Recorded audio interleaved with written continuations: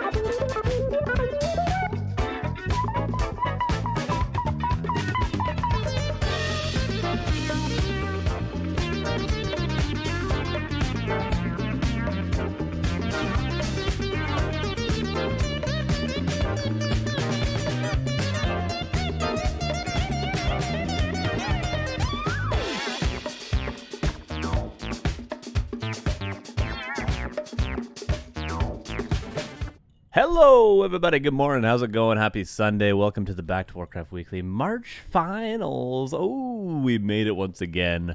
Very excited for today. Some great players on the roster. How's it going? How's it going? How's it going? Hello. First and foremost, most importantly, Mr. C, the OG, thank you for the 3 months. And he also asked, are there still lower level players? I'll play War 3 Champions. I've played like 8 years. Yes, there are. In fact, I watched a game of somebody below 100 MMR just last week. So there's plenty of lower level players. How you guys doing? It's good to see you. Thank you for the 3 months. I appreciate that. We have Deathnote versus Ito pretty much right away. Undead versus Human. They've already got vetoes done. We're already starting the game. After that, we're going to have Lucifer versus Lawliet. Then the winner of Deathnote and Ito is going to be playing Chaemiko. And the winner of Lucifer Lawliet is going to be playing Starbuck. 3 top-level Korean players today. Lawliet, not a name we get to see often. And we're going to start things off. Deathnote versus Ito, 2 fans and friends of the stream. Can you believe it? Looking forward to today, guys. Well, we're already into it. First game of the day. Everything seems to be working. I reinstalled part of the overlay, so I was like, oh, well, I guess this is where everything breaks and stops working. Everything is working. Can you believe it? Can you believe it? Here's our first game of the day. In the bottom left, Mr. Deathnote. In the upper right, from Germany, it is Mr. Ito. 2 guys who've seen quite a bit, of course. How you get here? Where do we come from? Where do we go? Where do we come from? Carson, yo. You might ask. We've had 3 weekly cups on the 1st, 2nd, and 3rd Sundays of this month, this being the 4th Sunday of March. The first 3 cups were won by Starbuck, Chaemiko, and Lucifer, who are the top 3 seeds. And then the 4th, 5th, and 6th seed of this tournament, being Ito, being Deathnote, and being Lawliet, are players that accumulated enough points throughout those 3 cups to be qualified for this. This is what we do every single month. You guys can sign up for the first 3 open cups every single month. Of course, there are 5 Sundays this month, so it's a bad time to set an example. But I believe what we're going to do next week is some sort of a fun cup, maybe. That's what we tend to do when we have an extra Sunday. Of course, on average, there will be 4 Sundays in a month, but not always. So I will be taking suggestions from the chat throughout the stream if you guys have any ideas as to what you'd like to see next week. Because it could be something a little bit different. It could be something a little bit spicy if you want. We've done 2v2 cups before. We've done random-only cups before. Up Norbiax, how's it going? Deathnote going to go for the Merc Camp first. Crypt Lord, as expected, from Mr. Ito, pulling 3 ghouls and going straight to the expansion. Carson Hot Tub stream next week. So just a normal tournament, but from a hot tub. Okay. Noted, noted. Carson ladder stream next week. I'll just start the stream and play ladder. Damn. That's an idea. Boots Cloth lost the worst item you could ask for. And, did he unsummon his shop as well? No, just unsummon the altar. Just it seemed like the gold mine was pretty quick.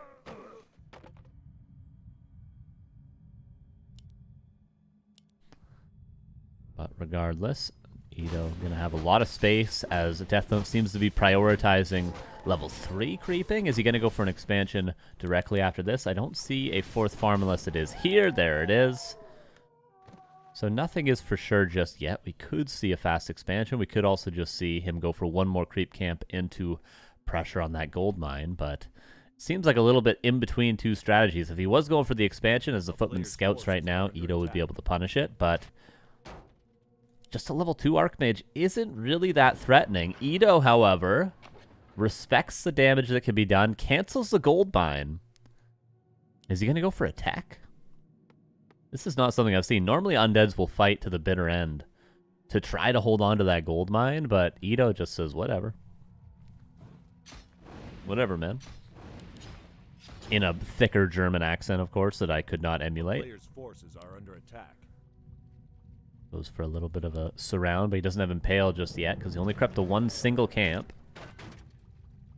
Very interesting from Ito. He shows that he canceled the gold mine, or in Deathnote's eyes, the gold mine was never being constructed. It was a fake expansion. It was a Fugazi. So Deathnote might be assuming that Ito's teching, but then as soon as Deathnote turns around, Ito just places the gold mine down again. Very, very weird stuff from Ito, but sometimes being tricky actually works. Sometimes it falls flat on its face and you look like a fool. You look like a fool. But, you know, other times, you can trick your opponent.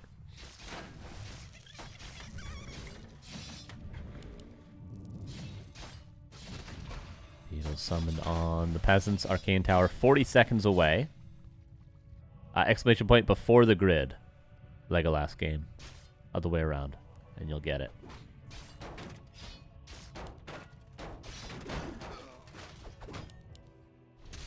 Impale on the Berserker. Nicely locks in the surround. Creeps are pulled, but actually, they barely wake up. They're sleepy creeps. Deathnote with the worst items known to man going across. Acolytes are there, but Ito doesn't realize. It's funny to say, but the Acolyte micro actually could have saved this gold mine. I think it might be canceled now. He could have pre-surrounded the Water Elemental before it was ever summoned, but maybe he can just barely defend. Militia and Footman defending down here.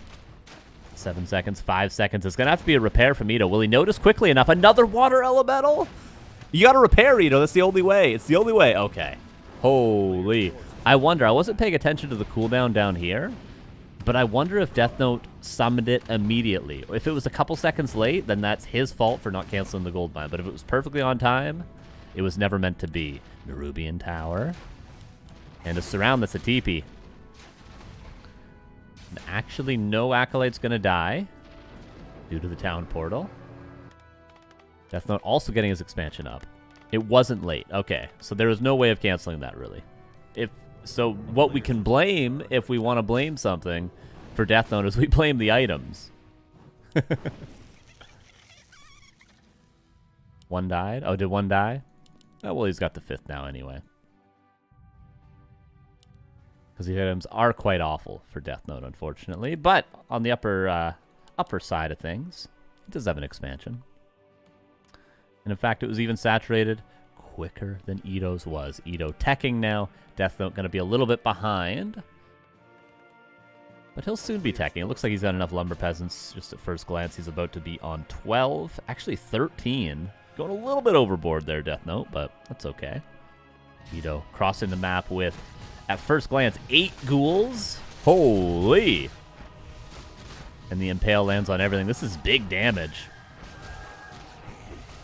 Almost has mana for a set of beetles, and almost is level 3 as well, which would give him a set of level 2 beetles. There's a level up, but the Arcane Tower has been burning away.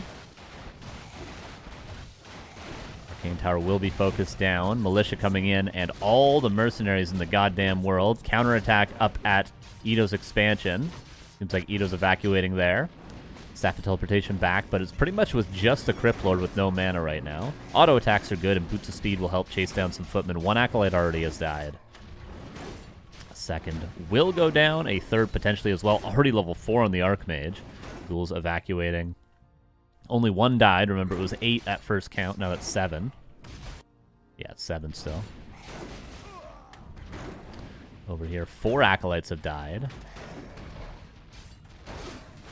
Both players taking a lot of damage, and Deathnote hasn't even teched yet. Ito's macro, checking over here, looking pretty clean. Altar is a little bit late, but Graveyard's on time. Tech is quick.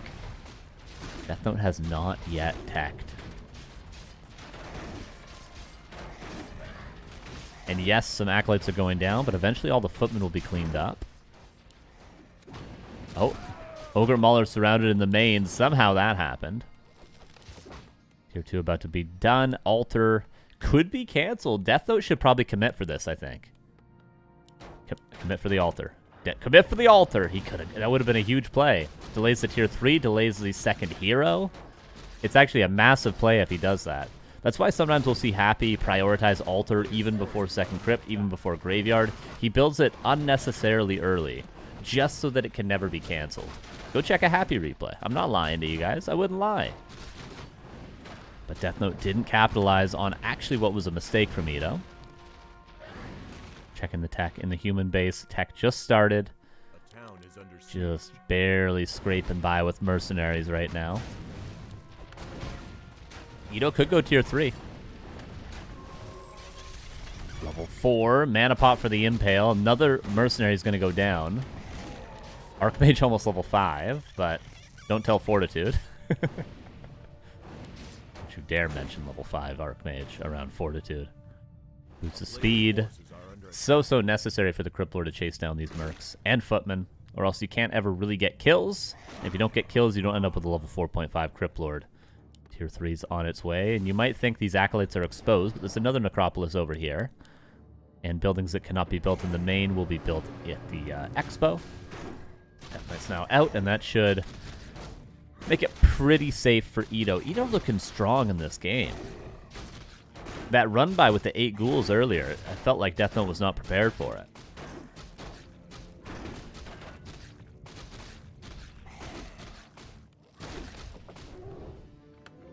Of course, today, all best of 3s until the grand finals, which will be a best of 5 between the 2 people that make it out alive.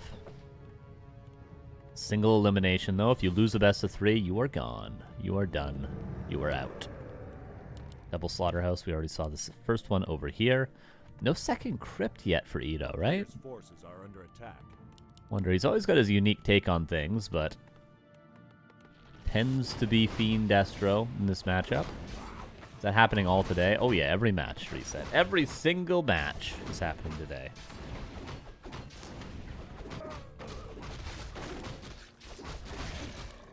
We go for Gamba next game. True, I forgot the Gamba. I apologize. Well, yeah, we'll do it for next game.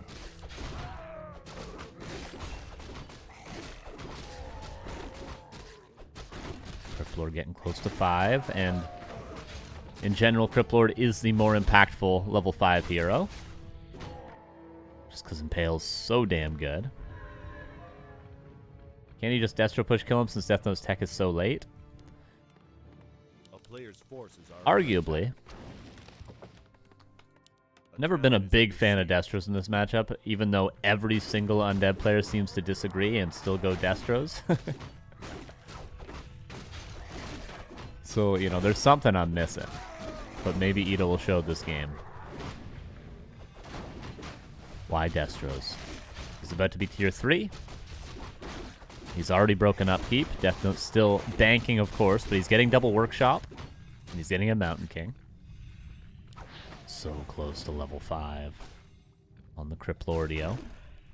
Deathknight gonna take a little while to get level 3, but as long as he's got aura, as long as he's got some semblance of a coil, that's all we need to see. Lich is on the way. Destro form over at this slaughterhouse. A player's forces are under attack. And Deathnote pretty much just trying to buy any amount of time he can right now. He knows that run by earlier did a lot of damage. He knows he's got to just hold on. But he does have 4 towers, 3 in the main, 1 masonry, and flying machines on the way. This is why I tend to... Now, I know Ito's tier 3 tech wasn't as quick as it could have been. I'm aware of that. But generally, this is why I don't like Destro pushes, because like if Deathnote gets 10 flying machines around there and micros them properly... If you have 3-4 Destros, it's just 20 supply of dead supply, essentially, and your whole timing is thrown out the window. But with that being said, I know that Ito could have actually teched quicker, and already probably had Destro form and Destros, you know, attacking over here. Regardless, Deathknight's going to get level 3. Lich going to bring the orb over. And we're going to have the first destroyers morphed. Will he commit to 3, or is he just going to go with 1? That would be a good idea. I mean, Frenzy Ghouls, Tri-Hero. Does he really need to overproduce destroyers to break this expo? He's going to try. There's 3. Frenzy Ghouls go in. Double Griffin Aviary on its way, but no actual Tier 3 units yet. Just flying machines and towers currently. Good micro so far by Deathnote. Destros kill one tower. Fiends want a web. He did overcommit with the flying machines now. That is an issue sometimes with human players. They're a bit too overconfident with the flying machines. You do need to micro them at the smaller numbers. TP out so that all the flying machines don't get webbed. Deathnote maybe overcommitted. He might have overcommitted. There was a... Actually, I think the one low Destro was saved by a coil. One finally goes down.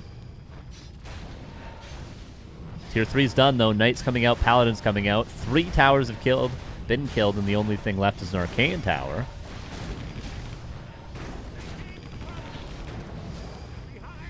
Lord still has a lot of mana he can use, but pretty much just needs beetles at this point. He just needs meat in front and continue attack moving, continue coil novaing as the Mountain King goes down. Really was that run by with the ghouls. He did so much damage, and his gold mine actually never got canceled. He canceled it himself, but obviously if you take no damage on your gold mine and cancel it yourself like Ito did in the early game, you don't lose that many resources. You lose the most resources when you're taking damage on the building that's being canceled in the future. So Ito's tricky play in the early game, canceling the gold mine so that Deathnote sees, oh, it's just a Zig. He's not actually committed to the expansion. It was a very interesting play. That combined with the run by was a recipe for this sort of a timing. Expo's still up. Knights are out. It was only a level 1 Mountain King that'll be back into the altar in 12 seconds. But is it enough? More destroyers being committed to because he realizes, Ito, that the flying machine count may never get high enough at this point, especially with the expansion not being saturated. One Fiend goes down. Paladin staffed out the last possible second. Mountain King should be waddling on over here pretty soon. Knights are getting good damage, but the Destros are trading for all the flying machines, and eventually we're just going to transition to a Fiend statue army, and the destroyers won't be necessary anymore. What will be necessary is the hero levels. Look at them. Almost level 6 Crypt Lord, almost level 3 Lich. Deathnote, he's almost got a level 6 Archmage, I guess. Now he's going to explode in a second. There he goes. And the Knights as well can be nuked down. And unfortunately, the hero levels are way too insane for Deathnote to come back in this one. This is going to be 1-0 for Ito. Without some sort of miracle, we're definitely going to see the GG in a little couple seconds here. And there it is indeed. 1-0 for Ito. Again, just a nice couple plays, a little 1-2 punch, and that's all it takes sometimes in this matchup. This matchup can be very, very volatile. And if Undead gets a clean expansion, gets their tech underway quickly. Underwear quickly. He said underwear quickly. Then you never know.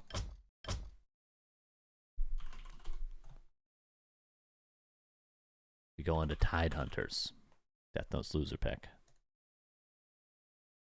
Yo, Bent PG, thank you for the 52 months. How you doing, man? Appreciate that.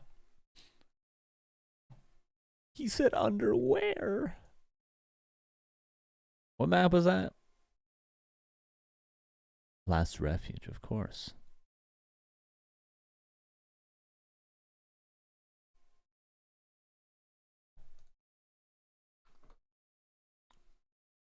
Tidehunter's a map where level 3 Archmage is a huge threat. A massive threat. There's a creep route where you go lab into the turtles above or below the lab, depending on where you spawn, towards the center of the map, towards the tavern. And then, while you run across the map, you can call militia and leave the second water elemental that you spawn to help those militia creep your expansion. So you use your first water elemental to creep the lab, you summon your second one and use it to creep the turtles slightly, and then move it before it expires to the expansion, and you run across the map with the Archmage. and creep the expansion while your Archmage is heading across the map. And then you get level 3. Essentially, by the time the Crypt Lord makes it to his first creep camp, you're level 3. It is the best map for a level 3 Archmage if you're uninterrupted. What the Undead can do, though, is they can use their Acolyte to disrupt the creeping. And we're going to talk about all of this and see if this is how it plays out. It is technically a mistake from the Undead to allow the human player to get this level 3 creep route, but the point being, it is possible. Just a slight error from the Undead, and the Archmage is level 3, faster than literally any other map in the map pool. Which I don't need to tell you guys is very strong. Deathnote in the upper left, Ito in the bottom right.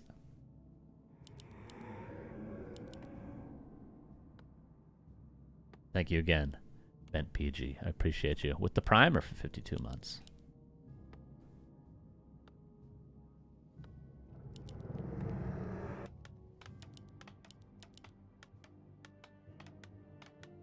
So the creeper I was talking about, of course, is this into this. Archmage then runs across the map, and the militia creep this at the same time. You can also do this with the Archmage if necessary, if you're delayed a little bit, if you're being pressured a little bit, sure. But the quickest possible thing to do, of course, is to leave your militia to creep this camp while your Archmage runs across on his own. Gamba, yes. I'll give you guys a 1-minute Gamba, and then we'll do longer ones for the other series. We can do that. Who win map 2? Ito. Deathnote. Give you a quick 1-minuter here. Materazzi291, thank you for the 4 years. Really appreciate that. Says, thanks. 4 years, best friends. Hell yeah. Very kind of you. Thank you for your continued support. Congrats on... Is there a 4-year badge? Did you just unlock the 4-year badge? Okay, Crypt Lord versus Archmage. And, okay, all of what I talked about is unnecessary now. Erase it from your memory, erase it from your brain. It never happened. It's like the movie Memento. But, ironically enough, that movie was so confusing, I don't even remember what happened in that movie. Crypt Lord going to the expo right away.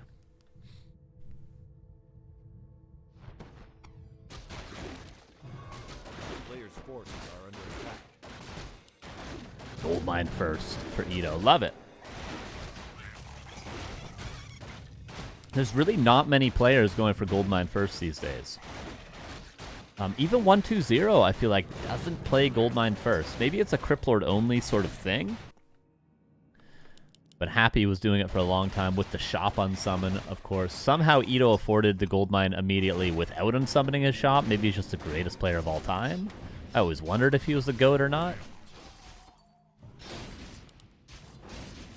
And Deathnote is going for a level 3 creep route, but just not as quick as the one mentioned. The reason why many human players won't go for this first is because Undeads will counter it with an Acolyte stopping the pull of the Golem.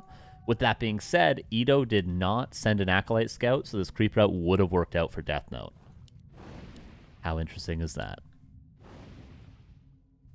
Still, though, level 3 Archmage. In a second, we see the militia finishing off the Murloc camp to the south of Deathnote's base. And there it is. Not the greatest items again, but the Goldmine, like, there should be no way. 35 seconds, you ain't defending this. Unless there's a TP forced right away. Trying to blockade.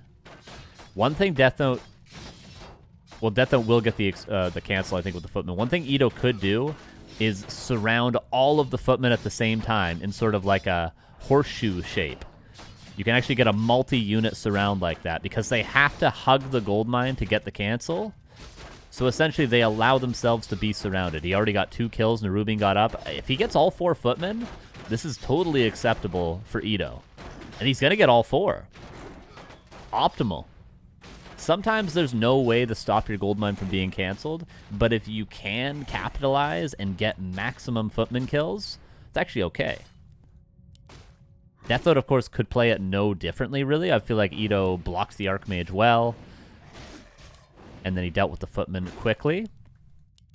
Maybe Deathnote could have committed a little bit harder with the water elemental spawn, but overall, I'd say just a really, really nice job from Ito there in the defense. He did get the gold mine canceled still, so Deathnote's going to be happy with that result, but 4 footmen.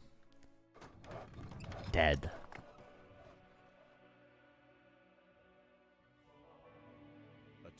Deathnote will now expand. It's kind of typical to just expand at any cost in this matchup. No matter what happens, no matter how many cancels, you just still expo on both sides, which has been played around with a little bit, but I think in most cases, players are just committing for the expansion.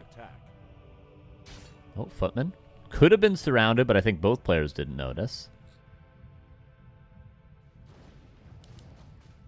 Hey, yo, Niverton, thank you. How's it going? We'll hold that thought for just a second as Ito goes in. He's going for the Town Hall cancel. He says, you do it to me, I do it to you. Arcane Tower gets up. Okay, a little bit overcooked there, but he gets some damage done. Never know. With the 35 months, says Carson, I think you're my 1-year-old son's favorite caster. Every time you come on the screen, he runs to the TV and tries to grab your hair. Hell yeah. That's funny. I got a 5-year-old nephew. I'm good with kids. All right. Most of them are afraid of me, but you know, I went to Disney World with a 4-year-old. I know like how to cook a pizza with no sauce and just cheese and the crust cut off. You know what I mean?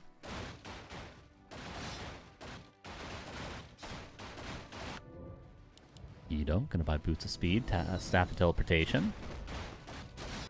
Goldmine is up for Ito. It also is up for Deathnote. It's actually, there's a world in which this dies. I'd say health on the Town Hall is more important in this matchup than any other. I'm afraid of you too. I mean, I get it. I do. I don't think I come off that way, but I guess I do. If only most people knew my height, they wouldn't be as afraid of me. But when it comes to children, they're, you know, if you're my height, you still look like you're 6'8", you know what I mean? I almost said 6'7", and that really would have been a disaster. But as for people, you know, online, they think I'm all aggressive and mean. But when they meet me and I'm like 5'4", they're like, oh, wait, he's just a little guy. Either way, Arcane Tower going to be focused down. Impale could be big, and it is. The militia mostly run out. This is a winning fight for Ito right now. The gold mine is literally going down. Okay, this is... We've seen this before. We've seen this before if you watched my ladder streams of me playing Undead. And this is very losing for the Undead. So actually not going to Town Portal back. Can he try to kill the Town Hall? Okay, if he can kill the Town Hall, which might be a tall task, it'll be a very playable game in a very weird position. The difficulty is Deathnote's almost tier 2, and he can't kill the Town Hall. I'd say this is nearly curtains for Ito, unfortunately. The town is under siege. Which is surprising it played out this way, because Deathnote lost so many footmen, you would think that Ito would be able to defend his gold mine.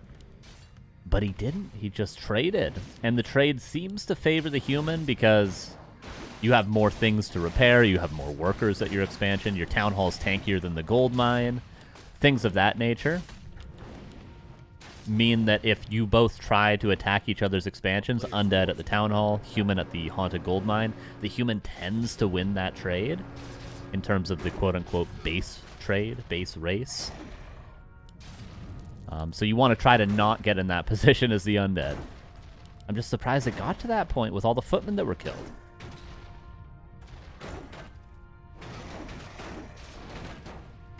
Either way, Ito trying to hold on. Level 4 Archmage, soon to be level 4 Crypt Lord. Something's going on in the main base. Couple of footmen being annoying. Tech has started.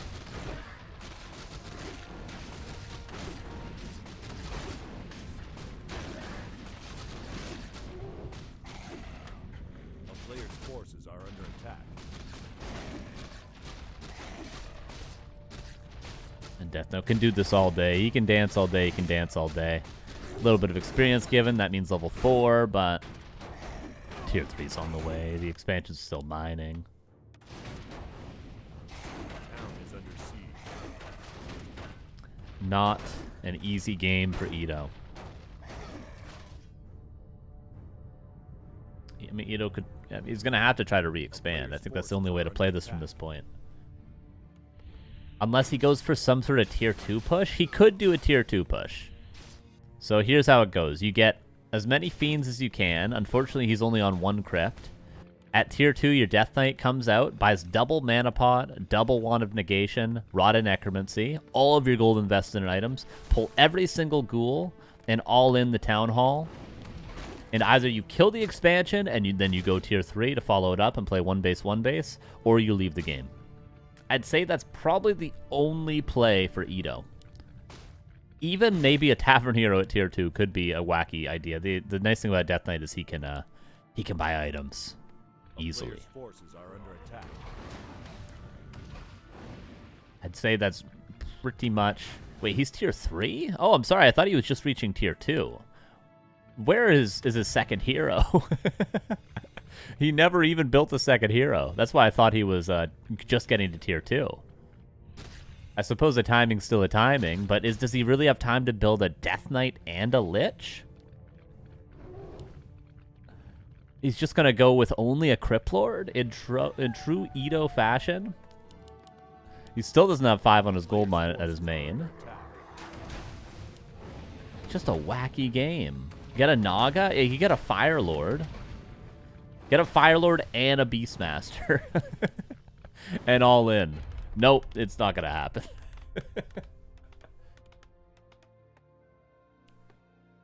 Yeah, trading, like, sort of base trading early on in this matchup never favors the undead. Because, like, it's simple mathematics, isn't it? You only have 5 acolytes, man. Human generally has about 7, 8 peasants at their expansion. Not 6 or 7, it's more than that. 7 or 8. And they can call militia, which then in turn can turn into peasants and repair. It just becomes very hard to actually get a town hall kill. Even if you kill plenty of peasants, actually killing the town hall is a very tall order. Whereas for the human player, killing the gold mines, like, all the acolytes are dead before you even think about killing the gold mine, and then it has 600 less HP than the town hall. It's easy. So if you get in a trade situation as the undead, you're almost always losing your gold mine and not killing the town hall. And yeah, you both lose tons of workers and economy and all that good stuff, but the human ends up with an expansion, and you don't. And then you're fighting into their expansion, and they have militia still, and, you know, all that, so... Sort of what happened there. So in short, don't get into a base trade situation, undead players in the early game. Don't get into it. Avoid it. Needs expansion when you have Necro Wagon? Yeah. I didn't quite notice when he committed to tier 3, but I feel like he should have just stayed tier 2. Maybe he hit the tier 3 button before the trade of Expos even happened, but it'd be amazing to me if that happened.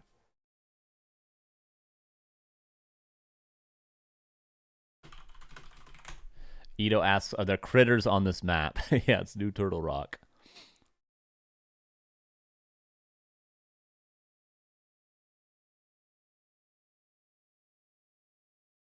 Oh, I have to explain what New Turtle Rock is?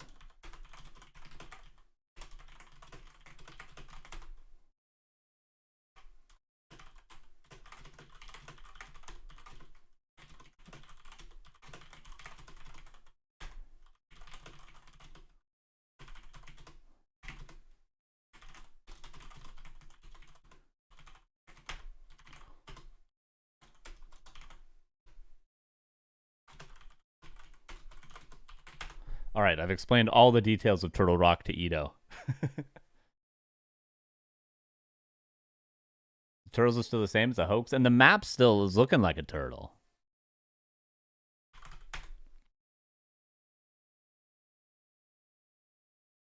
Ito's the most vibes-based undead out there. Doesn't look up anything. Yeah. This map's on the ladder, though. Like, I think it's a Is it a bad undead map?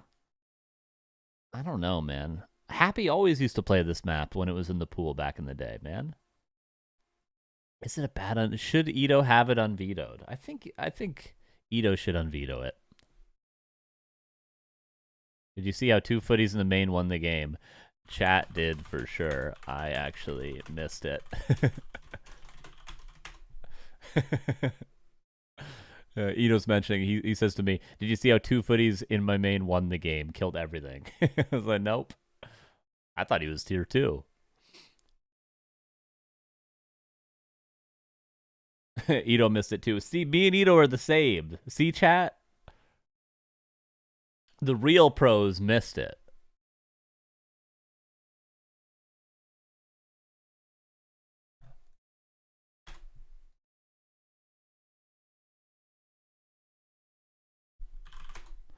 All right, here we go to Turtle Rock. I will, of course, explain the changes to you guys as well. Because you guys are my special babies, and I'm going to explain Turtle Rock to you. Okay? Who are the best Twitch viewers? Who are the best Twitch viewers? You guys are. What's up, Max? How's it going?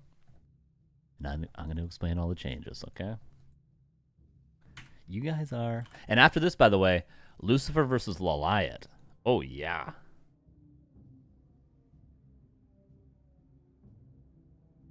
Streamer is jangling keys. That's funny.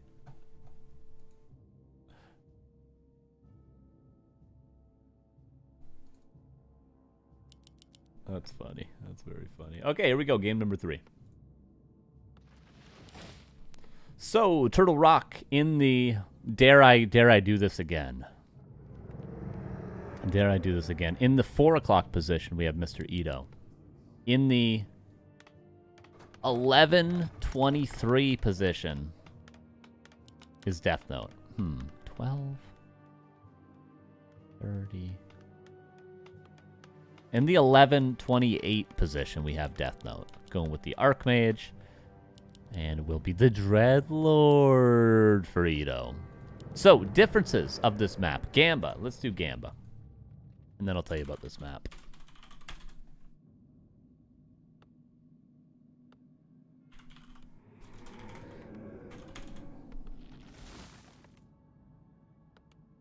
Who win game 3? Ito? Deathnote.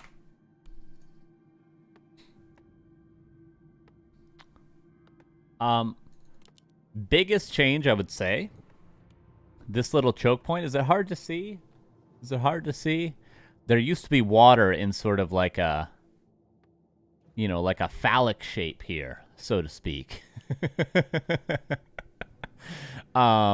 It's gone now. There is no choke point. This is all open. You can't build here, but it's all open. You can, however, build here. You can build an Ancient of War here. You can also build an Ancient of War here. And notice down here, water gone. Also, there's critters on the map. Also, this creep camp is slightly easier, but still drops the same item. No heal ward here. I think they made it so you cannot critter creep the red anymore. Maybe you still can. Also, no vision ward at the shop. Pretty much that's it.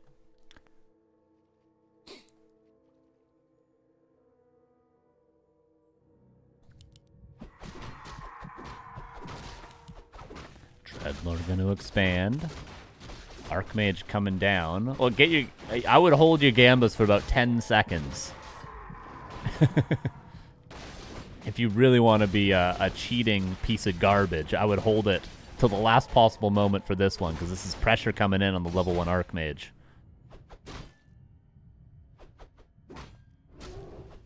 So far, nothing going down on the side of Ito. 1 ghoul denied.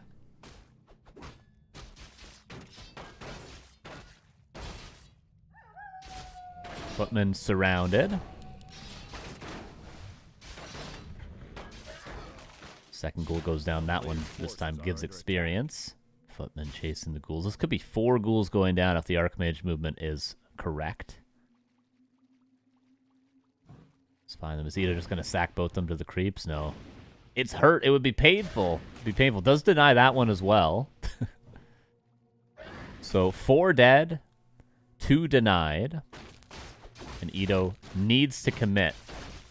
He needs to commit here, and he will. He still has plenty of sleeps. And that's the thing about Dreadlord. It's tough to get an expansion up with Dreadlord, but once you do, once you get him levels, he can carry you versus human, which Criplord just simply cannot do. And Lich can as well carry you like that, but Dreadlord's, you know, it's just a different style, I would say. Another surround. Goldmine this time could be cancelled. If we're keeping count, that's 2 footmen for 4 ghouls so far. Acolyte surrounded. Archmage got level 2. Through only creep in the green camp. Kind Blonde 51, how's it going, man? Thank you for the 40 months. Build your own hero. Which spell's aura do you choose, he says. That's a great question.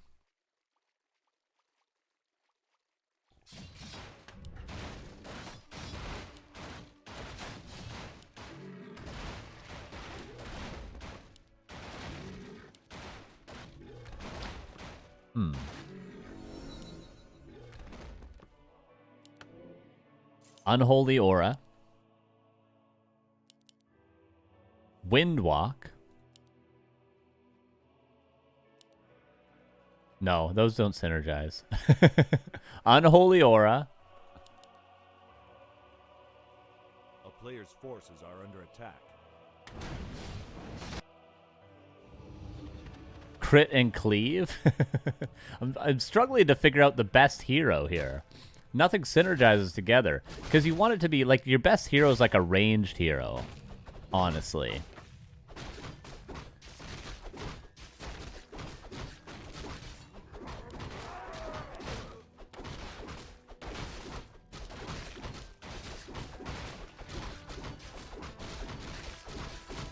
I'm getting there. I'm getting there in my head.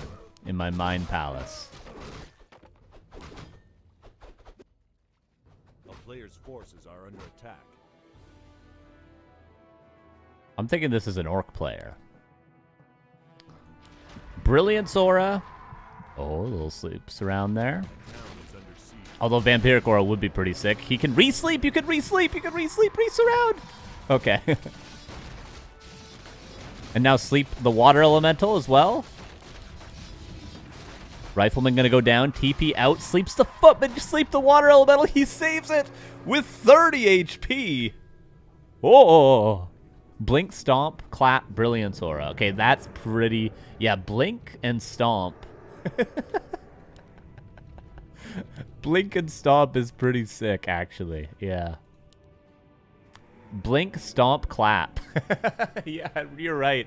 Yeah, you guys got it. You guys got it. I was trying to think of, like, you know, it's got to have an aura because auras are so damn good, but does it go for a movement speed aura or brilliance aura? A player's forces are under You know, like, you could have a hero that's endurance, brilliance, and unholy aura. Boom, you know what I mean? Like, all 3. But then it's like you're really not getting maximum value until you're super high level. But same with the Blink and Stomp and Clap combination. You're really not getting that much. What about this? What about Banish, Bolt, Shadow Strike? Or what about this? Banish, Siphon, Coil, or Siphon, Nova, Bolt. What about Mana Burn, Immolation, Evasion? Yeah. There's some incredible heroes that you can make. It depends what you want to go for. I think most people's minds go towards carry heroes. But I do think the best heroes are going to be some sort of support combination, like Unholy Aura, Heal Wave, and Brilliance Aura. Something like that would actually probably be best in practice. Because the issue with something with, like, Blink, Stomp, Clap is, like, it just gets focused. Like, your whole army is dedicated then to focusing and killing that hero. Anyway. Rifle Caster Push, level 4 on the Dreadlord. They also got a greater mana. The SimCity's pretty solid from Ito. He does have a second crypt coming online. Scroll the Beast. They're both getting fantastic consumables. Shop went down. A third tower attempting to be built. He's got to wait out the Scroll the Beast. That's the only way around this. Carrion Swarm. Bolt. This could be game over if he gets the surround. He does land it. Maybe a counter surround. I don't think the Dreadlord's making it out of this one alive. Does sleep the Mountain King. Dispel. Bolt. He used the greater mana, and Ito, with a very good performance, went for it in map number 3 with the Dreadlord. It was a good defense of the Goldmine, the 30 HP. But the setup was too strong for Deathnote, and he will make it through. The setup was just too strong. The early game, the 4 ghouls going down. Nice try to Ito. Nice try to him. Good performance, but Deathnote. Moving on. Amazing grace, how sweet the sound that saved. Just kidding. I'm just like the biggest Ito fan ever.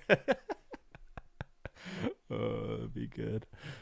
That's what Cruncher loses versus Focus at DreamHack Sweden. Anyway, Lawliet versus Lucifer is coming up next. Let me at both the guys.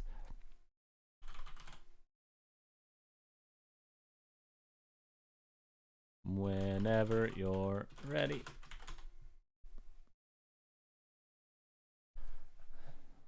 Who predicted last possible minute? I wanna hear from you guys. Who predicted with 5 seconds left when 4 ghouls died? Who did? Yeah, that's a really good question. I guess people are asking that question. It's been cool. I guess it's because of the random hero ability tournament. Should we do that next week for the weekly cup?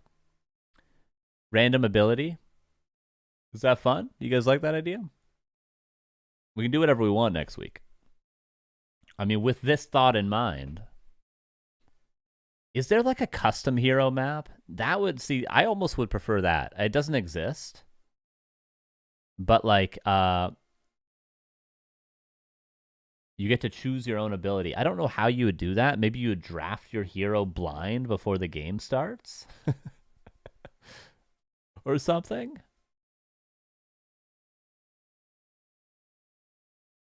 There's a rep that has more races. Definitely, sorry, Shaker, never doing that. Drafting abilities would be fun? Yeah. I think you invented Dota ability draft. No, but in Warcraft, though.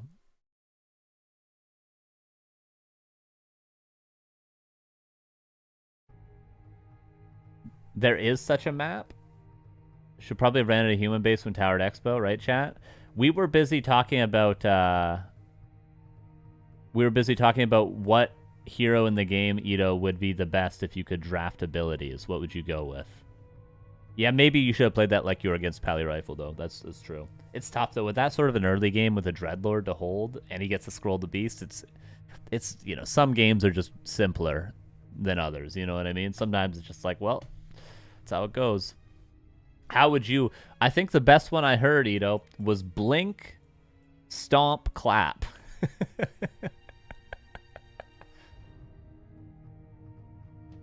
It was rigged? Exactly.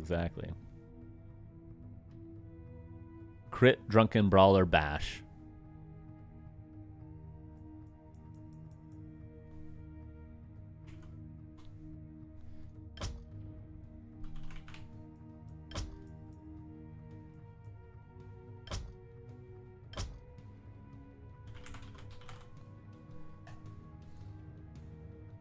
Impale, Shockwave, Carrion Storm. The only issue with that, and also, to be fair, though, the Blink, Stomp, Clap as well, is it's just too much mana and too many hero levels.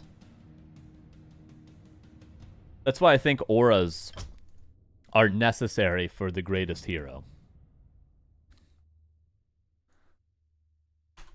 You know what I mean? Like, I think you need... It's hard to give up a movement speed aura, but like as somebody that doesn't have Brilliance aura, you have aura? True. Like Brilliance aura, like you might even want 2 auras. Like Impale, Brilliance, Endurance, you know what I mean? Yeah, Cleave is good to have. Like a non-mana carry spell, Cleave is probably the best. Like of the Bash, Crit, Evasion, Drunken Brawler. Cleave's probably the best, like, carry ability. Made a good question. It was a damn good question. Pretty sure it's none undead spell. Aura maxing. Yeah, I would like an Aura bot hero. Imagine you go just a full Aura bot as, like, human, and you just go Mass Griffins. Just go MK. Yeah, it is funny when you're thinking about this, and you're like, wait a second. Bash, bolt, clap. That sounds pretty good.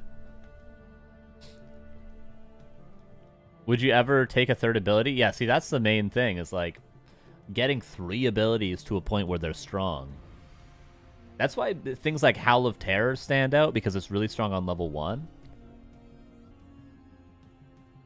You could also have something like a Keeper where you have like an Entangle, but then you also have something to carry.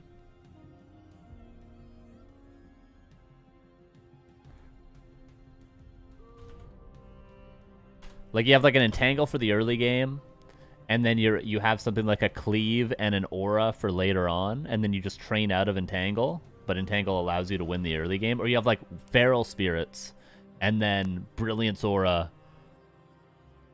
Cleave or something. You know what I mean? Or Endurance Aura, Cleave. So you can do everything with one hero. I don't know. Maybe this is a game mode we need. The ability to actually draft heroes. Kind of fun. But yeah, maybe we can do the random hero abilities next week for a fun cup. Either way. Lawliet versus Lucifer. Damn. Didn't think we were going to get this month, but I ain't complaining. Lawliet, of course, a legend. Always a question of how much he's practicing right now, but I'm pretty sure he's been competing recently, right? DLSS5 thing? I don't know what that is, Shaker. And for Lucifer, of course, you know, he's got his ups, he's got his downs, but I'd say overall he's been playing pretty good when we've seen him recently. He's at 2,500 MMR, so tough call, but Lawliet is Lawliet at the end of the day. He's always been kind of in a tier of his own in these sorts of tournaments. Who's all the guy who lost Warden to Creeps? Did he lose Warden to Creeps? New Gambit? Yeah, we'll do it for the whole best of 3. Who win best of 3? Lucifer, by the way, can be a cheesy guy in tournament matches, which I respect.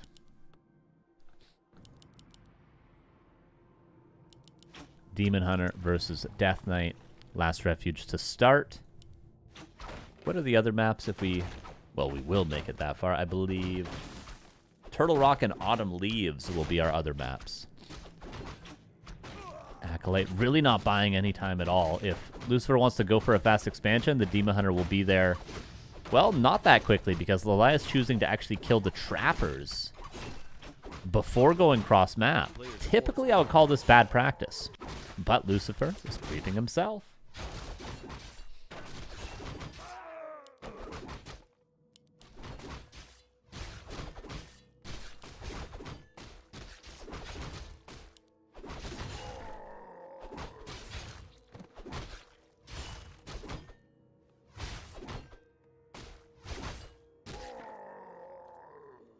Finger protection. Lawliet. Okay, this is interesting. Immediate Merc can't creep. Wisp is scouting and confirming there is no expansion. I wonder what he would do if he did see an expansion. Priest online, level 2. And this is what Night Elf can do if you don't pressure them, or you don't, you know, I'd say indirectly pressure them. And by indirectly, I mean go for an expansion, which forces them to go across the map. They can just do this.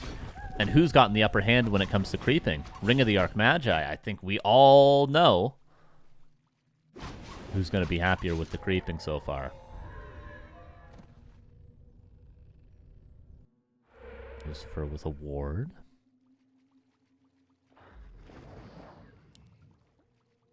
Is he going to keep creeping? Yeah, he will. Interesting early game so far. You don't often see this much creeping in Undead versus Elf. Lawliet has shown himself, remember the ward. Lucifer's well aware. He's positioning his Death Knight to not be mana burned. Coil, and immediate surround. Lawliet, ambitious there. Skeletons need to run from the Wisp, so Lawliet will fight his way out. Could be a double detonate, but at least it won't be a quadruple detonate. Boots of speed on the Demon Hunter. Lawliet with a Hunter's Haul as well, not forgotten. Moonwell's being produced. Lucifer remembered his graveyard as well. It's a second ghoul going to go down. Level 3 on the Demon Hunter. I'd call this a lost early game for the Undead. Not really able to get anything done. It's just we don't often see a third ghoul now going down. We don't often see this passive of an Undead. In terms of no expansion and no pressure at level 2. No Nerubian Tower either. I wonder what would have happened if he stuck the surround and committed to it. Hard committed. Because I think he could have held the surround even if the Wisp didn't detonated. Okay, now he'll force the TP, but that's 2 more ghouls going down. Has anyone been keeping count? I think that's 5, right?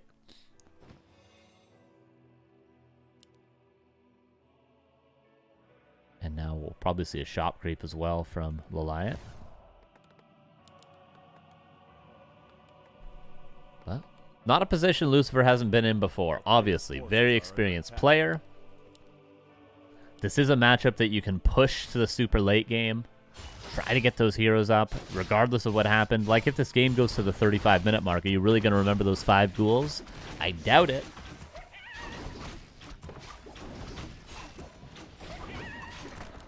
So we'll see. Ring of Protection found on the Demon Hunter. Double lore, tier 3 tech for Lawliet. Level 3 Death Knight. Finally, no Naga second.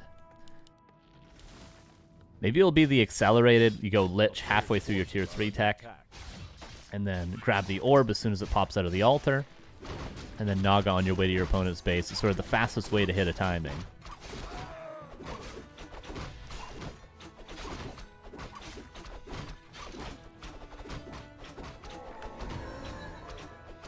Agility as well. Both consumables crept by Lawliet. Oh no, sorry, one wasn't. It was just sold, as it seems. Sorry, I missed whatever it was. I don't know if it was a greater heal and he used it, or if he had greater mana and he sold it. Maybe someone saw.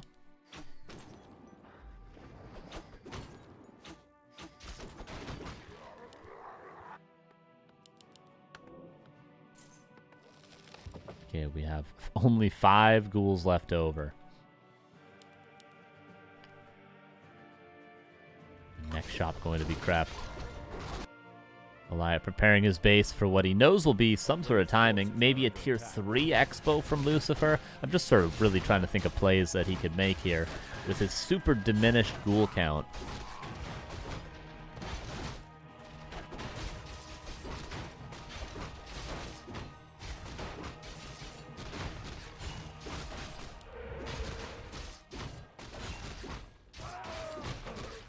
Does find a mana stone. Lawliet scouting. He knows that there's many expansion timings Undead can go for. At tier 2, at tier 3, on their way to both techs. After tier 3 has been reached. So he's continuously scouting for them, while being very efficient with his creeping. Lawliet was always great at creeping.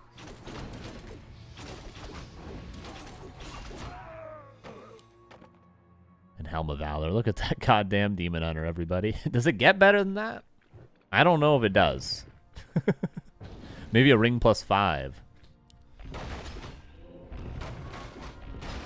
And a rune bracers. That's what we could see. Replace this with ring plus 5 and the open slot rune bracers.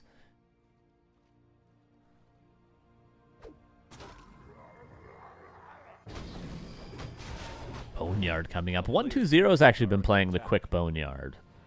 Excuse me, recently. Which is sort of, you know, back in the days, he used to always go for the quick Boneyard. You know, I'm talking back in 2014. Khadgar's, by the way, for Lawliet. Back in 2014, 2015, he used to always love the quick boneyard. Obviously fell out of fashion for, you know, a short 10-year period. And now we've been seeing 120 do it again. And of course, Lucifer always plays a little bit different as well. A player's forces are under attack. Safe to say, Lawliet has gotten the upper hand of creeping this game. Hero levels are quite advantageous for the Night Elf. He's also got Wellspring, he's got Bears. It's been such a passive game.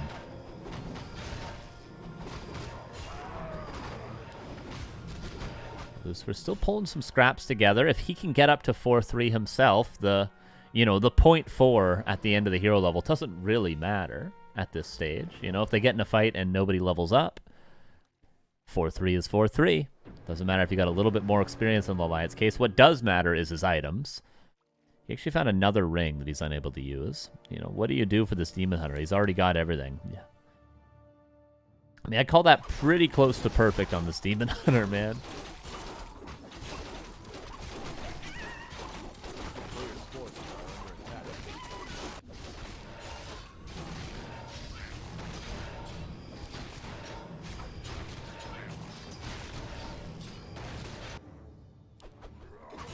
And the whole map is going to be crept out in a sec. We have, you know, the scraps of the red, we have the corner, and we have the lab, and then that's it, I think.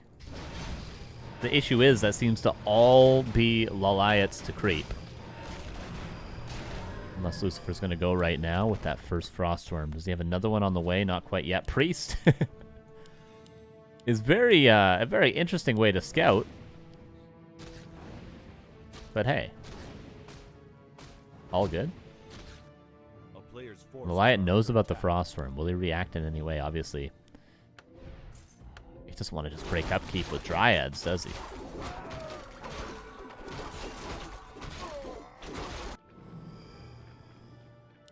Lab's still available. Nice to see Lucifer actually getting a creep camp. That isn't like the, you know, the safest, most given creep camp on the whole map. Finally getting one. Lawliet probably wishes he could. Mana Stone and Book of the Dead. Demon Hunter's almost level 5. Say goodbye to your mana. Book of the Dead used. Frostworm getting lots of value. Fiends need to be on the Dryads, not on the Bears. Focus fire on the Frostworm right away. One bear goes down. The next bear... Oh, he misses 2 auto attacks with the worm, but now he gets that out of harm's way. Destro falls. Worm going above the trees, but does eventually fall. It's a micro left a little bit to be desired there by Lucifer, unfortunately. There is a Mana Stone. Has to be careful of the potential nuke on the Naga there for a second. Demon Hunter going to force that push from vulnerability most likely. Have to worry about the Fork Lightning, which he doesn't worry about. And GG is called. And the writing was on the wall ever since that early game. 1-0 for Lawliet. Lucifer. It felt like a winnable fight in a weird way. But always tough against a Demon Hunter that stacked, of course.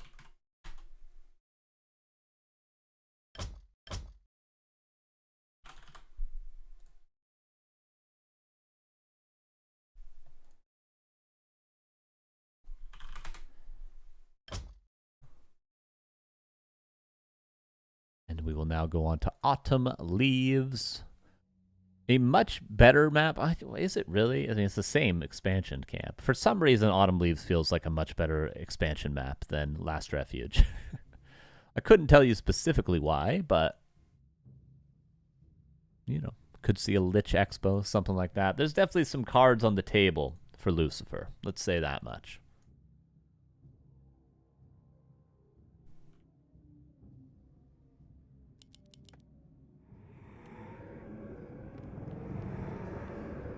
Check it out.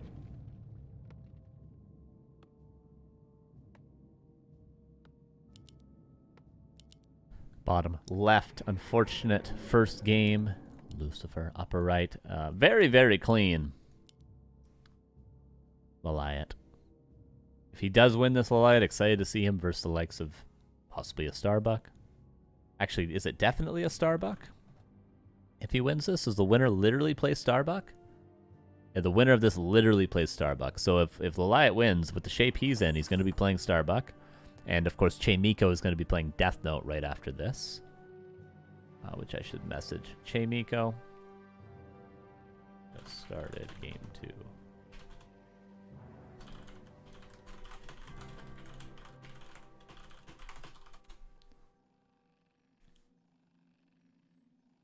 All right, is that all the adminning I gotta do? Thank you, thank you. All right, into the game. Demon Hunter versus, Lich.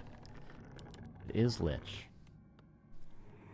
This can be quite an interesting map for Lich against Demon Hunter. I'll explain once the Demon Hunter waddles his way across the map and starts harassing this gold mine over here. But for now, one thing Lawliet did not do last game is run straight across after grabbing the item from his first creep camp. He was probably doing it all in reaction, which is actually super optimized. Most Night Elf players, even the best of the best, will just always grab the item and run across the map, but we notice the wisp movement from Lawliet. He's paying close attention to what the Death Knight does, and he's determining how much of this camp to creep before running. See, now he'll run across the map after getting the item. Go ahead. Go ahead. Go ahead. Go ahead. There we go. A little bit of damage, but still. Wisp coming in. Detonate. And notice there is only one Nova left. But it will be used on the Demon Hunter. And Lawliet did not skill Mana Burn, but now he has it. Some ghouls close to going down. 50 mana on the Lich, still a ways away from having a mana or from having a Nova. One ghoul gonna go down. Second one can go here. Yep. Nicely microed so far. Tree of Life is coming up for Lawliet right now. Good save on the ghoul. Lucifer should get across the map. Evasion because no Lich mana. I think evasion is actually a mistake, big time, but that's super interesting from Lawliet. You don't see that often. No mana burn here. No Nerubian Tower either. Ghoul will be microed as well, with the multitasking being tested.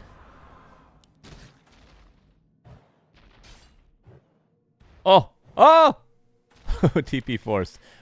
I don't think Lawliet really cares, to be honest, because all he's trying to do... The detonate. All he's trying to do is make space for this Tree of Life. So every single second is precious that Demon Hunter can buy. That's why he runs in, and it looks a little silly the way he gets forced to TP like that without really doing much. But it was all to buy time for this guy. And he successfully did that. What are these wisps doing, man? Maybe he's just pre-spreading his lumber wisp so that if the Lich comes in with a bunch of ghouls, he won't be threatened as much, but interesting to move them over here.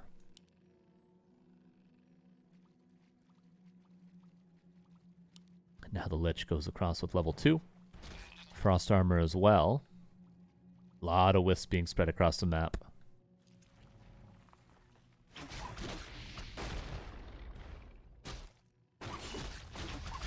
Nova again, Demon Hunter. But like, he's got no way of really dealing with the Lich. He's just got to eat the damage. He's running out of Moon Wells, everybody. What you see is what you get in terms of Moon Juice right now. That's it. He drank it all up. He slurped it all down, and the Demon Hunter's only got 150 HP left.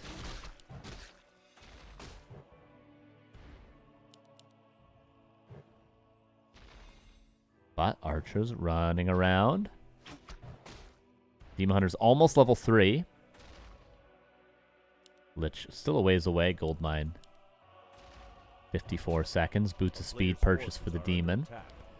Lucifer would love to probably cancel this gold mine a couple of times, but I don't know if Lawliet's ever going to give him the opportunity. Lawliet finds so many ghouls. But multitasking being tested again. Gold mine coming up for Lucifer as well. They're both going to be on 2 base. And because of, I won't say because of the no mana burn, this is a good early game for Lucifer, but I do think it affected the early game. I could be wrong. Could be wrong. And Moonwells regenerate. The quick 4 Moonwells is so very, very helpful for that Demon Hunter. But this will pretty much be, like, daytime's right around the corner. He's not going to have more than 50, 60 juice in each well for all of the next daytime. And his tier 2 is only now finishing, so we're not going to see rejuve anytime soon. So healing will be limited, despite the Demon Hunter full HP right now. One more Nova, especially with the Lich approaching level 3. Some auto attacks, and the Demon Hunter will be struggling through the next daytime.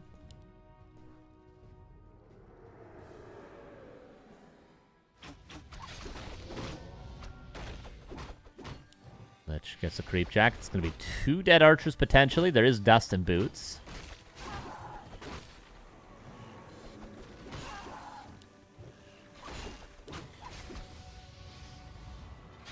Frost armor as well.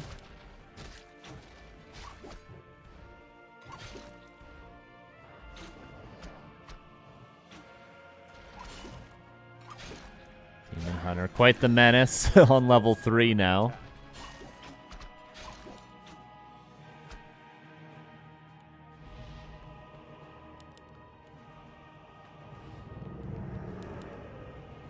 Towering up. This gold mine was not disrupted. Naga now second, tier 3 immediately for Lawliet, and Demon Hunter still healthy enough to go for this creep. Lucifer is here. It's going to take some sick auto attacks to get the last hit. Almost. Wow. Technically it was on time, but Lawliet did it with the attack midair. Ancient War now going to go down, it looks like. Oh, he didn't actually kill it. Okay, now he did. Ooh, Lich. Luckily, the Demon Hunter didn't get in front, so there wasn't one more cold arrow that landed. I think one more arrow, and the Lich would have died. A player's forces are under attack. Are we going to see Gargs? No, we're seeing Fiends from Lucifer. And of course, I don't really need to say what Lawliet's going to build. Does he have any other options? Not really. It's going to be bears, it's going to be dryads, it'll eventually probably be talons. But for now, he needs that rejuve. With the moon juice being more or less completely out.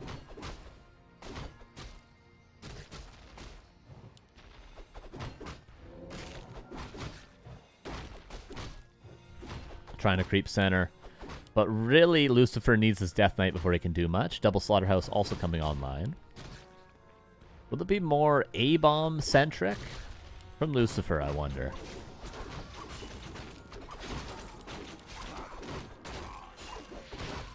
Nova. There's no bear yet. There's another Tree of Life that just came up. For Lawliet, feeling confident as it seems.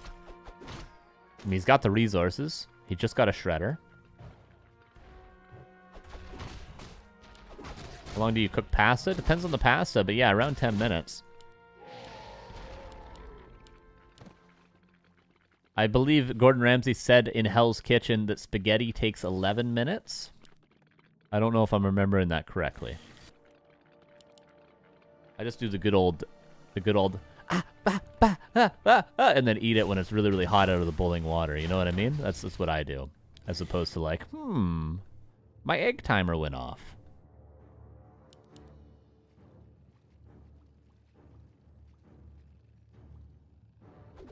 Player's forces are under attack. Anywho, Tree of Life, 50 seconds away. It's going to be tough for Lucifer to be aware of this.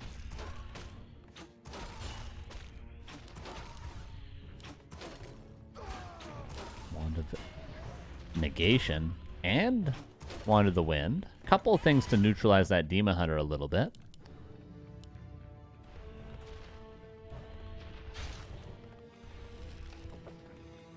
Forces are under attack. Throwing the Death Knight Potion of Invulnerability. A much more playable game for Lucifer this time around, of course. Nice to see.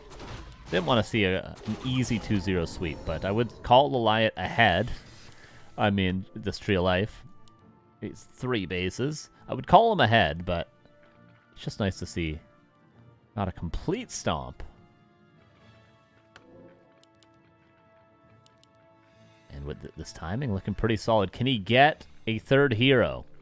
He's got Frenzy popping. He's got Destroform popping. Just needs a third hero. He's got a heal scroll as well. Will he grab the Naga, or is he just going to go like this? Looks like he's just going to go like this. His AP up, and Lawliet could not be in a better position. Doesn't even give him an opportunity to do anything. He's just right there. He was just sitting at home the whole game, it seems like. There's the Naga, though. Coil, Nova.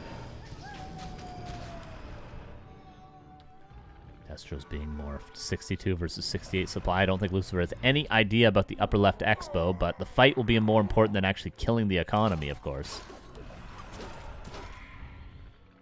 Devour on the Rejuve. Demon Hunter did retrain, by the way, as is standard, of course. Pieces of the Moon third. Pretty much a Orb bot and an Aura bot, but for now, Owl Scout and no Orb. Demon Hunter, the primary target of focus, who has no Potion of Vulnerability and is pressured out of the fight. Now we can focus on the Bears. Lawliet, good positioning on the Dryads. Death Knight, by the way, does have a big Potion of Vulnerability. Lucifer already used his heal scroll. Lawliet has no consumables. I repeat, he has no consumables, and I don't know where his shop is. Demon Hunter used the last of the Moonwells to try to heal up the DH. A lot of Bears go down. Lucifer sort of winning this fight right now, but the Moonwells at the expansion heal up the DH to full. He's healed to full again. And with that, Lawliet's going to hold this main base. Lost a Moonwell, but he's looking stronger than ever. Oh my god. And now you got to kill the Demon Hunter from full HP again. He's going for the Dryad. 62 against 58. Potion of Vulnerability, Mana Pot. Demon Hunter. Is there a staff? Is there a staff? There is a staff. Lich goes down as well. And Chi-Chi is called. 2-0 for Lawliet. Nice try to Lucifer, but Lawliet seems to be in nice form today. The super confident play that you want to see from him. In the first game, going for that mercenary camp right away, which is an interesting creep route, which, you know, could be punished, but he's always been known for his ambitious creeping, Lawliet. And then in the second game, a relatively even game, he just goes for a third base early, like Giga Chad moves, which is the Lawliet we want to see. We want to see him confident. We want to see him gaming. And Lucifer puts up a fight, but 2-0.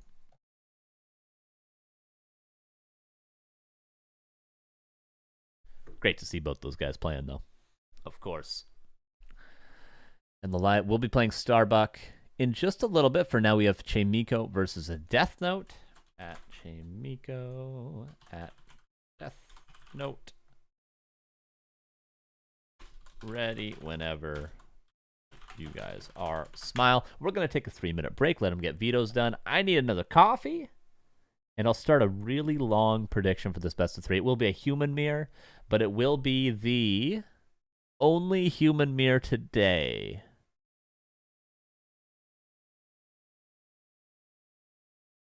It'll be the only human mirror today?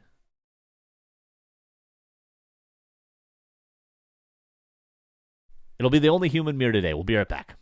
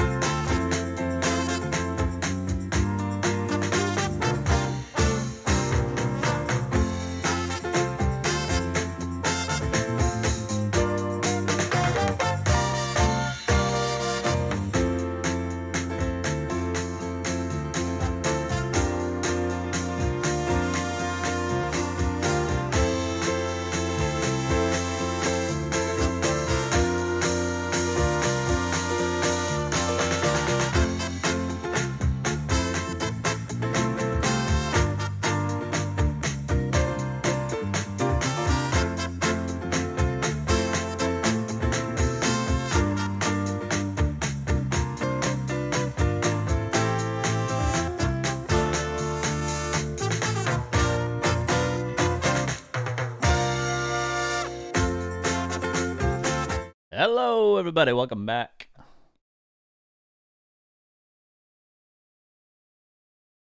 Sorry, doing some adminning stuff. We have Human Mirror. It's not on the overlay yet, but I will fix it right now. Hope you got your predictions in. This is our match. Good luck. Good luck. Chaemiko versus a Deathnote. Pretty good music, man. You like it, eh? You like it. This stuff, you know, it hasn't gotten old yet, has it? People are still commenting on it, and I've had that music for... Has it been 5 years? How long have I been on January 2021? Have I been 5 years on this channel? God, it's been a long time. My amount of streams have just gone like this, you know? It really shows the quality of work I'm putting out on this stream. We started up here, and 5 years later, we're down here, and we're trending down. Anyway, I'm glad people like the music at least. Human Mirror. Winner will be in the grand finals. This will be a best of 3. After this, we're going to have Starbuck versus Lawliet. Sweet Jesus Lord in heaven. But for now, Chaemiko versus Deathnote. Also a great match. I like Human Mirror. You know what? I like it. There, I said it. You heard it here first.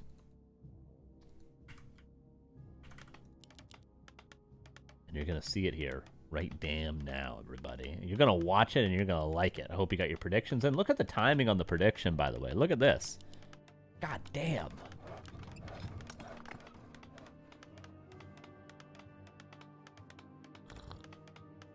I know, Blanky. I'm a brave soul. I'm a brave soul.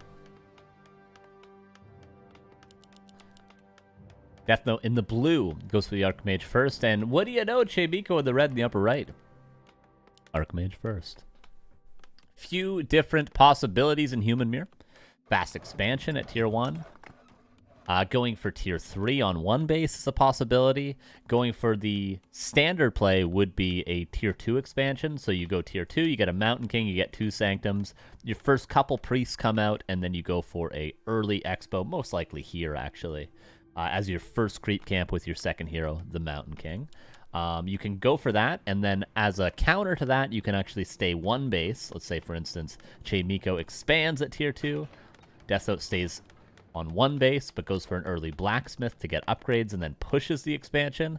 Those pretty much cover every single option. Tier 1 expo, tier 2 expo, 1 base tier 3, 1 base tier 2 to all in your opponent's expansion. That's it. That's what you get. That's what you get. It'll be one of those things. On some strange maps, like a scrimmage, for instance, which isn't in the pool today, where you might see Mountain King mirror into tier 3 tax, but... No spoiler alert, covering all options. Where's the Firelord rush tier 1? Ikbed Cool, you have your own way of playing, man. You got your own way. You got your own philosophy about this game, which I respect, but... I don't know what goddamn strats you're busting out, man. Circlet purchased for both, as well as the shop creep. It's quite an easy, like, if you were ever to show a beginner how to creep level 3, this would be a good map to start on, because you just creep these 3 camps in whatever order you want. Doesn't really matter. You could do any of them first, you could do any of them second, you could do any of them third, and you just get level 3. You also get good items. They're not the most difficult camps in the game, so, like, you want to show someone to creep level 3, put them on Autumn Leaves. Speaking of showing people new things, there's a streamer called Pay Money Wubby. I don't know if you know him. He's a very popular streamer, though. He gets like 20,000 viewers when he streams. But his producer, like his cameraman and stuff, that does camera work when he streams, or and helps him produce a lot of his content. His producer was streaming Warcraft 3 last night. Peanut. I don't know if anybody knows who that guy is, or either of them are, but very cool. He was streaming Warcraft 3 last night. I was like, oh my god. Look at the items. On Deathnote's Archmage. It legitimately does not get any better. Literally not any better. You cannot have better items on an Archmage at this point in the game.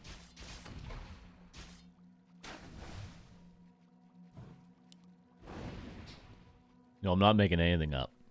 I'm past that point in my life, okay? I'm not making anything up. I've never lied ever. I mean, Chaemiko's would be in his right mind to run away and to not fight this. Just look at this Archmage go. I mean, they both have a fully slotted AM, which is great on its own. You know, just having items is better than, you know, getting all the best items. But, like, look at the punchy packs. Oh, my lordy. Get another circle. He'll get boots, though. Yeah, there's the boots. Are under attack.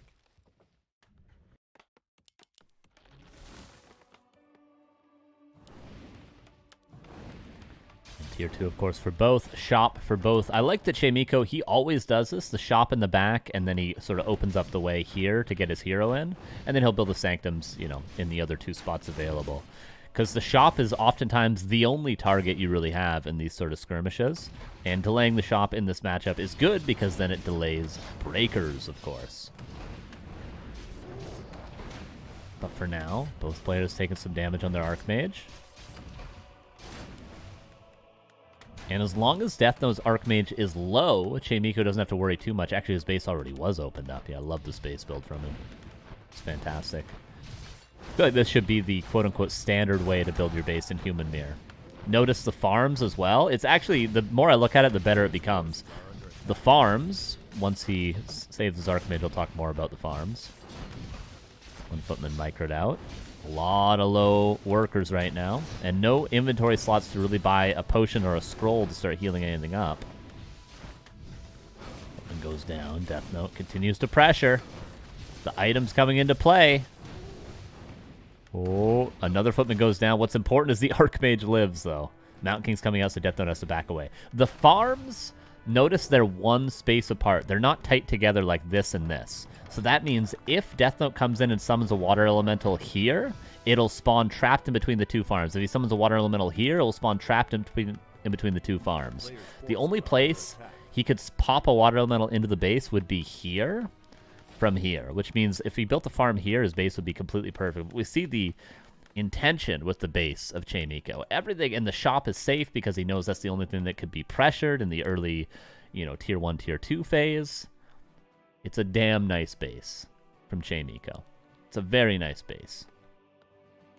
Because we noticed Deathnote, if you wanted to pop a water elemental in here, you would just go right here and boop, it'd be in the base.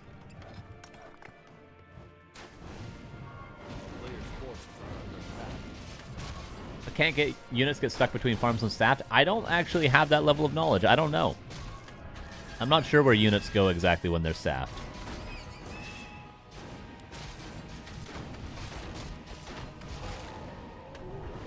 And keep an eye on the production. If either player builds a blacksmith before they build the town hall, that player is going for that all-in towards the expansion. Deathnote's certainly going for the standard expansion timing. Notice it was the first camp he took with the Mountain King. But Chaemiko, so far showing to not look for an expo. Okay, there are the peasants.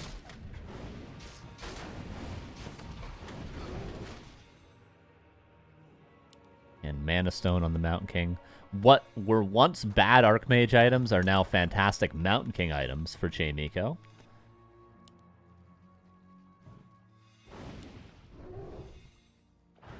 And pretty even, 38 versus 40 supply. One extra priest for Deathnote, but that extra priest will go down. There's another one reinforcing now in for Chaemiko, but very volatile fights, of course. It just takes one bolt, and then you lose these valuable units that you've teched up to.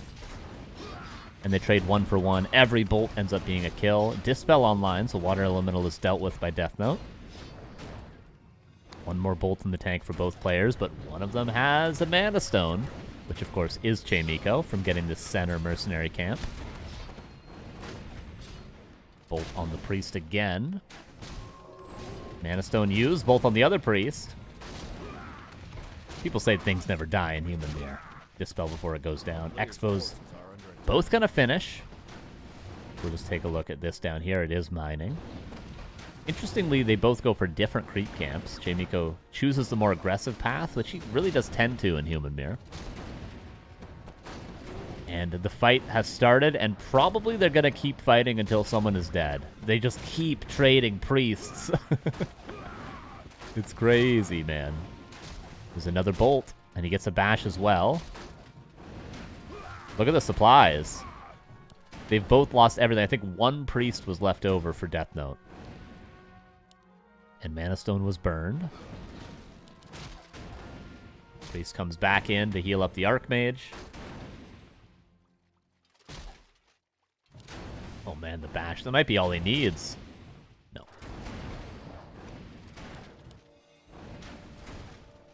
What a early game so far. Very even exchanges from both players. They're down to no footmen and more or less even priest count. I mean, it's a little offset, but expansions both mining uncontested. Deathnote is getting his first breakers and his blacksmith. Look at the blacksmith time. I just want to show you guys this. 55 seconds. 54. Like, they're like 1 second off their blacksmith. We can see just how well optimized this matchup is.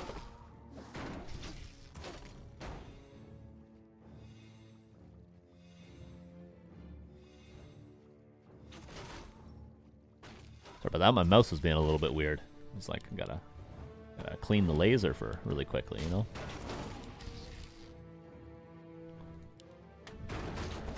Archmage.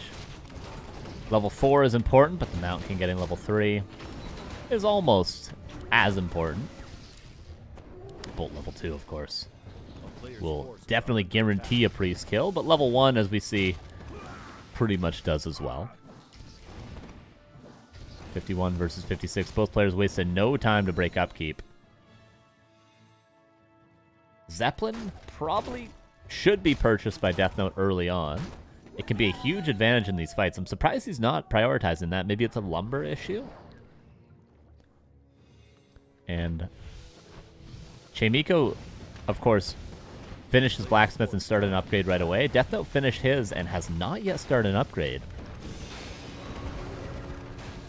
Arcane Tower is safe and repaired and has burnt all the mana from the Mountain King. This all of a sudden is not a winnable fight for Deathnote.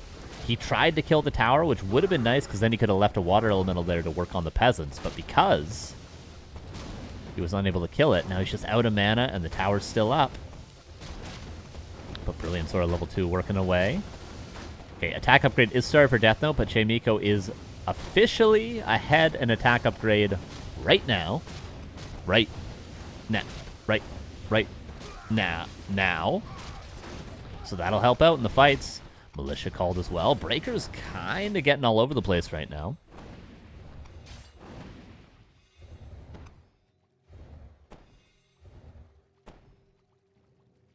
And Deathnote trying to find a position.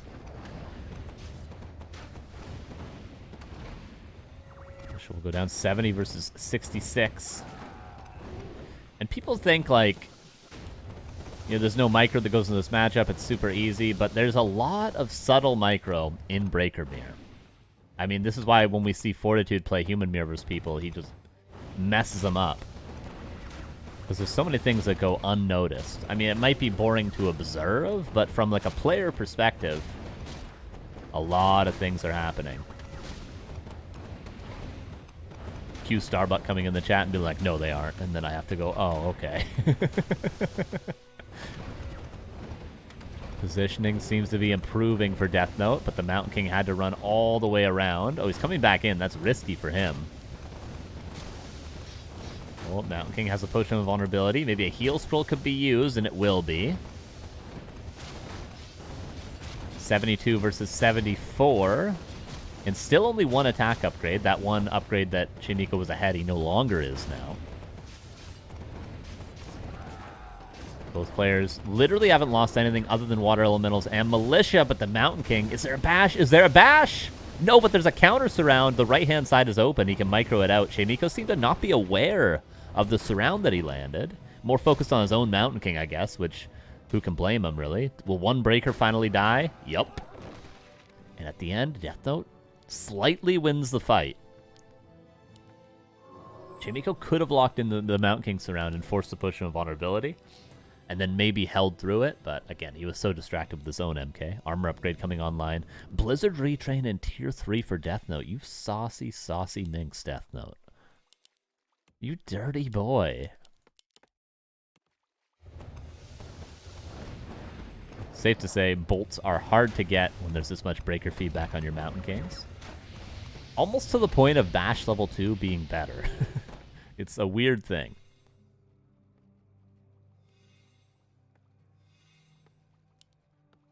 A player's forces are under attack. Second barracks coming online too. And now what Deathnote wants is probably an assertive fight where he can trade out some breakers just in time to replace them with knights. But he's just going to be forced to TP. Nope, push invulnerability, and now the Archmage can be healed up. But yeah, what he really wants is both of them to lose a decent number of breakers here. And then to TP back home just in time for the tier 3 to be done, and then replace that dead supply with knights. But unfortunately, he's still 74 supply. He's got enough supply for what, a paladin and nothing else? If he wants to go high upkeep, he can build knights. He's got to fight again, though, I feel like Deathnote. He's got to lose some stuff, but also kill some stuff, of course. Unless he wants to go high upkeep with the knights.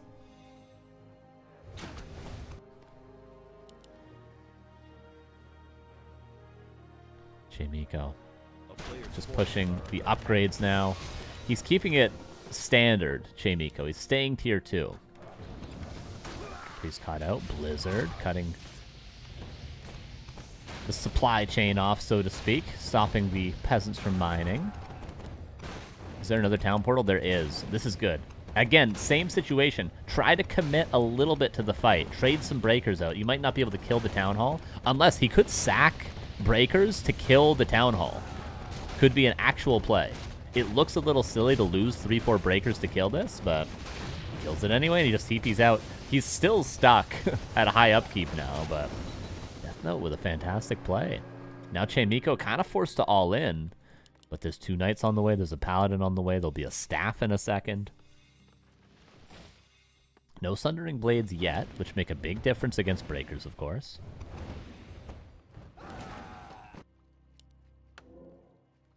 Chaemiko retrained to Blizzard himself.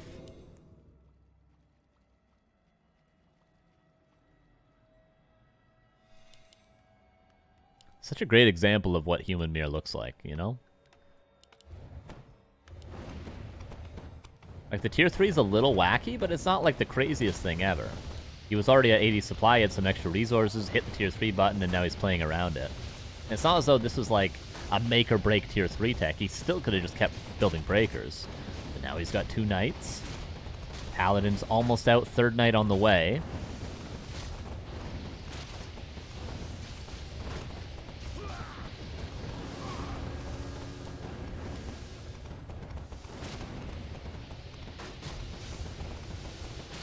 Blizzard now too.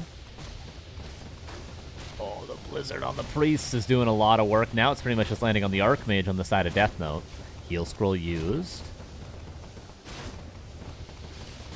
Blizzard again. Is there a bolt on the Mountain King? There is not. Holy Light is here. Is there a staff? There is on the Archmage.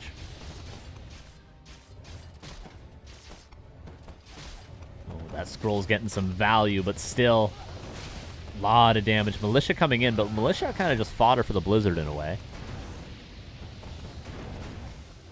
And Chaemiko, safe to say he has no chance here. Oh, going for the Archmage kill. Bash, maybe? Breaker feedback, anything. No, Holy Light. He needed a lucky bash, and he could have killed the AM. If he kills the AM, I still don't think there's a chance. And GG will be called. Chaemiko leaves the game. 1-0 for Deathnote. Great game. Great game from both. Deathnote with the cheeky tier 3 tech. But, like, honestly, even without the tier 3, he still had the angle to kill the Town Hall, right? Which really won him the game. More than the Knights and the Paladin and the Staff did. I don't even think he used the Staff at the end of the game. More than anything, it was the Town Hall kill.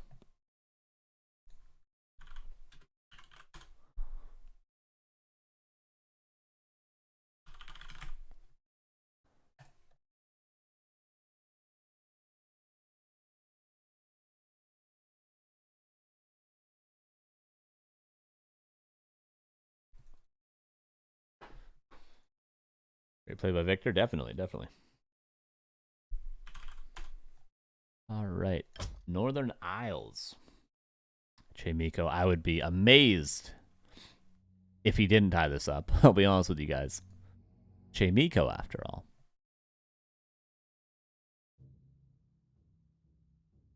That was Autumn Leaves. Deathnote 1-0.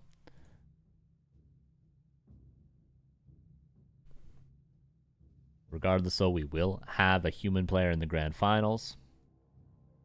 Just a matter of which one.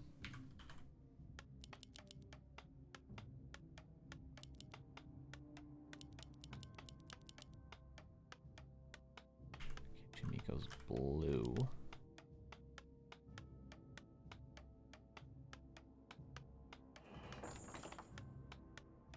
Here we go. Bottom left here is Chaemiko in the blue. And upper right, Deathnote in the red, up 1-0. After this, Starbuck versus Lawliet. I guess I should change the stream title while we have a second here. Chaemiko versus Deathnote. There we go.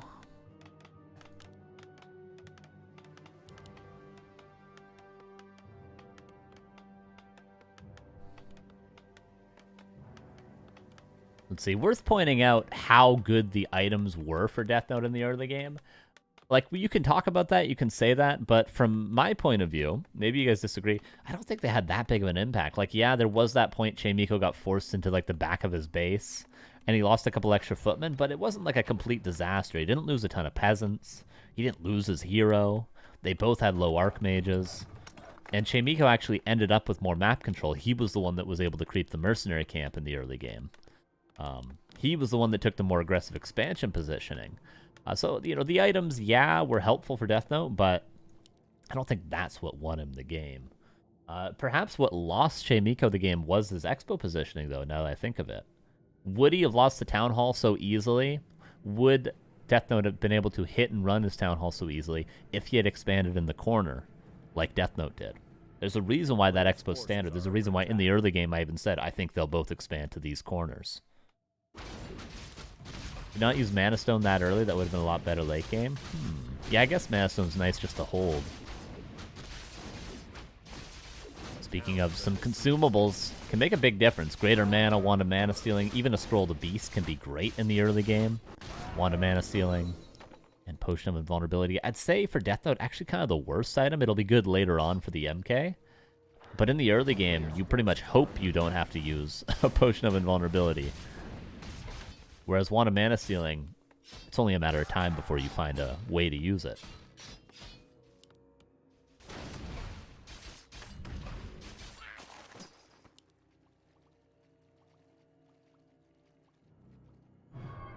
We go straight to the lab for Chaemiko. He's doing the same.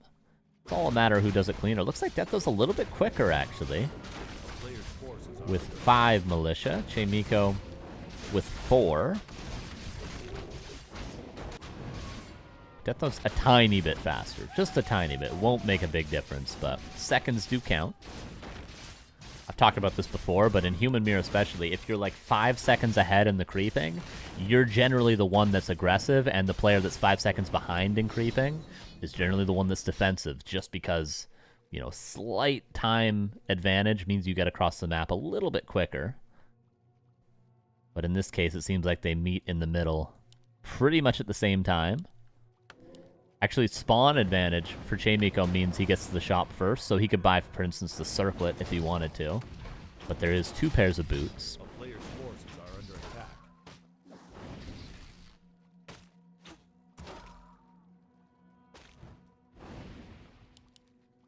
And a pretty even early game. Item check, by the way. I mean, maybe slightly better for Deathnote in terms of the aggressive items. Now, Ring of Regen's also good, so you guys could argue over it. I would probably prefer Chaemiko's items slightly, but Deathnote's going to have some more water elementals, which are useful in the early game. Deathnote backs up passively. 60 seconds on the tier 2 tech. Looks like they're both even. Regen better. Yeah, I think I'd agree with that. And Wand better.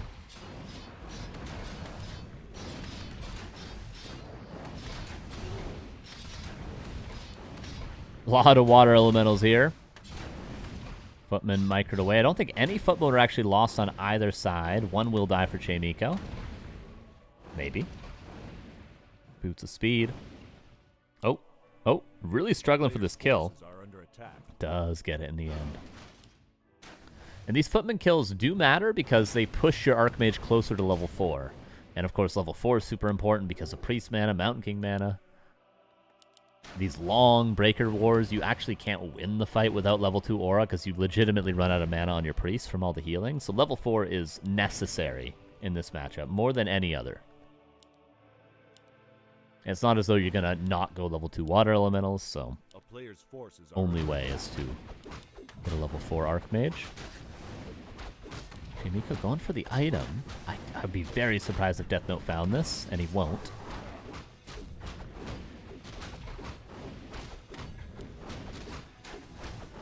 Gonna take a little bit of damage on his Archmage, but he's got the Ring of Regen. He gets another one! Yes, it's happening, everybody. Look at the HP. Oh, look at it. No, you're not looking at the mana with level 3 Brilliance Aura. You're looking at his health points right now, everybody. Look at the beauty. God, I hope he gets another one at the expansion. God, I'd love to see that. So good. And Sanctum's quite a bit earlier for Chaemiko. I'm not sure why the hell he has Priests already coming out and Deathnote's building his Sanctums. The tech looked even. I didn't actually check the actual number on the tech timings, but did Deathnote forget his Sanctum slightly? Either way, Chaemiko's up a full round of production. Shouldn't make or break the game, but I just didn't think it would. There should be no reason that happens. They both did the same creep route in the early game as well. Regardless, Mountain King is out. Militia go across. This will be an expansion for Chaemiko. And for Deathnote, keep an eye on the production again. If he goes for that Blacksmith early on, he will probably not expand. Oh, he's actually calling Militia to the Expo. Is he going to be able to creep the Expo with just these Militia? Even though the Ogre Magi is not there, will he still be able to do that? Another Ring of Regen? No, Claws plus 8. And Stormbolt surround potential, goes for it, locks it in. Left-hand side is a little bit weak. Potion of Vulnerability, that is finding some value. Holds the surround for now. Militia are creeping the expansion of Deathnote right now. Second Bolt going to kill a second Footman. Replaces the surround to the south, but that big Invul pot is finding tons of value. Mountain King eventually does actually die. Luckily wasn't level 2. He was close to level 2 by the time he died. And what the hell's going on over here? Okay, they are losing the fight because they chose not to fight initially.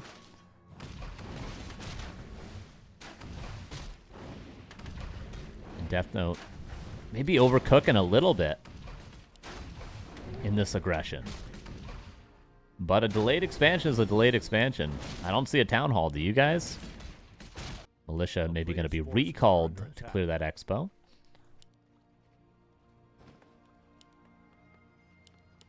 Double Ring of Regen on the Archmage. Look at him go. With a Priest heal? Oh boy. I feel like I'm Charlie and the Chocolate Factory right now, baby. What's up, Sunshine? Thank you for the stream streak. Appreciate that. Mountain King is back. And he is almost level 2. That was the last hit for Chaemiko, who got the Ankh as well. Is Deathnote not? Yeah, it looks like he's not going to expand. I don't think this was a, you know, a decision that he made early on. I think after the pressure more or less failed, but did some damage, and he lost the MK, I think then he chose to not expand. But this is a hard commitment. Calls Militia already. This timing's kind of sick. Like, most players will wait a while to go for this push, but just to call Militia while he's constructing the Town Hall, like, I don't care. I'm gonna build towers here. It's pretty sick. Chaemiko could even cancel the Town Hall, but that would be an admission that he's worried about this timing, which you don't want to show weakness, okay? You don't want to show that. Not in this day and age, okay? Warcraft 3 is all about vibes these days. You can't show weakness. Tower coming up. Militia called. Bolt. Breaker feedback. Remember, there's an Ankh on one side and not on the other, and there's double Ring of Regen on one side and not on the other. The items alone should make Chaemiko confident in this hold. But Really going to come down to who loses a hero first, I feel like. This tower being repaired. Double water elemental should deal with that now, though. And Chaemiko, it just seems too stable. It seems too stable, too clean. And his expansion's mining uninterrupted. But we'll see. This time this tower will have a better chance of living, but Deathnote needs to keep pushing forward, needs to ideally leave a water elemental in the peasant line. He doesn't have a ton of units to spare is the unfortunate reality right now. No footmen left over either. Oh, all of a sudden, a little bit of momentum shift here in Deathnote's favor. 2 towers might come up. Are we going to see a re-militia call with what he has at least? Lumber is fine for Chaemiko, so he can afford to call all the lumber peasants.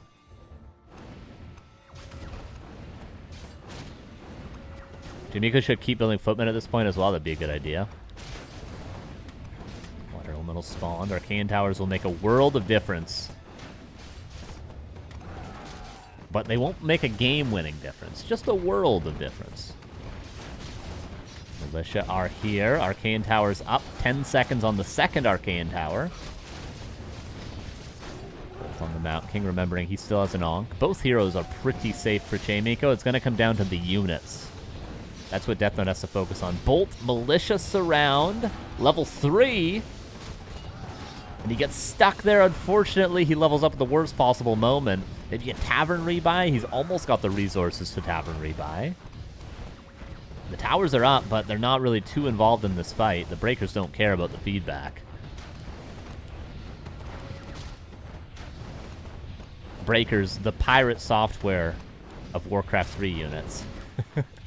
Just kidding. I'm kidding. I'm kidding. I'm kidding. I'm kidding. I'm kidding. I'm kidding. I'm kidding. Mountain King still safe. Ankh. Mountain King back from the tavern for Deathnote. He is up 1-0, so he should be okay. But this is not looking like the strongest push. But again, a little bit of a momentum shift into Deathnote's favor. The towers are still up, and he has militia again. Well, peasants. We'll call them militia. Where did it go wrong for Chaemiko? The Mountain King died, and then it felt like Deathnote got stronger.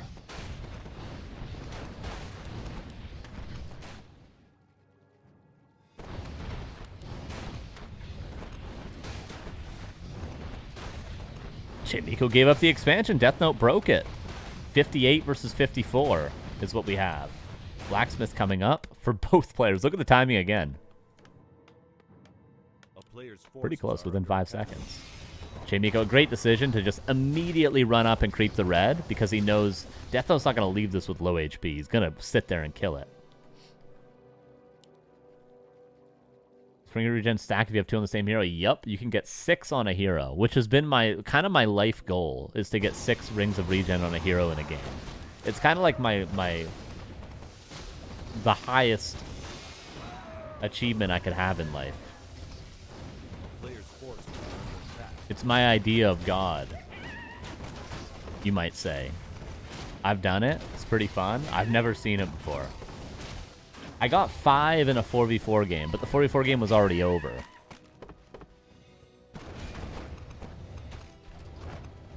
In a 1v1 game, though? In a real game of 1v1? Oh, man. Unholy Aura? Yeah, just get a level 4 DK. What do you mean? Just play Undead, get a level 4 DK. And then you coil Nova and you just win the game. Every Back to Warcraft Twitch chatter ever quote. You just coil Nova and you get DK level 4 and then you just win the game. What do you mean? I was out of mana. I was out of mana. Anyway, red camp's being traded. Unholy Aura. That's what now I realize that's what Best Player EU was saying. He was talking about the actual game we're watching, not the hypothetical undead game. Sorry. It is Unholy Aura for Chaemiko, which is a fantastic find in this matchup. Coda Aura also quite good. Blizzard retrain for Chaemiko.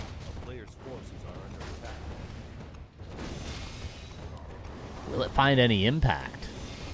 So far, hasn't even shown that he has Blizzard. Level 4 Mountain King. Almost for both players. Militia coming in with actually a decent duration. There's the Blizzard finally. Landing on some of the Militia, some of the Priests as well. Oh, now it's finding some value. 51 versus 63. Chaemiko seems to be turning the tides yet again. What a tough game to call, truly. Seemed like Chaemiko was holding, and then he gives up the expansion, but now all of a sudden he's kind of owning the fight. Level 4 Mountain King finally, but the Blizzard is getting lots of value. Bolt on a Priest. Mountain King got to be careful. He's got a potion of vulnerability. Might have to just burn it. Does burn it. Has a bolt. Arcane Tower is getting involved finally. Actually kill a Priest. Surround somehow passes TP. And the game continues. 55 against 49. Deathnote has the opportunity to bank a little bit of gold below upkeep. Hero levels favoring Chaemiko. Chaemiko is ahead. But he does have to do something with the you know, both being broken upkeep and being ahead in supply. Two things incentivizing him to fight, essentially. As Deathnote really has no incentive to fight. There's not a lot of creeps anymore. The couple creeps are really on his side of the map. And he's just banking.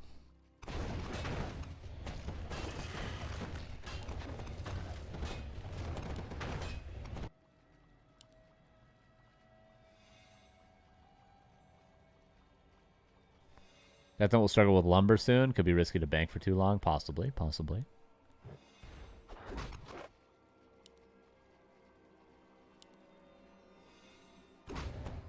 Crystal Ball reveals not too much. I mean, should have known what was going on up here. There's a full green still available. There we go. Not like the Mountain Kings are getting close to level 5 or anything. Well, at least on the side of Deathnote. For Chaemiko, he would love one more green camp, which he actually has the green camp. That's big. That's big. Level 5 Mountain King. So, like, the jump from level 2 to level 3 isn't that huge. Level 3 to level 4 is okay, but level 4 to level 5, the bolt starts to... Is it one-shot priests, or it's one bolt and one auto attack, right? Is my memory serving me right? One bolt, one auto attack kills a priest. Not to mention the hero focus potential with level 3 bolt.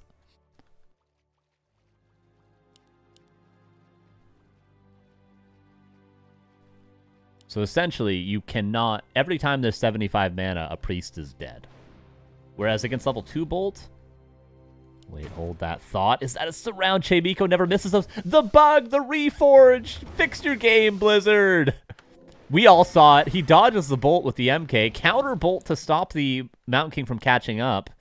We all saw that, right? We all saw it. Oh, trying to get to the lab. Bolt lands. Surround. This time it's locked in.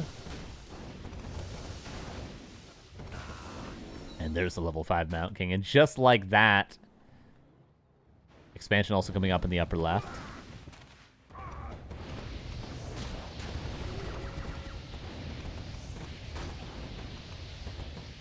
Nice play from... And sometimes that happens, man. Like, how many times have we seen games lost just because a hero greedily goes to the shop to try to get one final heal scroll?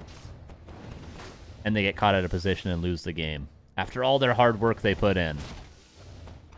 The supply is still even, but 5 of that is the Mountain King that's still 80 seconds away, and the expansion is about 10 seconds away from finishing.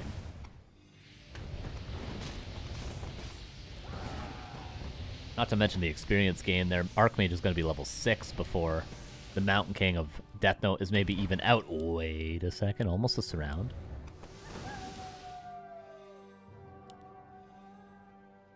See, Deathnote isn't aware of this, or else he might feel the pressure to make a move with or without his Mountain King. We saw the reveal.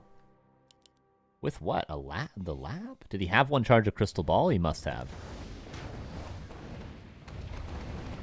The winner is in the grand finals versus either Starbuck or Lawliet.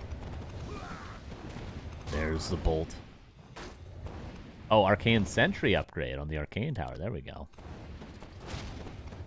Don't see that often. For the single reveal on a 60-second cooldown. But it's a good upgrade, no doubt.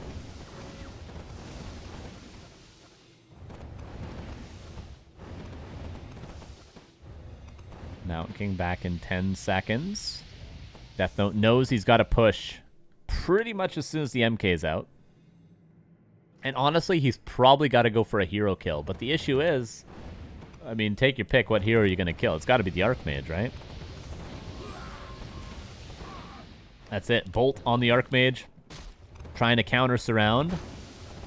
Breaker feedback. This is a TP. Use the push for mobility. You see how much damage heroes take when they have mana against the feedback. Do not mass TP. Okay, he's TPing out. And GG is called. There's no way with the level 6 Archmage he'll be able to hit and run that Expo. And we have a game 3, everybody. It was close. It was damn close.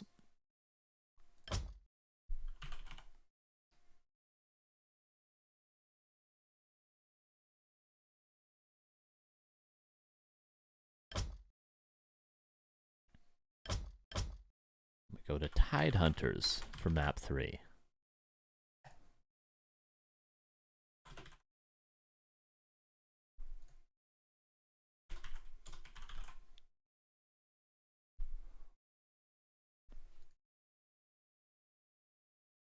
All right, hold your breath, believers.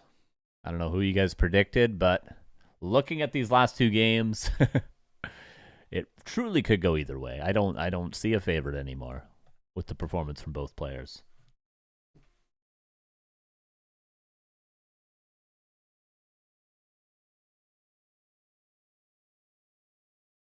Which human will be in the finals? Worth noting that the better items won both games. It's true. It's true. I think the items had more of an impact last game than they did the first game, but the better items did win both games. Will history repeat itself for the 3rd time? I suppose the first game wouldn't have been history repeating itself, though only the second was. Will history repeat itself for the 2nd time in game 3? Is that confusing enough for you? I hope so.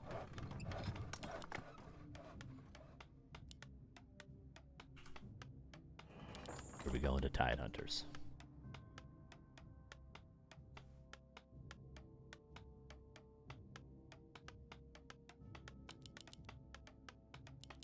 Upper left, Chaemiko in the red.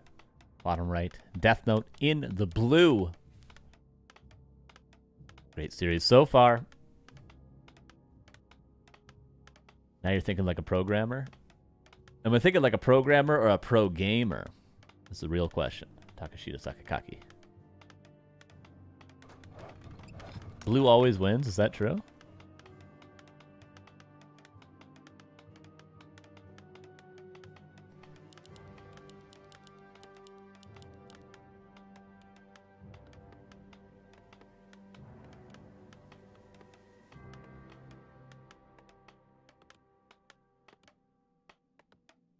What the hell was John Lennon talking about when he said all we are saying is give pizza a chance?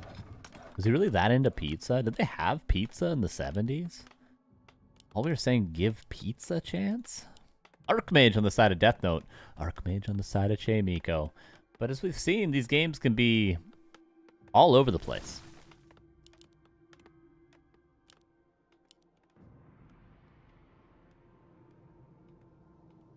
And we're going to have a lab poll from both players. Big items to be gained from the Rock Golem. There's the poll. A player's forces are under attack.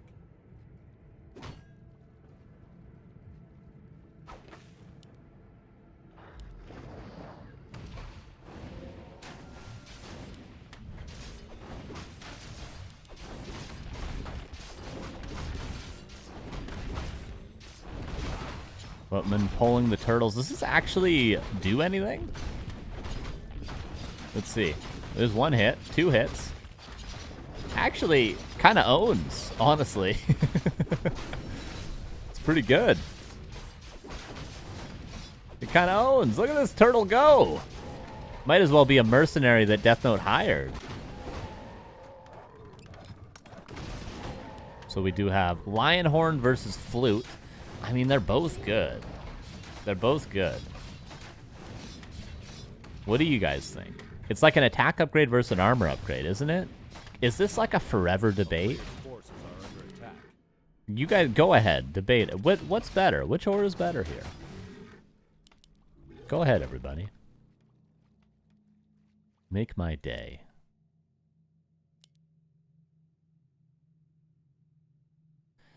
Level 3 Archmage from both. This is sometimes why we'll see Backpack upgraded, which we don't have this game, but then a Footman can go and steal this item because it's, you know, very, very common split militia creep. Both players level 3. Check at the items. I don't know who's got better items, man.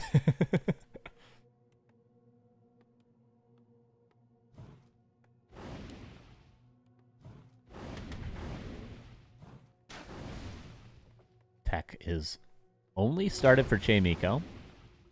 Deathnote, of course, called more militia with his creep route and didn't get anything out of it. So Chaemiko with just a, honestly, just a better early game. Slightly better, but better.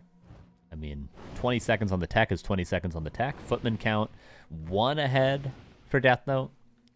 Not going to make or break this game. Items, too close to call. There's 1 on the ground still for Deathnote, which I think was a ring, if memory serves. Overall, pretty neutral right now.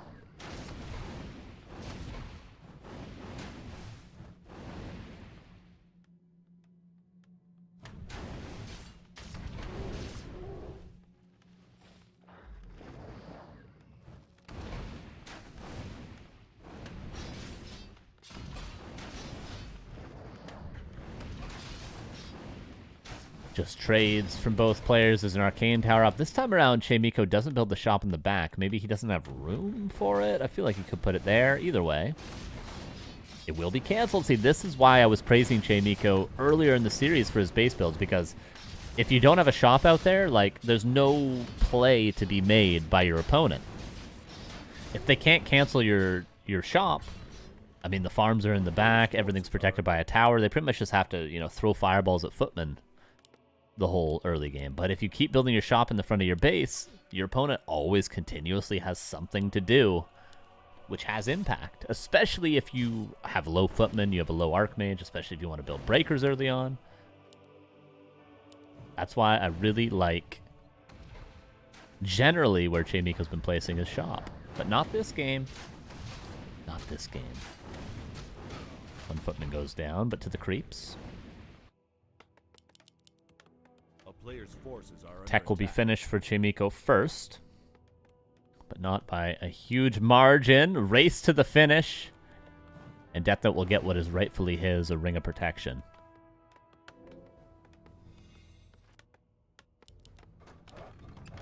Oh, now you build it in the back, Chaemiko. Now you build it in the back, do ya? Unbelievable. Regardless, won't matter at this point.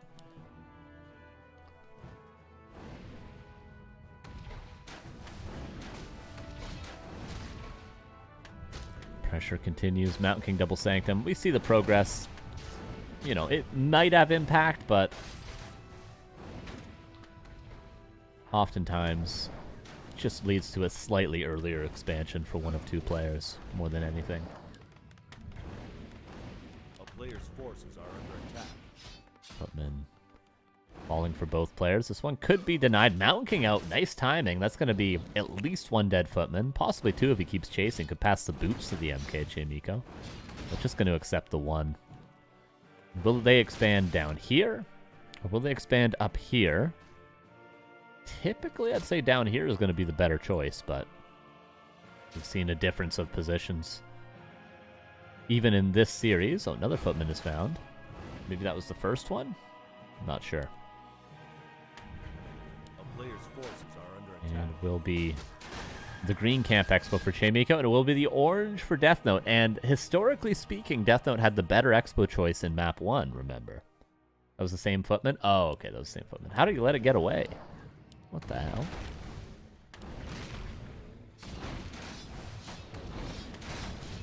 Solo creep in the MK. Always tough to give up experience to the MK when you know your Archmage is going to need level 4, but just so tempting to get that juicy solo XP, because look, the MK already going to be past level 2.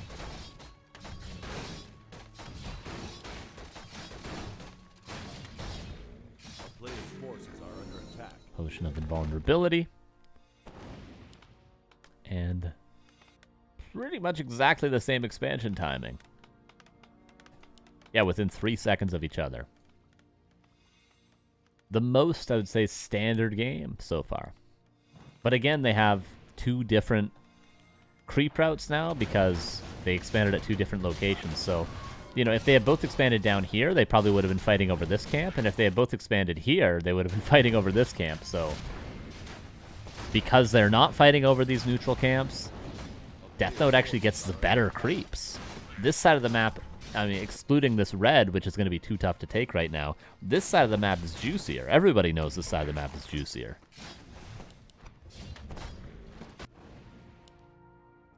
I suppose one thing in Chaemiko's favor is shop control. Heal scroll first.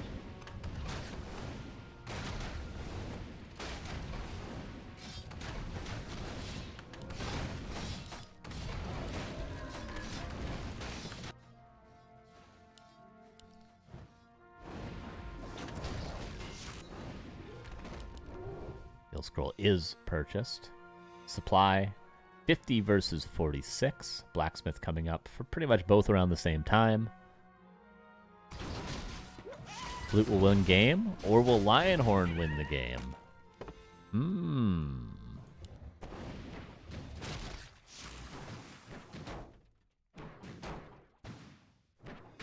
Think about it. Flute doesn't work on the Mountain King or the Footman. Lionhorn does. Mountain King is level 3 for Deathnote, and it makes total sense that he is because of just where he expanded. But it won't take long for Chaemiko. And there it is, 1 priest for 1 footman. Footman count 5 versus 3 right now. And footmen are useful in these early fights. They have good damage against breakers, and they soak up storm bolts. But it seems like Deathnote prefers to bolt priests. And now the priest count is 6 against 4, at least in the current fight right now. 1 priest goes down for Deathnote. Another bolt is going to kill another priest on the side of Chaemiko. Chaemiko backing away because Militia is coming through. Both players burning through every bolt, and every bolt has been a kill, but that is it. That is it for the mana. There is a mana stone on Deathnote. He finally got his after Chaemiko got his on Autumn Leaves earlier. The mana stone being used to kill 1 more footman. And should go for a priest. Oh, but nice micro there from Chaemiko. There's a big potion of invulnerability. Tough fight for both players to know exactly how far they want to push it. They're both mining on 2 bases. They're both going to be getting upgrades soon. This time around, Deathnote remembers to click the button on his blacksmith earlier than Chaemiko. 54 against 56.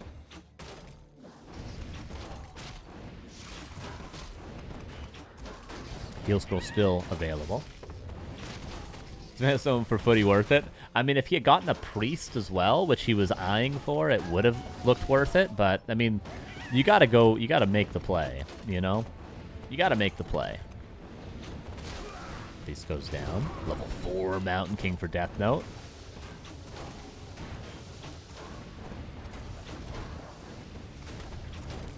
Oh, Mountain King's got to be careful. Might even need to dodge the next bolt if he gets too aggressive. A bolt used on the priest, so now he knows the cooldown is on. Creep's really doing a lot, but Militia come in. Mountain King, careful. Bolt on the priest. He almost could have forced the invul based on the angle of the bolt. He might have thought it was going into towards the Mountain King. By the way, Ring of Regen, fantastic.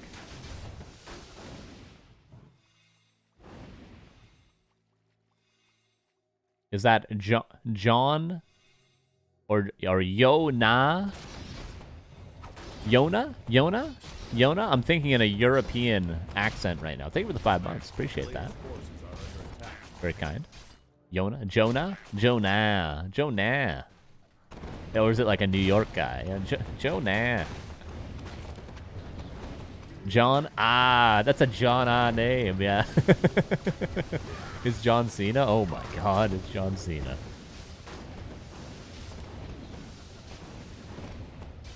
Bolt on the MK. Again, Ring of Regen. God damn, is getting value in this series. But still 64-64. Both players with about an 800 gold bank, so to speak. You know, they got a little bit in production and all that, but the most standard game. They just have to be weary of if one player clicks tier 3. I think in this even of a game, if one player goes tier 3, I think you really got to go tier 3 yourself. Because I don't think if they push, they're going to be able to break an expo. Even if one player invests in tier 3. It's just too close right now.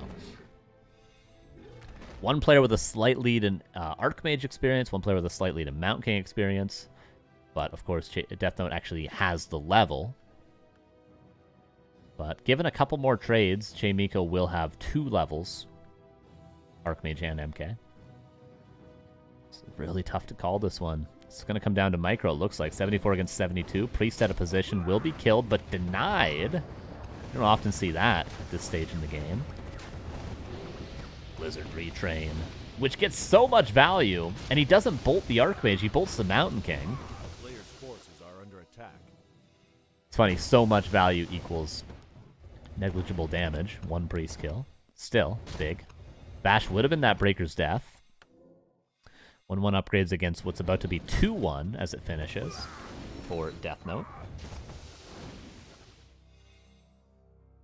Another priest goes down. Militia came in just to scare him away. Red camp is one of 2 creep camps left. Okay, 1 of 3. Sorry, there's 2 greens. Oh, and the expo, my bad. 1 of 4. So 3 pretty small camps, and then the big red, which could be Unholy Aura, Endurance Aura, Kodo Aura. Those are the big ones. Don't want to allow that to happen.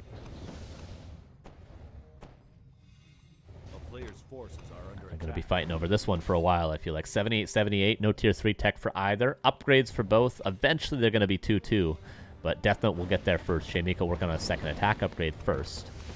Blizzard lands for both.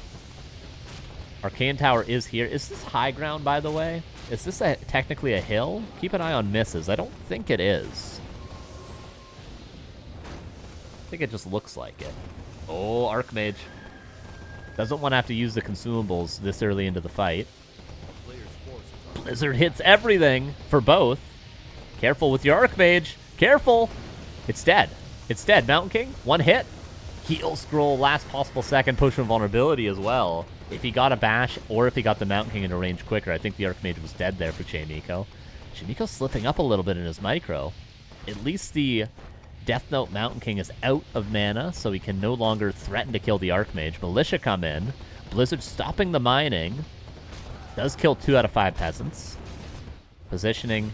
It seems like it's improving for Chaemiko, but he's got a long way to go with the breaker health situation. He's got to heal a lot. 2-2 upgrades is done, by the way. 2-2 is on the way. Not quite for Chaemiko. He's still down an upgrade. 1 breaker finally dies. Militia. Gonna kill 1 more peasant in a second. Oh, breaker caught out of position. I think he's got more than 2 control groups of units at this point, by the way. 83 against 82. The Mountain King push from vulnerability. Chaemiko slipping up a couple times with his heroes, and that's what's giving Deathnote an angle in these fights. I think he's just got a lot of units now. He's probably re-hotkeying everything. Blizzard almost killed 3 priests. This time around, he might. Kiting them away. If the priests are back here healing each other, they're not healing up front the breaker wall. And we're seeing that come into play right now. A lot of breakers getting low. What a timing for a heal scroll if we had one, but neither player does. Jesus. Look at the breaker health.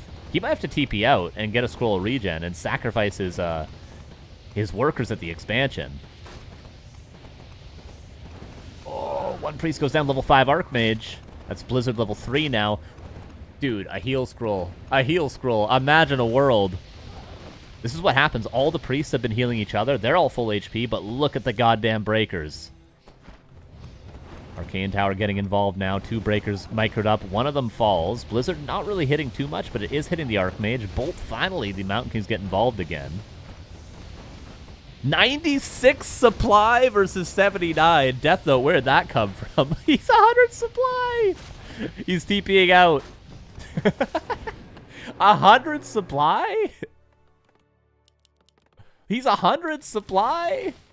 He needs one more farm. A player's forces Holy. are under attack.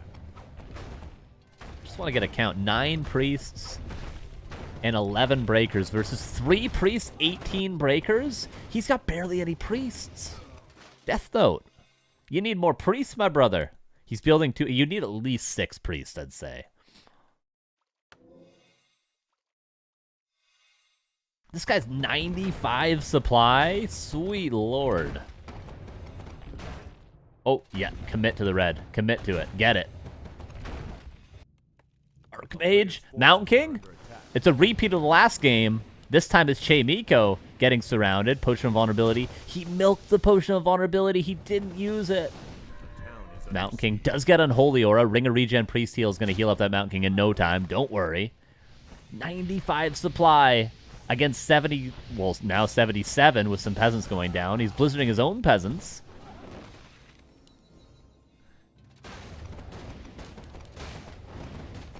$18 breakers, 4 priests, though. 4 priests. I know the supply advantage is devastating right now for Chaemiko, but if he can kill the priests, breakers aren't going to look so gangsta anymore, let me tell you.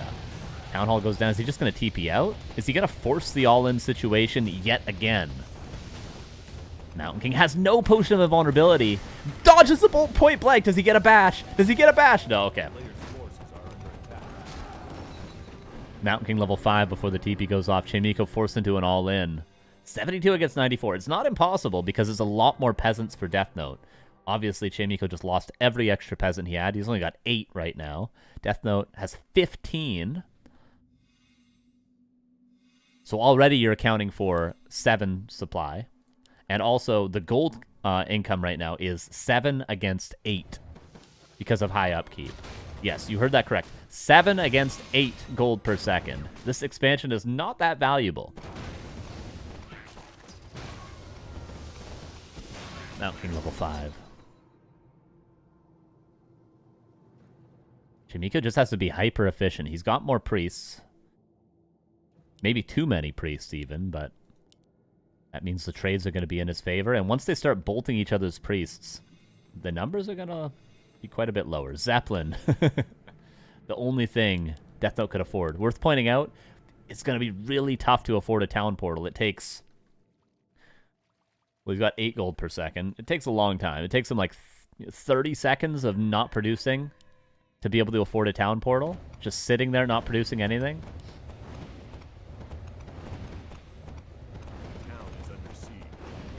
Bolt on the priest, and that one will be killed. And that's the combination. Blizzard and Bolt. Every single time that happens, a priest will die. Another priest dies to Blizzard. Militia coming in. There is double heal scroll for Chaemiko. I almost feel like he's favored in this fight, you guys. Despite the supply. Deathnote's been on high upkeep for such a long time. He's probably thinking, what more am I supposed to do to win these fights? He might be winning, though, Mountain King. Eating a ton of damage. Potion of Vulnerability. He milks it again to the last possible moment. He didn't burn it. He's going to have to kite away, though. He's got still a heal scroll and a Potion of Vulnerability and a town portal. 95 supply. Deathnote's losing peasants, but replacing it with more priests. 22-minute mark here in this series. Well, this series. Over an hour now, definitely. Main bases. About to mine out. 600 apiece. Expansion, 3k left. Enough to win Deathnote this game if Chaemiko doesn't end it soon. But he's struggling to find an angle. It's going to come down to a hero kill, I think. I think it's got to, right? Mountain King getting in range for a bolt. That priest is dead. The Blizzard! Look at the damage! By the way, both Archmages are around the same amount of damage. Both just reaching the 21,000 right now. But look at the Blizzard hitting everything! Is Deathnote fumbling the bag a little bit? The Blizzard's doing so much damage, man. So much. Level 6 not really on the cards for either player, but Deathnote's just eating the Blizzard. Bolt! Potion of Vulnerability. No, he uses the heal scroll and milks the invul again. Blizzard, that's the last one, though. He's out of mana. Holy, 78 against 89 now. Bolt! Doesn't dodge it. Breaker feedback. Priest heal. He milks it again! 44 HP! This guy refuses to use the invul unless he absolutely needs it. Absolute Giga Chad Chaemiko. Blizzard. Look at the Blizzard! One more. He needed one more Rain of Blizzard, and he would have killed 3 priests there. Archmage damage. We noticed the difference that Chaemiko's Blizzards have been making. Look at the damage. It was even at the start of the fight, both at 20,000. Chaemiko's done double the damage in Blizzard since the start of this engagement. Blizzard again! Hitting so clean, but this time it's noticed a little bit quicker. 73 against 84. Main bases are out of gold, by the way. Chaemiko forced into a corner. He does have a town portal. Bolt! Mountain King has no invul pot! It's dead! Forced into a corner. Every single unit that Deathnote has is here. The Blizzard lands, hits everything. I don't think Deathnote can break him. Level 6 Archmage, he has 2 ways out. He has a way out and a way back in now. Blizzard hitting huge. There's no bolt right now. Imagine if Chaemiko didn't still have the Potion of Vulnerability. The priests, so close to dying. One priest goes down. Level 6 Mountain King. Does he go bash level 3? He does go bash level 3. Zeppelin finally coming into play. Mountain King, careful. He's going to use the Potion of Vulnerability. I'm surprised Chaemiko committed the invul pot like that. Over the trees! Archmage! Zeppelin is like 1 HP. Blizzard landing good again. The Mountain King come back 90 seconds. Wait, Mountain King's got to be careful, man. Remember, Chaemiko's not mining right now. This is him all in. Mountain King running away. He's good. He's safe. And the expansion is not mining right now. Chaemiko is kind of losing all of his priests. It's getting super messy. He's going for a bolt. He doesn't have a bolt right now. He doesn't have the mana. He's just losing his Mountain King. He wants the bash. Bash? Bash doesn't get it. What are you doing, Chaemiko? He risked it for the bash. He had level 3. He has a huge chance of getting that bash there with 3 auto attacks, but he doesn't get it. Altar. 48 seconds. He's hard committing. He has a town pearl to get out. Okay, he buys a potion with his last gold. Mass TP's out. Level 7. Oh, man. Chaemiko has mass TP as well, but he's being burned by the Arcane Tower. If he gets out, it's going to be game over because the expansion's still mining, and Deathnote gets the win. The Mountain King going back in. Like, you got to respect the Giga Chad play from Chaemiko. You got to respect it, right? Like, he went for the bash. If he gets a bash with any of those 3 auto attacks, which, what is it, 40% at level 3?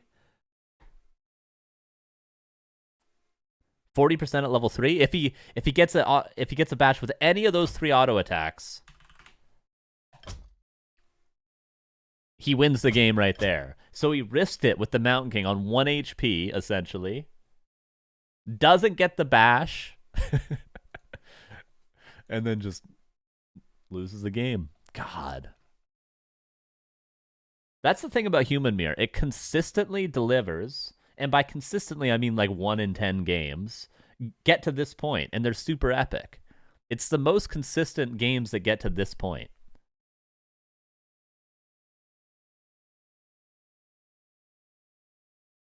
That's why I think Human Mirror is so great. It's not like it's not every game is fantastic, but there's a lot of really good games in Human Mirror. And Deathnote gets the win. What a series. Well played to both. Shout out both players. It was a great series. I mean, we won one person over into Human Mirror, right? One person that didn't like Human Mirror likes it now, right? Surely.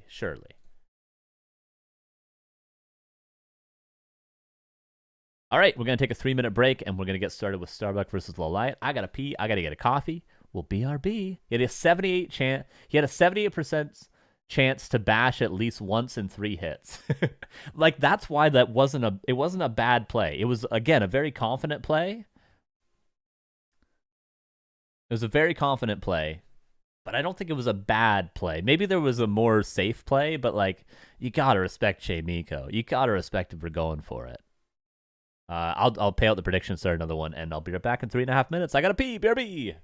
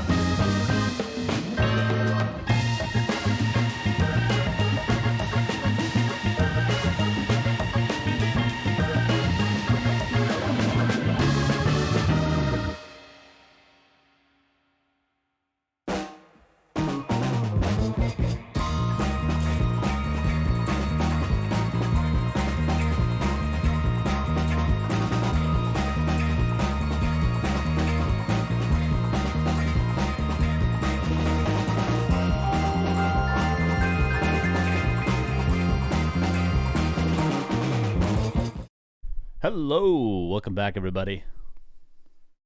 We just had the game of the day for sure. Fantastic. I mean, that was damn fun. I mean, that's why I say, man, people are always shitting on Human Mirror. I'm telling you, it's a good matchup, man. It's good.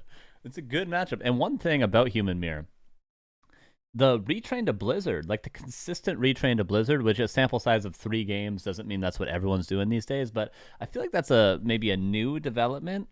Not like, it's not an incredible thing, like, oh, they're retrain to Blizzard. But to do it every game as like a standard thing, that is new. That is new. So it's cool to see a little bit of development in the matchup. And well played to both. Well played to both. Quite possibly could be the best series of the day, and a Human Mirror being the best series of the day, crazy. But they got tall competition because we have Starbuck versus Lawliet, a human versus night elf. A lot of diversity today too, right? We had an undead versus human, undead versus elf. We had a Human Mirror. We're gonna have a human versus elf. Either we're gonna have another elf versus human after this, or we'll have an orc versus human. Spicy. And I don't wanna make too much out of it, but if Starbuck does win versus Lawliet, Starbuck Deathnote, a little bit of a rivalry going on, I feel like. A little bit, sometimes a heated rivalry even between the two of them, if you might say.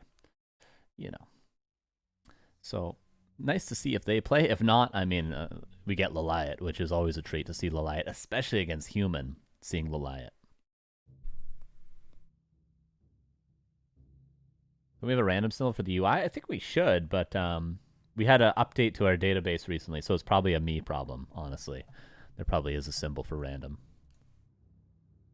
Either way, we start on Tidehunters. Shout out to both players for waiting, of course. Especially Starbuck. We're what, like 2 hours into the tournament? Almost 3 hours into the tournament. He's been waiting. So, shout out to him, and shout out to Lawliet for playing. It'd be a great best of 3. I'm looking forward to this one. We start on Tidehunters. God, I'm excited. I've had 4 coffees, and I'm very excited. Let's go. Upper left, Mr. Lawliet. Bottom right here is Starbuck.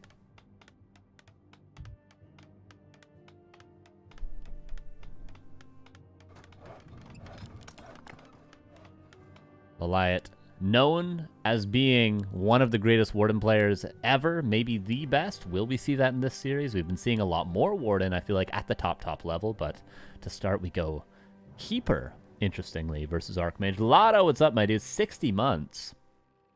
Thank you for the 5 years, Lotto. All that's changed in 5 years, eh? Think about it, Lotto. Think about it.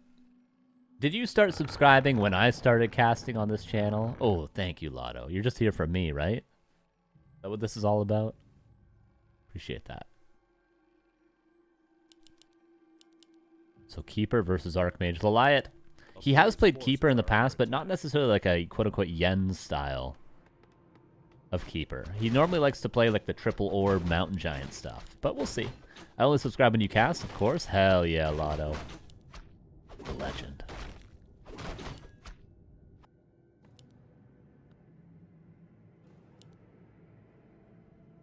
Starbuck looks to be a 3-farm expo. I was going to say 2-farm expo. That's new, but no. 3-farm with the Todd farm. The town thing, thank you for the 53 months as well. 7 months, and you'll be up 5 years as well. Thank you. A lot of long-time subs today. Appreciate you guys. Nice to see you guys.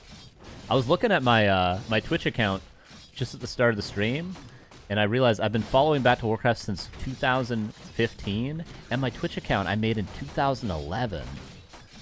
Is that really old for a Twitch account? When is the oldest Twitch account? I feel like 2011 is like a really old Twitch account. You know how old I was in 2011? I was in the 9th grade. I was in grade 9. I was like 14. Anyway, immediate Tree of Life for Lawliet, which should be easily canceled by Starbuck, but he's choosing to chase the Keeper. Footman and Water Elemental go. Peasants go back home, not allowing the Keeper to do much. June 2011 is when Twitch started. Wait, so if I go like this... August 2011. Holy! My account's a Giga Chad then.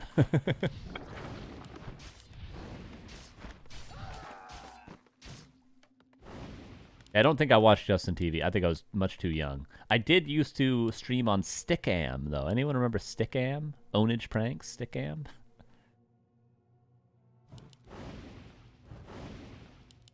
Ooh, Footman blocked from Starbuck. Where do I see it? I think you just click on anyone's name, including your own, and you can see account created and also how long you've been following. Your account can drink soon? That's a crazy thought. Yeah, 15 years. My account's 15 years old. It doesn't feel that old, but I am, after all, a big Twitch geek. Archer's pressure into the main. Both players not able to expand. But the heavier damage taken on the side of Lawliet, of course, who literally built the expansion and had it canceled. A lot of Moonwell pressure, but no actual kills so far. This is looking like a Naga second angle from Starbuck, but maybe against Keeper, he's going to be hesitant to do that. But generally, if you drain the Moonwells this much, you can grab a Naga and just early push with the Naga second. One Footman did go down, but the Keeper gonna use all of his mana. 2 Footmen still good. This will be level 3. Wisps now being pressured. Triple detonate.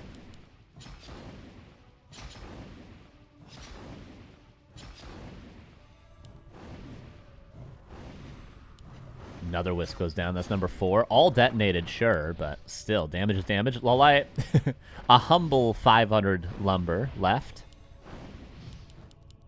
But he will need to produce a bunch of extra Wisps. And the Footman does go to the Keeper.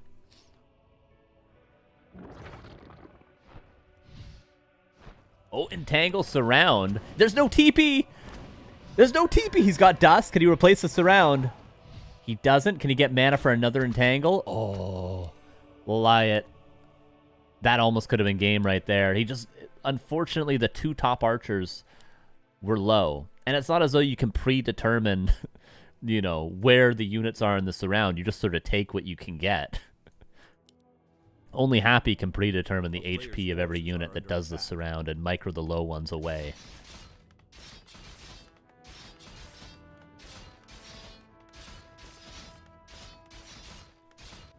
A lot of archers. Naga second.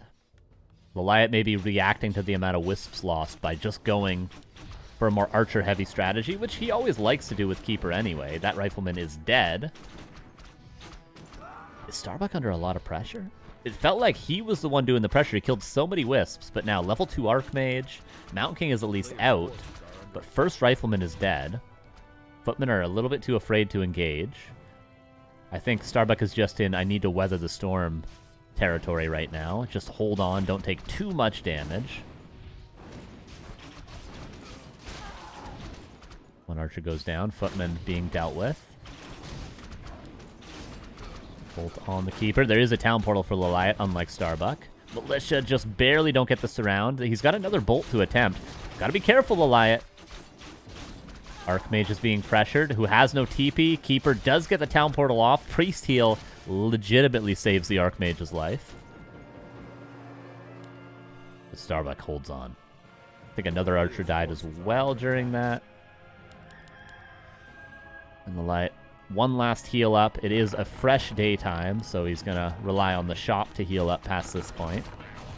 He is going tier 3 with only archers. It's going to be the Keeper Nagapadam mass archer style, I suppose. Maybe a Firelord third.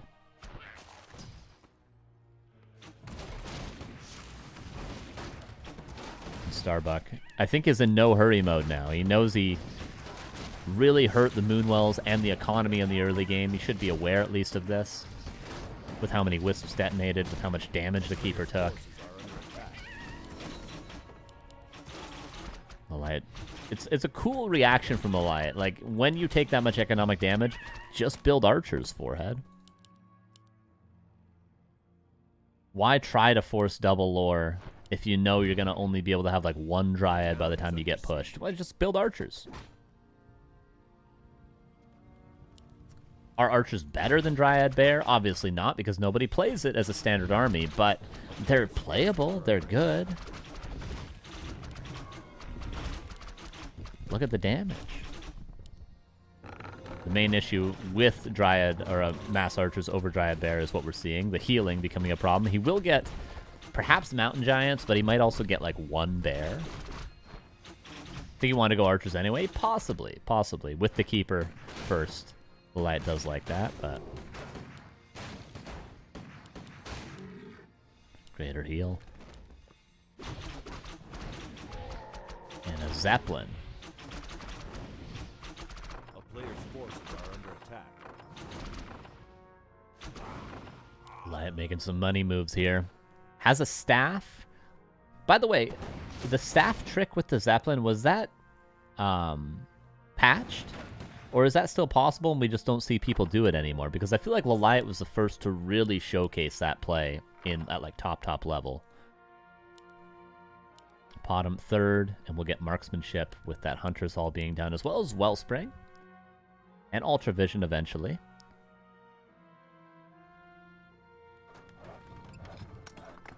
And Zeppelin will be here. Actually, a Sork is here perfectly on time. One thing Lawliet can do... Oh, he's got a TP anyway. I thought he didn't have a town portal. But if he had a Staff of Teleportation, he can load up the Zeppelin, staff it, and then Staff of Teleportation out. It was banned in rules of most tournaments and is not that easy to do. Yeah, but is it patched still, or is it available? Because I don't think... I haven't seen it for such a long time.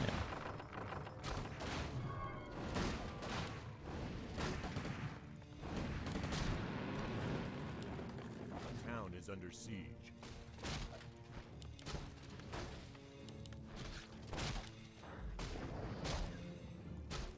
And Starbuck in full-on defense mode now. Lawliet. 50 supply archers with a single Mountain Giant. That makes 9 archers. 3 heroes and a Mountain Giant. Wellspring. And of course he wants orbs. He wants all the orbs. 3 of them, please. You know what I'd like 3 of? 3 hot dogs, please. 3 hot dogs, please. Oh, free Sork. Did get a scout off and did actually slow the Zeppelin. Oh no, it slowed an archer. Want to make marksmanship? It's 150 lumber, or is it 200? It's a lot of lumber, which he doesn't currently have. In fact, he's only got 4 lumber wisps. And I think Wellspring is probably currently better than marksmanship. The clap does kill 1 archer. Bolt. And slow on the Zeppelin. This might be a TP soon. Staffs out the Naga and gets above the trees, but there'll soon be a flying machine out. It takes like, what, 12 seconds for a flying machine to build?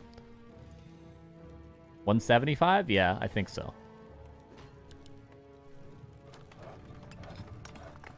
Is there anywhere to drop? Like, is this real estate to drop on? Because he could technically kill the flying machine. I'm just not sure where you can drop.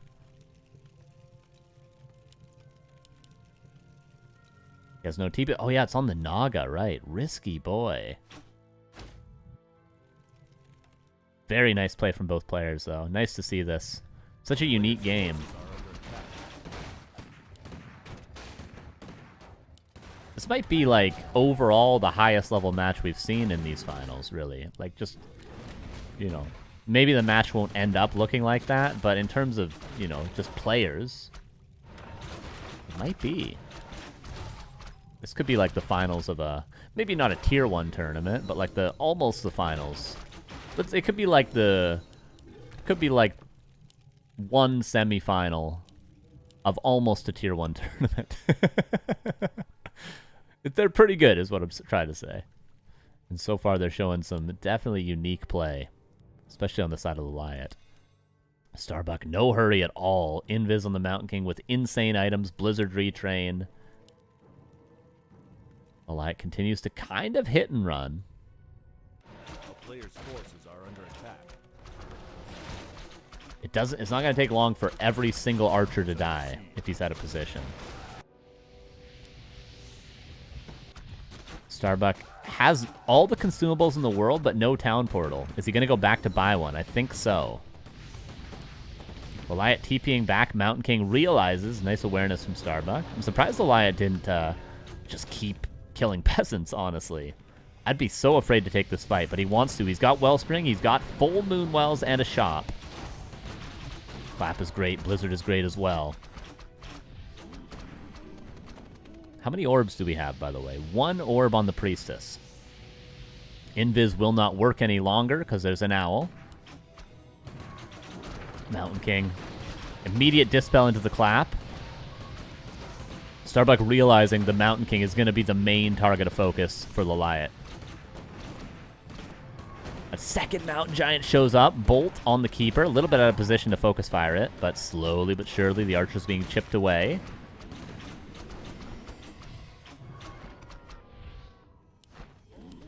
We have a second orb. I think it's got to be off cooldown pretty soon. 46 supply for Starbuck, who's low on lumber due to the harass, but still his economy seems just fine. Entangle. Invis not working out, but dispels are on time. The few wisps that are left are actually being focused before they're able to detonate. Treants. Dispelled immediately. Nice priest micro from Starbuck. Does he have another priest? Speaking of that, he doesn't entangle, or he doesn't dispel the entangle quick enough. And look how quickly the Archmage dies to entangle Focus Fire Fork Lightning. Holy Jesus. He was out of position for literally 2 seconds and still landed the dispel. But it didn't matter. Faster than I could say, the Archmage is dead. That's the power of the strategy for Lawliet. Oh, man. And now Starbuck really on the back foot. Bolts before the entangle goes off. Mana Pot, clap, entangle now on the Mountain King. Passes the staff. Archmage back from the tavern. Maybe the Keeper, or rather with the Keeper being gone, the Naga will die. And Starbuck turns it around. Naga level 3 kill. Now Aura working, Priest working, Replenishment Potion working. Still has double heal scroll. Lawliet overconfident perhaps. Just want to check back at home. Starbuck has 2, 3, 4 Lumber Peasants. He'll catch up soon enough in resources. Pushing vulnerability on both heroes now. That Naga was hugely important in this whole hero focus play. The burst damage is only available with the Naga Fork Lightning. Everything else is just entangle and slowly chip away. Well, not that slowly. The Priest micro, fantastic from Starbuck. Any one of these entangles is a second too late, and we see what happened to the Archmage. And that's every single time.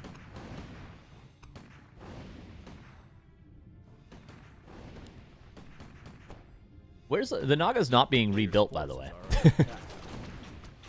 Where is it? Okay, now it's back from the tavern. Staff of Teleportation probably has to be purchased, and it will be. Second orb now on the Keeper.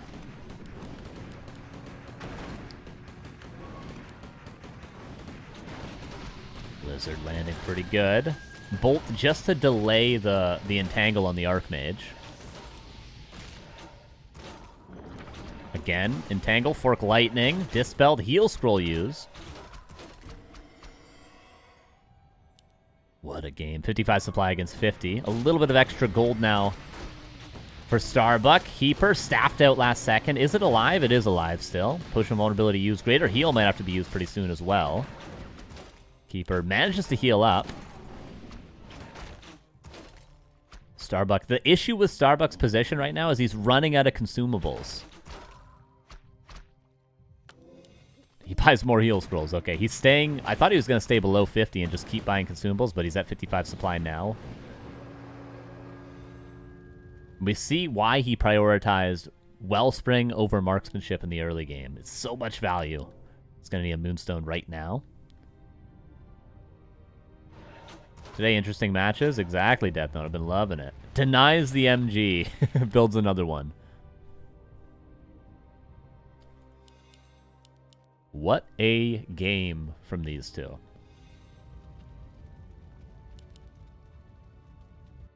A player's forces are under attack.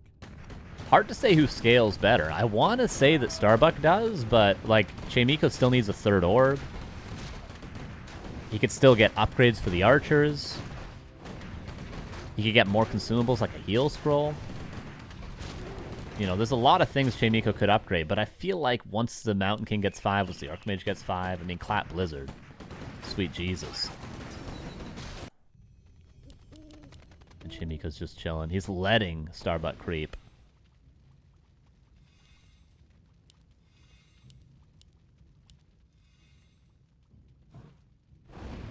Starbuck finds a big potion of vulnerability. The consumables are so good, but this is a map where, similar to a Turtle Rock, there's so many consumables. And like this strat that that Lawliet's doing, is most often played on Concealed Hill, where you have heal fountains and not that many consumables. Yeah, I was reading Deathnote's name in the chat and I was thinking about his match.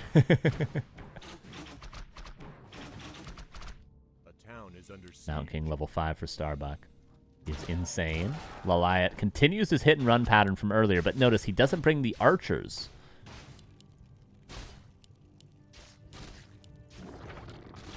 He doesn't have a town portal either. Double staff and mountain giants. Starbuck, what are you doing? He's just sitting. Okay, now he's going to town portal. None of his casters are in range of the TP. Half of them aren't. Oh, no, they all are. Sorry, my bad. I'll never doubt him again. Unfortunate Brilliance Aura found from the red camp, but Starbuck, he's gotten some good consumables. He got Invul, Greater Heal. He's got a Sobi Mask. I think he's happy with his items overall. Lawliet really has not gotten a lot of creeping done this game.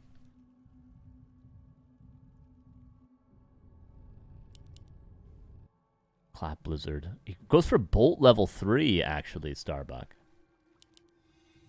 Oh, we saw this in the Chaemiko Deathnote series. Goes for the invul, caught out of position. Staff, though. Starbuck was aware, and he moved the Mountain King preemptively because he knew he could focus the hero that staffed the Keeper, if that makes sense. And Lawliet doesn't want to be in this position too early in the fight. This is a fully positional army that he's gone for. And just like that, essentially getting the heal scroll cost him the heal scroll, Lawliet. Bolt again. We're seeing how important Bolt level 3 actually is for Starbuck. And Blizzard lands. Lawliet's got to get back to his Moonwells. At least it's almost nighttime again. Starbuck might not have a better time to fight than right now, because eventually Lawliet's Moonwells 400, 400, 400, 400, 400, 400. If you catch my drift. And that's going to be tough. And that's why Lawliet is just... Essentially, he's AFKing in his base, and then when he has an opportunity, he goes and kills peasants, and that's it. And here we go. Starbuck, I agree with this timing. He's got to push before the Moonwells are full. He's got to do it. Archmage, dispelled immediately. And make no mistake, if Starbuck does not dispel right away, the Archmage is dead. If he dispels 2 seconds late, his Archmage is dead. That's the power of this strategy. Lawliet pushing forward. Remember what happened when he pushed to this point in the map last time, though. Naga died and Starbuck turned it around. Starbuck gets to the shop again. Does he want to use the staff on the Mountain Giant? Doesn't seem like it. Keeper. Got to be careful for Lawliet. One bolt and he could die. Maybe should use the potion preemptively, because who knows when that Mountain King gets in range for a bolt what'll happen. Staff out on the MG.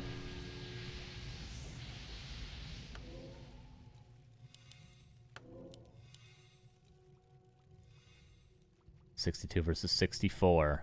Moonwells regenerating with Wellspring. They're all at 100 now. And, like, Lawliet has all the vision in the world, right? But Starbuck doesn't actually have an easy way to see Invis archers. So it's kind of hard to know the perfect position. A mortar team is interesting. I guess it kind of forces the issue a little bit more. Lawliet's archer's getting low. Doesn't have a heal scroll either. Would love one. Archmage again. He didn't dispel Potion of Vulnerability. Bolt now on the Naga. Staffed out. Does he have another staff? He does on the Naga. But he's got to be careful, because if he staffs the bottom, his Keeper's going to take the Bolt. Mountain Giants soaking up a lot of damage, but where is the damage from Lawliet? Triple Orb has been unlocked. Archmage has to be careful. All the Mountain Giants about to die. I think Starbuck is breaking through. There's a bolt again! And Clap kills. And all the Mountain Giants about to die. Starbuck did it. Lawliet calls GG, and that's 1-0. What a game. What a hotel. Holy. Very unique stuff from Lawliet. Starbuck just no hurry, right? Just no hurry the whole time.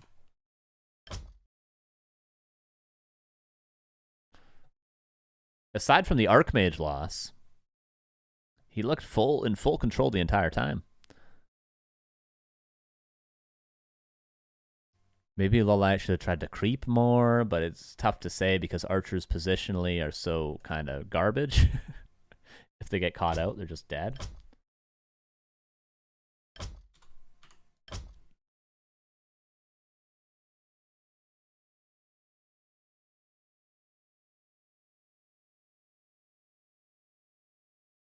All about the priest micro.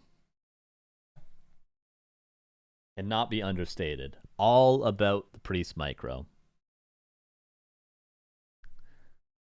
Your hero will die from full HP if you get entangled in range of the orbs and the archers and the fork lightning. It's just dead. Even the Mountain King would just be dead if you don't dispel the entangle right away. In order to dispel the entangle right away, you have to have the priests in position close enough to the heroes.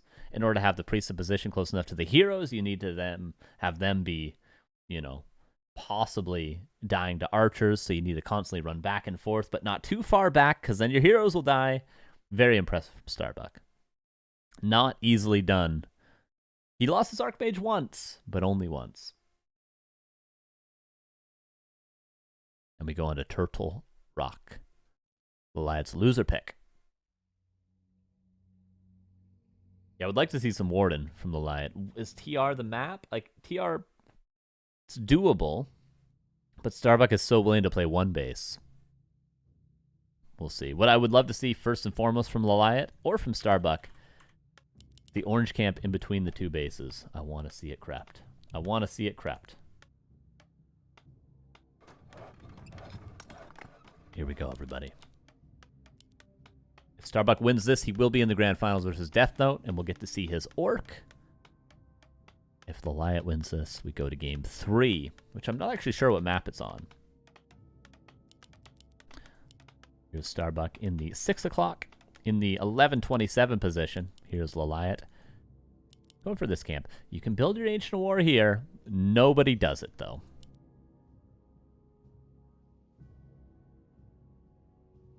Thinking about the Fortitude versus Life game a couple days ago on Turtle Rock. Might deter Starbuck from wanting to expand. But we'll see. Keeper again. I respect it, man. I respect it. Lawliet's sort of always done his own thing in this matchup. Like, he was doing Warden when not everyone was doing Warden every time. You know what I mean? And now he's doing Keeper when the only other person doing Keeper consistently in this matchup would be Jens. Even Jens started playing Warden recently, though. And that game was so close, that last game. One micro error from Starbuck, and Lawliet would have won, so gotta respect the man. The Korean players kind of being Giga Chaz today. I'm thinking about Chaemiko with those, risking the 3 auto attacks with the Mountain King. I'm thinking about Lawliet playing Keeper 2x versus Starbuck.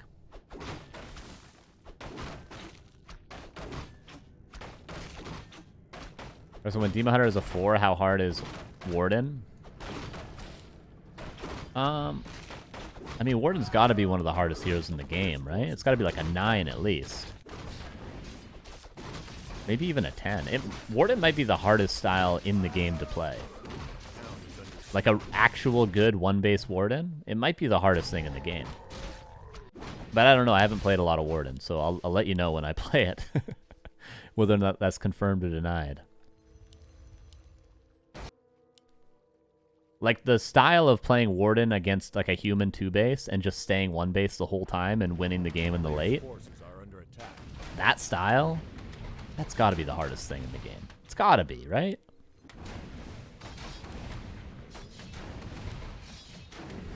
Maybe not.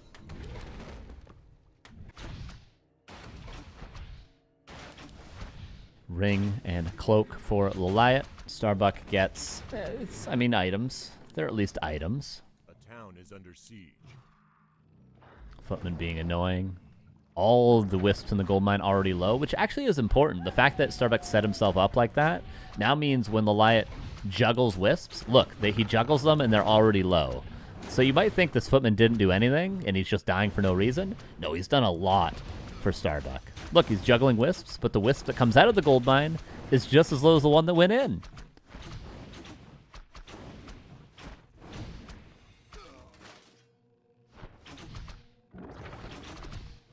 All the footmen have gone down. Tried to deny, a little bit late. Obviously, both players have a tiny bit of ping. Not a ton, though. I think it's around 100, 110. Noticeable, no doubt. Keeper gets the whole world.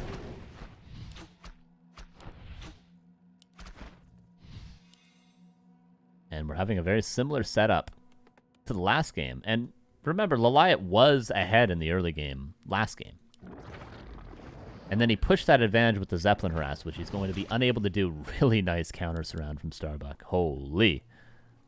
There's another attempt possible by Lawliet, and he doesn't tend to screw these up.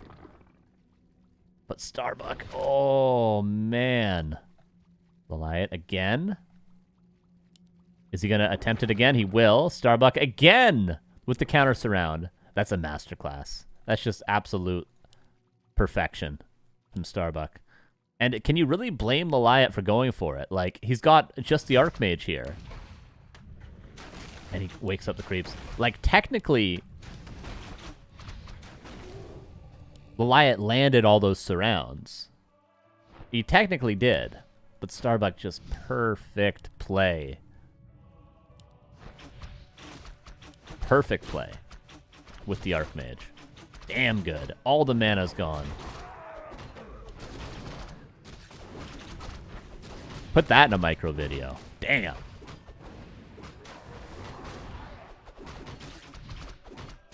I apologize if you hear a lawnmower outside. A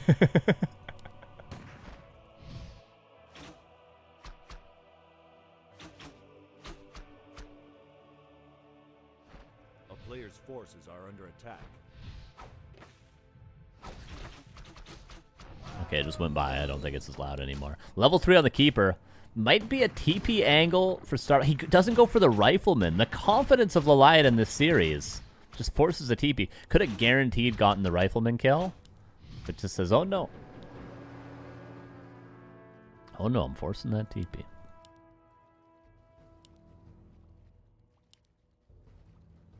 Demon Hunter, second. Switching things up. Lawliet did go for 6 archers, but a little bit of a different play. Maybe felt the Mountain King did too much last game. Gonna need mana burn this time around. Oh, Starbuck gets the item, but gives up the last hit to the mana burn. That's a good boost to the experience on the, just produced hero from Lawliet.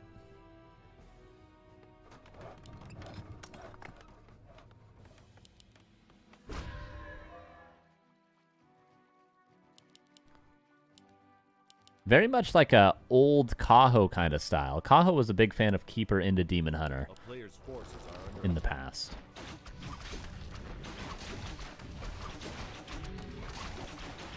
Lawliet, kind of a master of all styles. I feel like in his prime, Lawliet maybe the most well-rounded player with the most varied styles from game to game. Yeah, he's known for the Keeper stuff in his prime, but he's always played a lot of different things.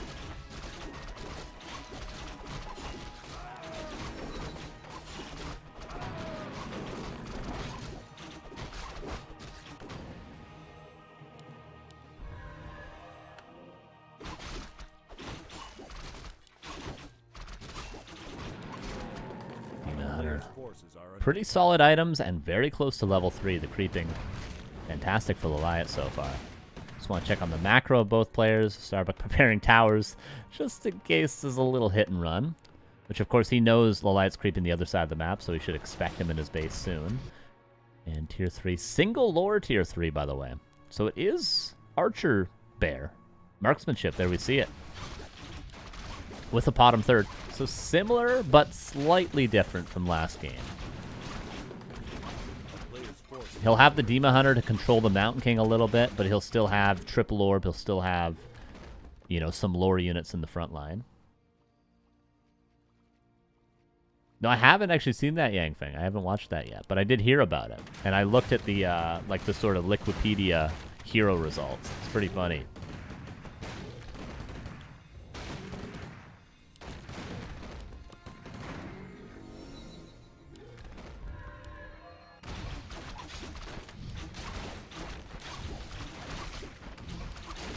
Sorry, I'm commentating around this lawnmower being really loud going past my window over and over again. Apologies.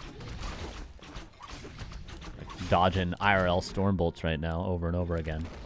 Helm of Agility. Left on the ground. Lawliet, I thought you were men of the people.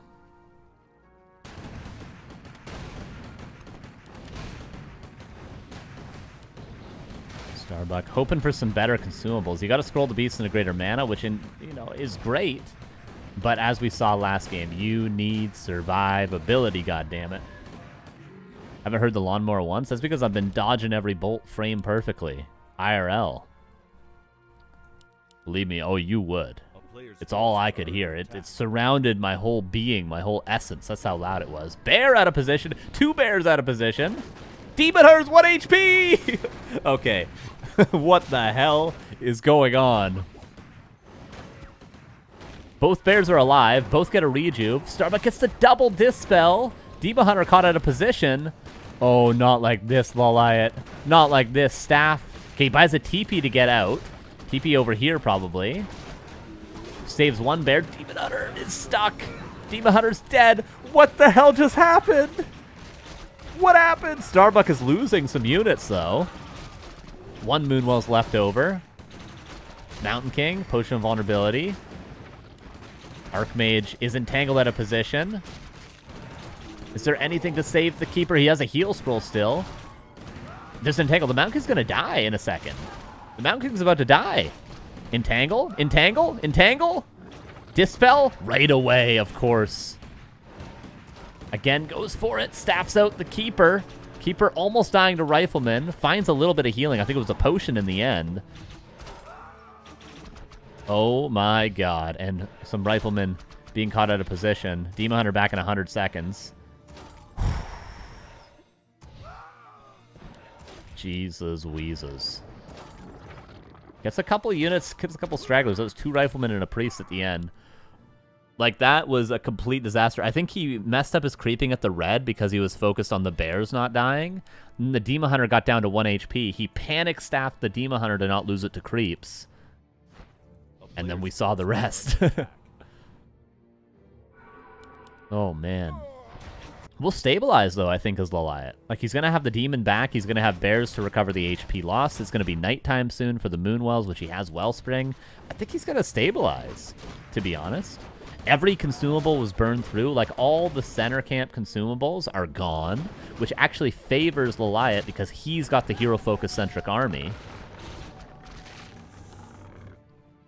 I think we can stabilize.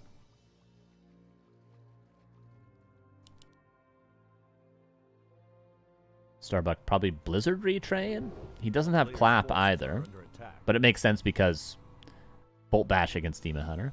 And Starbuck wasting no time. He realizes he's super far ahead after that fight. He realizes he needs to push the advantage and can't give too much time. Bottom level 3, something Lawliet did not see last game. Demon Hunter's back. Uh-oh. The timing.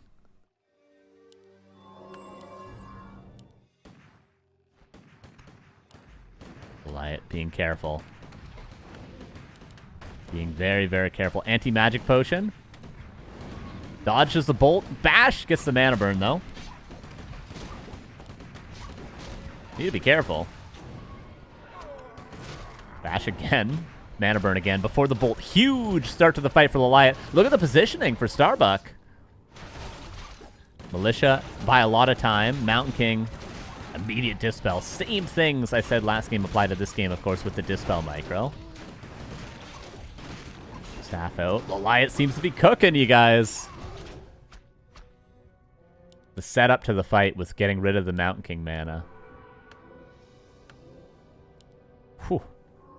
Got Bone Chimes from the red, by the way. Still a red camp left. A full red camp. Both players could benefit. Claws plus 12 found from one red, by the way. That's huge. What a series, you guys. What a day of games so far.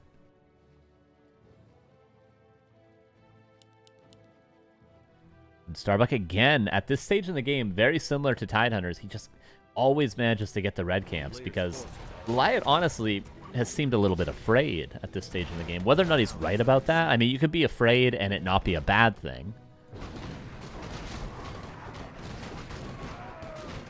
But you can be afraid and it can, you know, affect your confidence and you can lose out on the juicy creeping, which gives you endurance aura, which is fantastic for either player. Starbuck's going to be happy with that.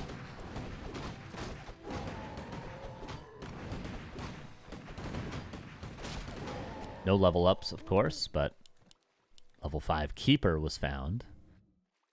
Entangle level 3. You have to Dispel. If he loses all of his priests, it's going to be very tough. Bolt right away. Does get the mana burn, the long distance mana burn. Entangle, that Sork is just dead. Tried to Dispel, but at least he got the Roar with that Dispel. Militia come in.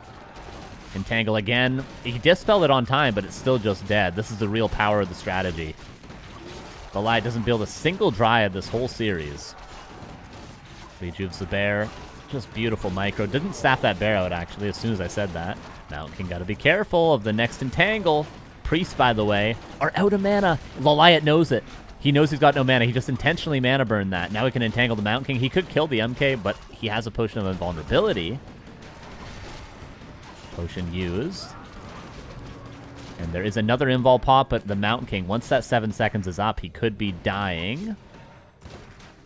Entangle. That was for the Mountain King, but he missed it. Denied on the Rifleman. Lawliet, I felt like he should have had a better fight here, but for some reason, Starbuck's micro prevailing. And Starbuck traded better there, dare I say?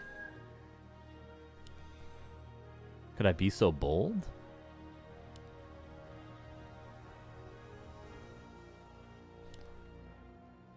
Very, very close game here. Now he's building Dryads. His first Dryads of the series, because slow is becoming a problem. He sort of dealt with the Mountain King, but now the Sork number is rising. Does need a ball. Oh, no, he has Abolish. 58 supply. Lawliet breaks upkeep. And Starbuck. Everything he does is shown. They've both broken upkeep. Is there any reason for Lawliet to leave his base? He's expanding. There's a good reason.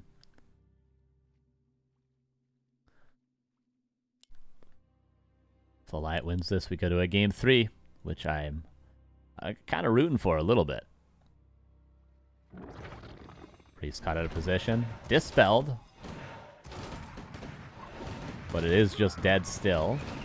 Is this triple orb? No, double orb. But the ranged heroes are the ones that matter. Now he has Abolish. And every Entangle is just a kill. It doesn't matter the Dispel at this point. I mean, the Dispel will help save a hero, but it's not going to help save a unit.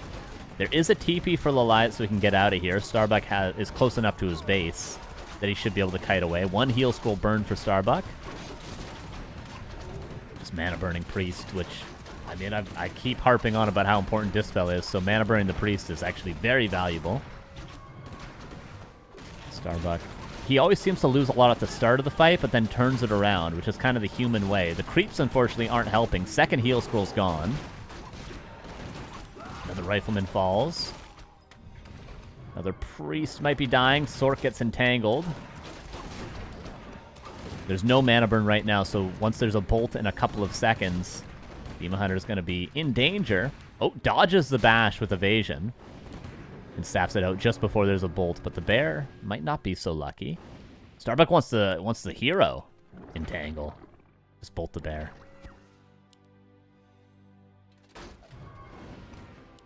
staff. But now Bolt. Is there a slow? There's not a slow on either. Oh, on this Sork there is. And forces the TP. Those turtles did a lot. Tree of Life is finished. Does Lawliet want to defend the tree? Does he want to fight outside of his Moonwell? Starbuck has no idea, actually. He's fighting in the main. And the army looks huge for Lawliet, although the supply is even. Moonwells make a big difference. Push him vulnerability so that he has another bolt. But now he can't use it, like, when he gets focused. So he's got to use his bolt soon.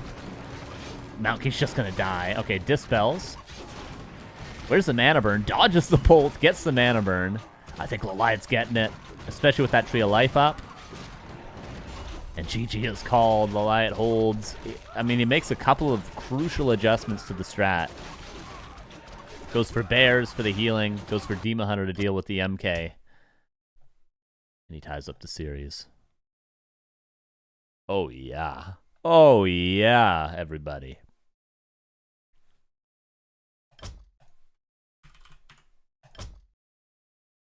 DH was key, definitely.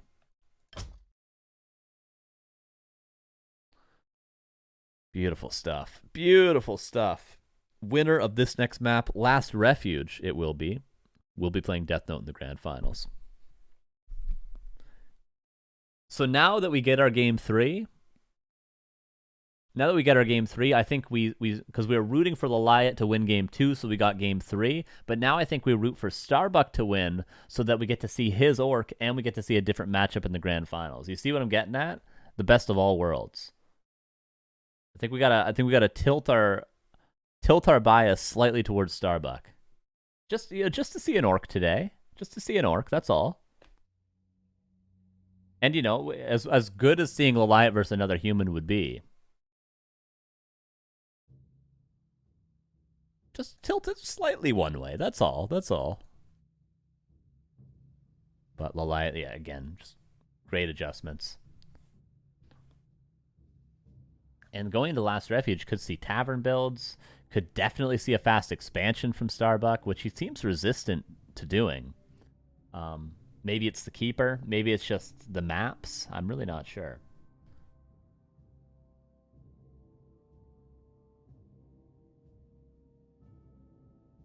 We're going to find out right now. What a day. What a day. What a hotel. Everybody's showing up to play today. Bottom left, here's Lawliet.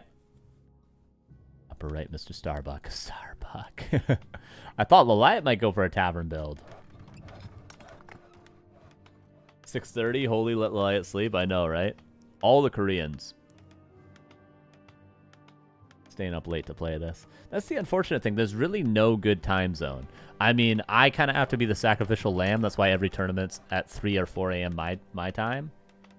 But in order for there to be a tournament that, 1, is at a reasonable time for me to cast and run, and 2, have Europeans be able to play, and 3, have Koreans be able to play, there's no time zone. It doesn't exist. If I was East Coast, there would be a time, and it would be 7 a.m. for me on the East Coast. But unfortunately, 7 a.m. on the East Coast is 4 a.m. for me. And, you know, tournament should be skewed for the players and not me, but every other tournament is, other than this one.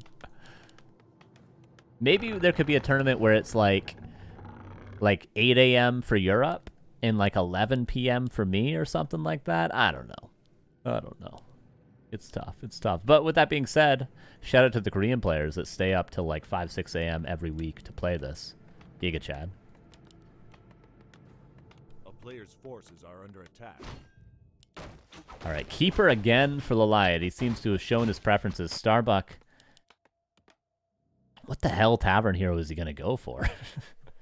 Against the Keeper? Is it Beastmaster?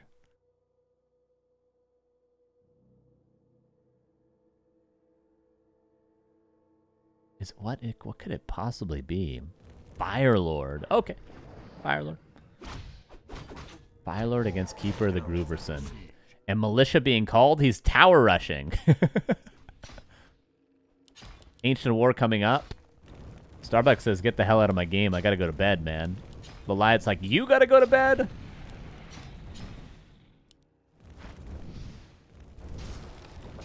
Treant's coming online. Incinerate. I love Incinerate as an ability. It's so damn good. Here come the Militia. Ancient War coming online. Lawliet needs to build Moonwells and continuously build Archers. That Ancient War seems like it will come online. That's the one thing about a Fire Lord with Incinerate. You don't have an easy way to cancel buildings because you don't have Water Elementals or Lava Spawns or Quill Beasts. So it actually becomes difficult to deal with the second Ancient of War. Incinerate. Stacking up. Lawliet should try to use the Moonwells and then summon Treants. Tower's being canceled. Second Ancient of War online. Keeper might have to die at some point in this push. It doesn't look bad for Lawliet, but I think the Keeper might have to die. More Treants coming online. And also, worth pointing out, this is doesn't have to be an all-in for Starbuck. It doesn't have to be. Because it is looking good for Lawliet, but it doesn't mean Starbuck can't go home. Starbuck is teching. You see. Lawliet's teching too! These guys are so damn good, man. They're both teching. More Militia coming in. What the hell? And he sent the hurt peasants back home. Lawliet might be thinking, was I overconfident to tech? But he was right to tech. Just doesn't look like he was. And Starbuck, I guess he follows this up with a Naga second at tier 2? Like defend Footman and Naga second? And just kills him? I think so. And Keeper is trapped. He's got to die. He would love to have used Treants before he died, but he can't. Level 2 on the Fire Lord now. Lava Spawn.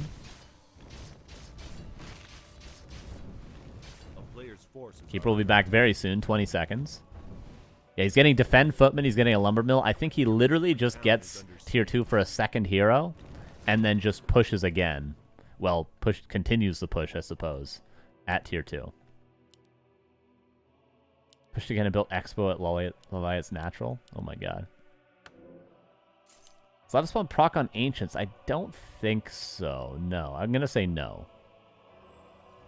There's the Keeper again. Lawliet may also go for a Fire Lord himself at tier 2.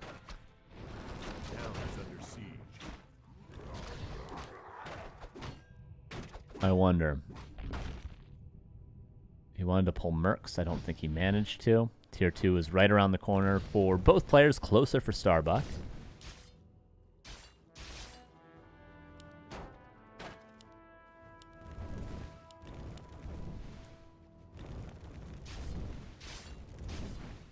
Players' forces are under attack.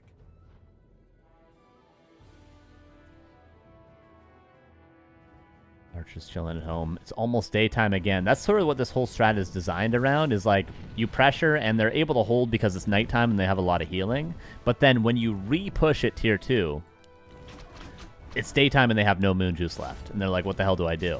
I have no healing. That's kind of the whole idea for Starbuck.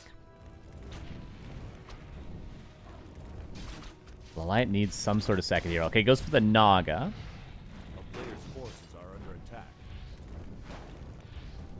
I think we could have seen a Fire Lord, but I don't blame him for going Naga. Lawliet needs a shop as soon as he can get it.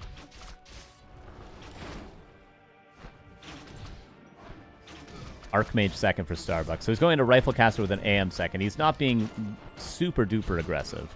But now it's daytime, right? And look at the Moonwells. They're empty. They're completely empty. But what's funny is Lawliet can just, like, do his strat now, though. He can go tier 3. He can keep building archers. He's like, well, I'll just do my thing. Whatever. Healing will be an issue. A player's forces are under attack. For Starbuck, it will not be. He's got priests on the way. He's continued to build footmen instead of riflemen, which, although it hurts our human souls to admit that this is the right thing to do, it kind of is, right?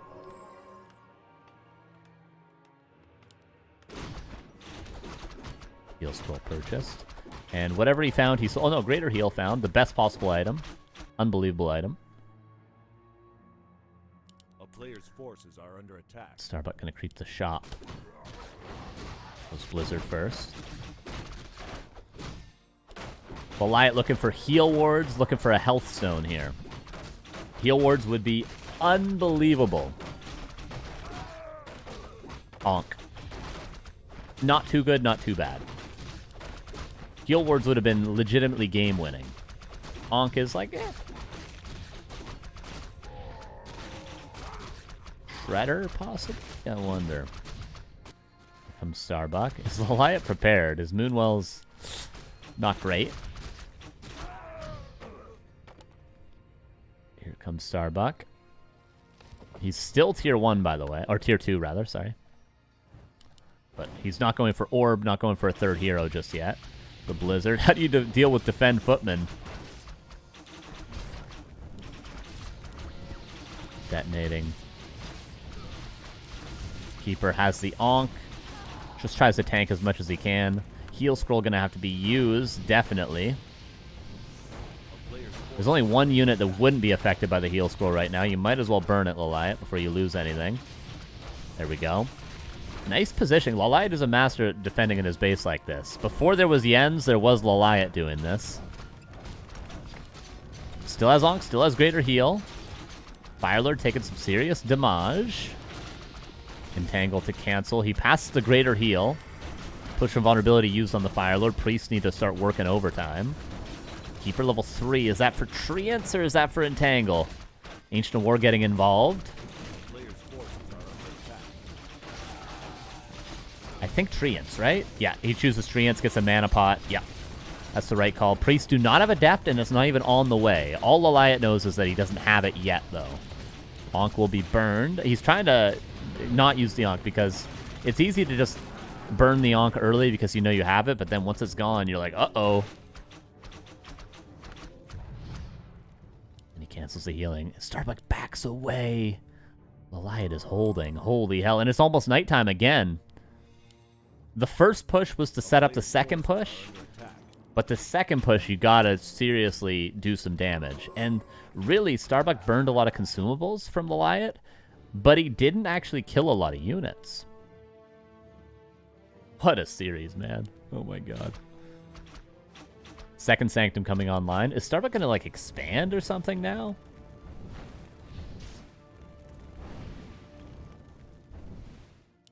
Nature's Blessing is done for the Treants, by the way.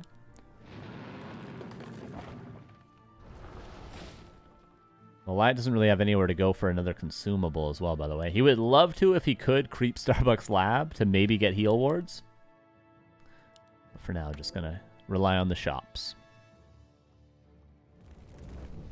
Starbuck does have Adept for the priests now. A player's forces are under attack. Level 3 on the Firelord. That's Incinerate level 2, most likely. Yep. Lawliet gonna creep. He might have enough time to get this. And that's level 3 Naga. That's Mercenary access as well. The Berserker's big. That's Boots of Cut the Loss. Not so big, but can sell it for more items. Here comes Starbuck again, the third push. It's almost nighttime. Here we go again. Is this push easier to defend than the first? I feel like it is. It's going to come down to how much the Firelord can do. The one thing in Starbuck's favor here is he actually has Dispel this time around. AP coming up. Lawliet has potions in the shop again. Sells the Boots of the Lost, of course. Double Ancient Award. That's a lot of towers. Oh my god. Blizzard. Ancient Awards move forward. Entangle to cancel the Blizzard for now, but there's plenty more where that came from. I always wonder if Lawliet can actually see the towers. If he can see them, he can cancel all of them. Both Ancient Awards getting a lot of value. Towers are being canceled. Nighttime is here, by the way. Blizzard again. That's the last Blizzard. That's the last of the mana on the Archmage. He's only got Aura level 1. Lawliet has an AP that's gotten up. Ancient War and Shredder fighting back on the high ground. This is a crazy game. Oh, I'm sorry. I should have skipped the ads. I apologize. I missed the opportunity. Priests are topping everything off. Really, really nicely. All the footmen are healthy. Peasants have been dealt with. Ancient War just trying to buy as much time as it can. Moonwells are regenerating during all of this. Detonate on all the heroes. Shredder isn't necessary for lumber, right? He's got plenty of lumber, but it did find a lot of value. He's got to start fork lightning these footmen. These footmen have to be killed. Once the footmen are done, where's the damage going? It's going to the heroes. It's going to the casters. I think Lawliet's turning this around, you guys. Maybe Dispel quickly. Starbuck's been so good with his Dispels. Oh, Firelord. And that's why the footmen are so important, because if not, that's what you're attacking. The Firelord like that. Damn. Blacksmith coming online. The game's not over, but Lawliet is holding, man. Lawliet is holding. It's crazy. Such high-level play from both these guys. Starbuck continues to press forward. Naga doesn't have any fork lightnings anymore. It's not so easy to actually kill these footmen.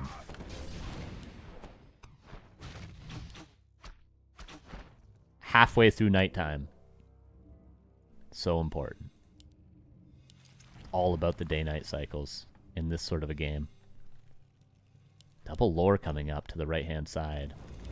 Any sort of bears, I suppose, is what he wants. Any sort of bears. The Blizzard.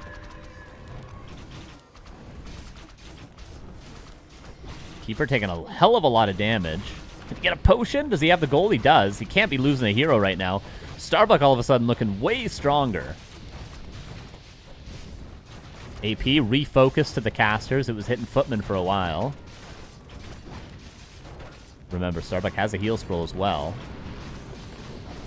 Entangle on the Archmage. Keeper taking a lot of damage. Has a town portal. Uses a potion of vulnerability on the Firelords of Starbuck.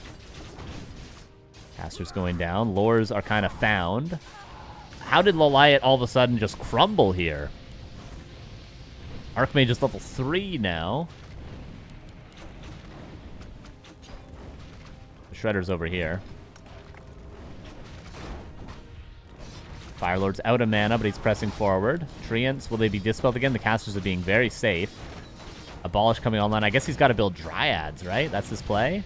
Which, to be fair, Dryads are not counterable, really, from Starbuck. How the hell does he deal with Dryads? If we have, like, 4 or 5 Dryads? Wait, what does he do? What does he do? With priests and sorks? How does he kill Dryads? I think Lawliet just has to hold a little while longer. And once he's got 4 Dryads, which will be very soon, this army's terrible for Starbuck. He doesn't have a single rifleman. There's a shop up. Oh, no, it's a workshop. Okay.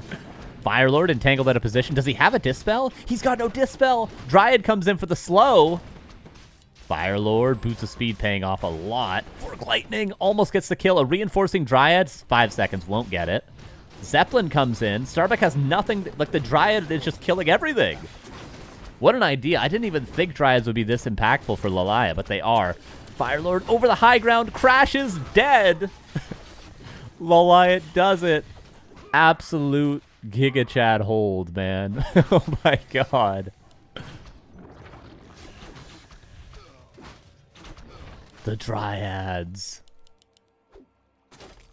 Okay, Starbuck now needs to go into Rifleman, and I don't know if he's going to build mortar teams here.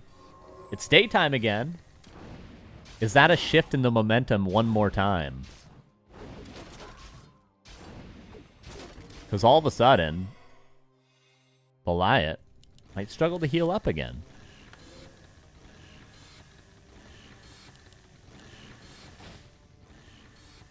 Are we getting Rifleman? Starbuck doesn't seem to have a lot of resources, but I think maybe this workshop was overcooking a bit. I think just a couple rifle with improved with long rifles, right? That's what he needs most of all.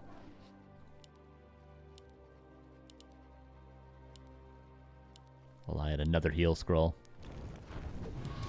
Do not underestimate the focus fire of the Firelord, especially when there's not a ton of healing left for the Night Elf. Dryads get involved big time. Fork Lightning. Dust of Appearance, so there can't be any invis. The TP is forced, though. And... what, 2 casters died there? Big investment for only 2 casters. And now we're getting Riflemen. So what's the next play on the Night Elf's side of things? I think Starbuck, looking at his amount of resources, he's only got one way of playing this, and that's just invest as much as he can into Riflemen. Try to creep to get more gold. Lawliet, you know, does he go for an expansion? Does he go for tier 3? Does he, you know, buy a TP and try to continue fighting?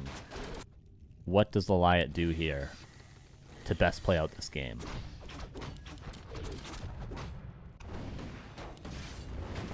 Starbuck looking for probably a Healthstone, and that's what he gets.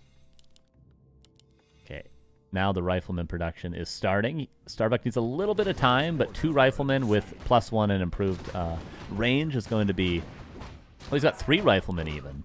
It's kind of exactly what he needs against this Dryad army. Alright, what's the play? He could hit tier 3, and like it would be perfectly macroed if he hit tier 3 right now. He's got the resources. He's got more than enough lumber. He's at 50 supply. He just hit above 300 gold. I think tier 3 is the best play for Lawliet. Will he do it? Because sometimes if you're at this state of the game and you like don't hit it for like, you know, another 40 seconds, and then, yeah, there he goes. Perfectly done. If you hesitate too long, your tier 3 is always going to be too late.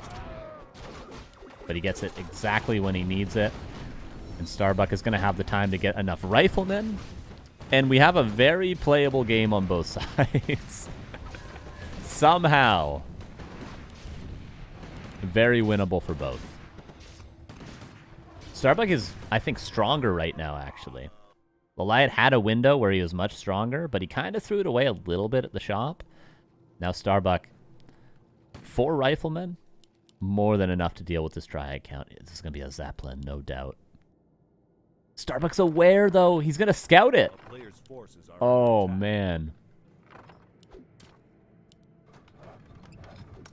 Town is under siege. Starbuck has a town portal. Uses it right away. And the Lawliet's buying time for the tier 3, of course.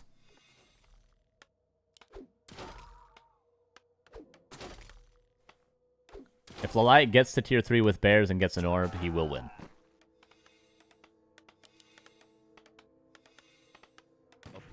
That is how this game is going. Starbuck needs to somehow... I don't think he needs to, like, push, quote-unquote, but he needs to force a fight sooner rather than later, I would say. Oh, the Fire Lord has a Healthstone. A Surround and he'd be dead. Another Entangle. I think he's just going to die. Is there any saving the Fire Lord? Entangle again. Will he burn the Healthstone or will he accept the death? Accepts the death. And he's got no lumber for a Tavern Revive. He's going to have to Altar Revive. Again, like, Starbuck would win a fight if they actually fought. But things like that happening, not ideal. And Starbuck calls the GG. Lawliet gets the win. What a series.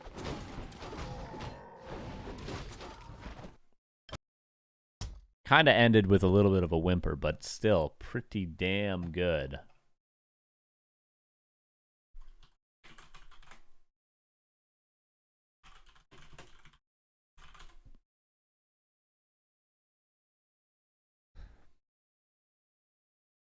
Damn, I can't believe Lawliet held on there. Holy. Showed that even though it's super late for him right now, he still wants to win this. Sick game, yeah, 6 series. Jesus. Jesus, Weezus. All right, now we got a best of 5 between Deathnote and Lawliet. Now, again, I would have liked to see Starbuck's Orc. But I wonder, will Lawliet switch things up? In a longer series with different maps, potentially. A couple of different maps. Will Lawliet change things a little bit? Or is he just going to go Keeper again? And like Starbuck microed so damn good as well throughout that series. Is it going to get better than what Starbuck just showed us? Or is Lawliet just going to own? You know what I mean? Deathnote had a great performance against Chaemiko today. But is he going to top Starbuck right there? He's going to be able to. He's definitely going to play more expo-based, right? Where Starbuck did not expand. So it'll be a different series.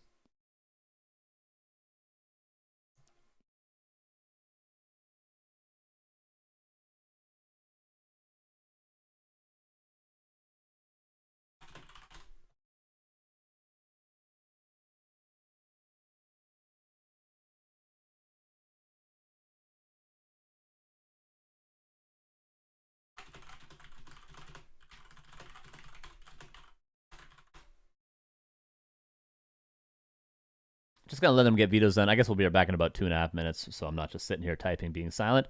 Gonna do some adminning, and we'll be back with our final series of the day. I'll start a prediction.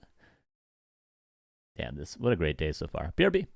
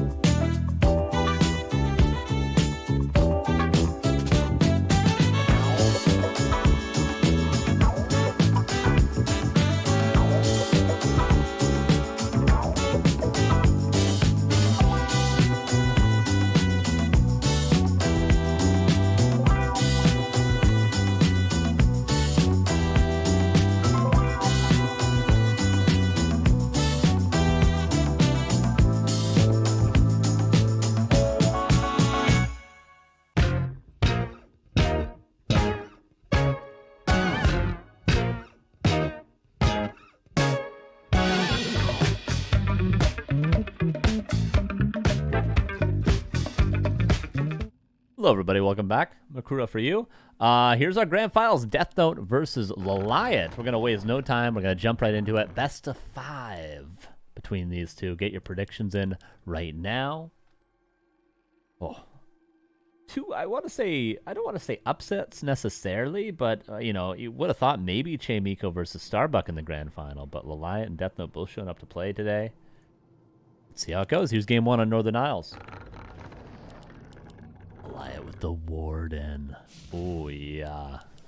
Oh, yeah. And Deathnote, Archmage. We get to see the Warden. Maybe it is all map dependent. Maybe he goes Warden when the map is good. If not, he's been playing that Keeper Archer style. Or maybe he just likes to play the Keeper Archer versus Starbuck in general, because Starbuck skews more towards one base, and Deathnote skews more towards fast expansion. It could be playing the player, but we'll see. We'll see how it all works out for Lawliet. Greater heal, and straight to the expansion with 2 archers creeping the remaining Tuskar. Circlet is a great find for the Archmage. And the Wisp is here. Full creep is done, and level 2 on the Archmage. Warden coming in. Level 2 on the Warden. Does go for Blink and Fan. Gets in position so that he can optimize damage on the Peasants, by the way.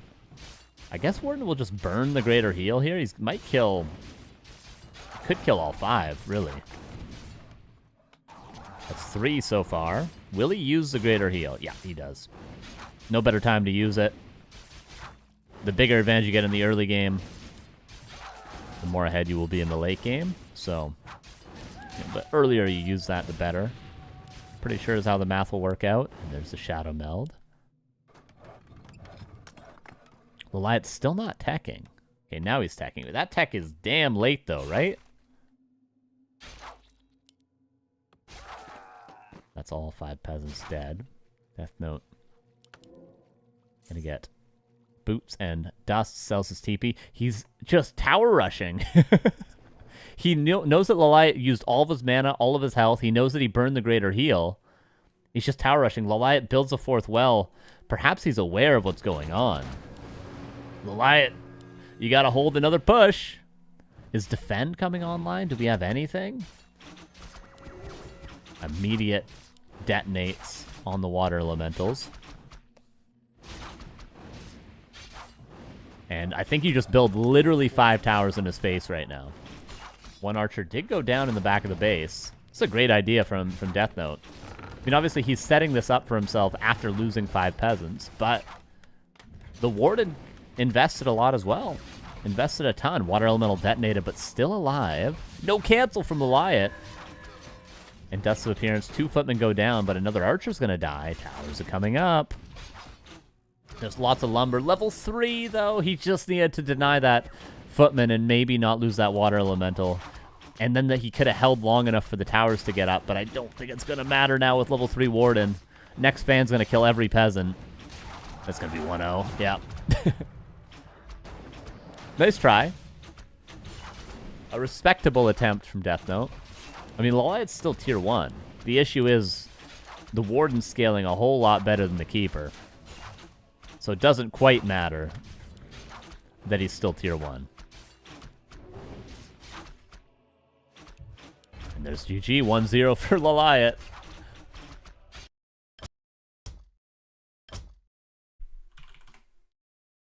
It's an actual best of 5, yep.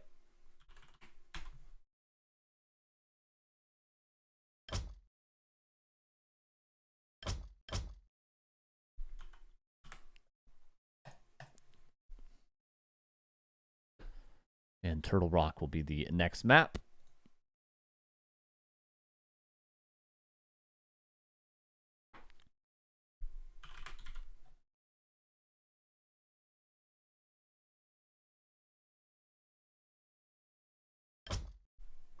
And we're loading in. They're just doing it. They picked neutral map, Northern Isles to start, and then they're just going to pick loser maps as they go. So this is Deathnote's first loser map.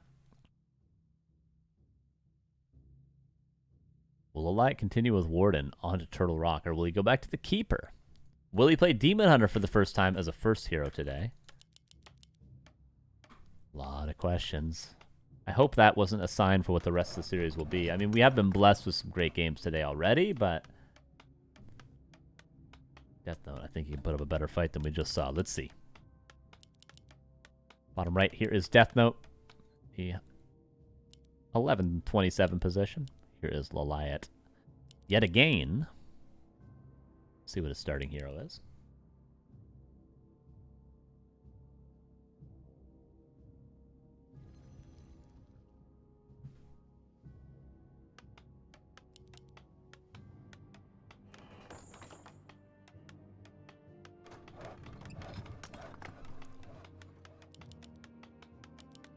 What will the hero be? Could we see a Mountain King from Deathnote, possibly?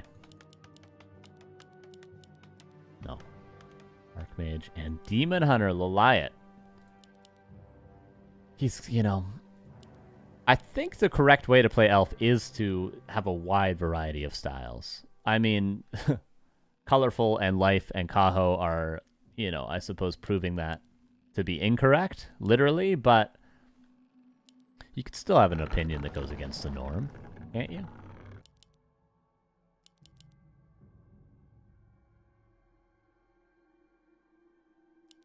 So Archmage against Demon Hunter.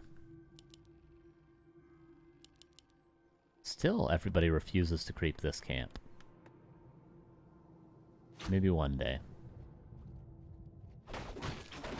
There was a time when Lawliet used to pull the 2 ogres and then surround them here and creep both of them. You guys remember that? Well, she'll be called. Looking like a 1-base angle from Deathnote.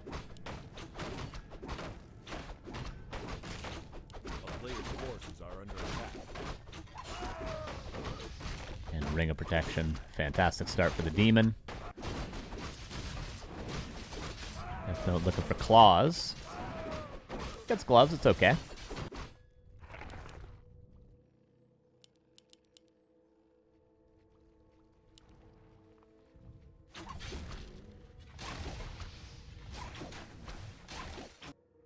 Going to be creeping to level 2 for now. We'll see how far Deathnote pushes to creeping. It's really up to him, I would say. If he wants to creep level 3, Lawliet will probably answer with also creeping to level 3. But if he wants to go and harass Wisps early, looks like he's going to expand, actually. It's a 4th farm. A delayed expo. Makes sense on Turtle Rock because they're all difficult expansions. But is he going to go for this, the Gargantuan camp? Lawliet is scouting actively, but he's missing the timing slightly, but he's blindly reacting to what he hasn't seen. Sometimes process of elimination, though, can give you the information that you need, and Lawliet will be here on time to pressure the big camp. Simulation started. Deathnote not committing to the turtle. 700 HP left, not committing. I feel like he could have, but maybe he would have taken too much damage. A player's forces are under attack.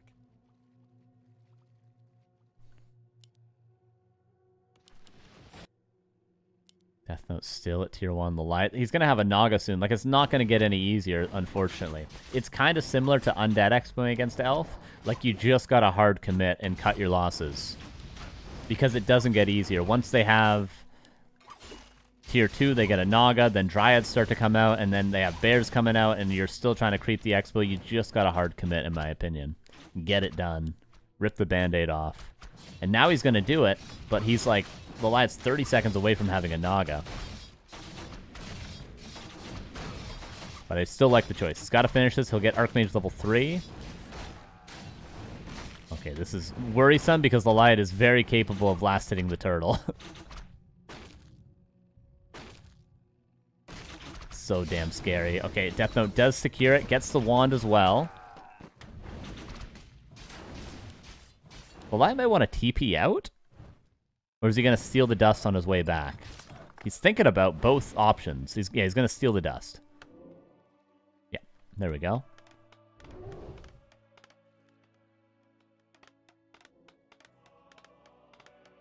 Can the archers do anything? They might be able to kill this peasant. But he's waiting to be able to grab a Naga.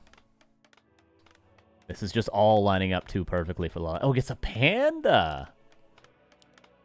Deathnote preemptively pulls the peasant away. Nicely done. Demon Hunter and Panda are on one side, Archer's on the other. Deathnote has to be aware of both of these possibilities. Honestly, this Expo might not even finish. If the Archers start attacking this one. There we go. Demon Hunter surrounded. Oh, another Breath of Fire in a second as well. And double lures are coming online. Oh no, level 3 Demon. Oh no. Maybe TP could be forced. Water Elemental blocking the way. Alright, TP's forced. Okay, Deathnote survives. Deathnote survives.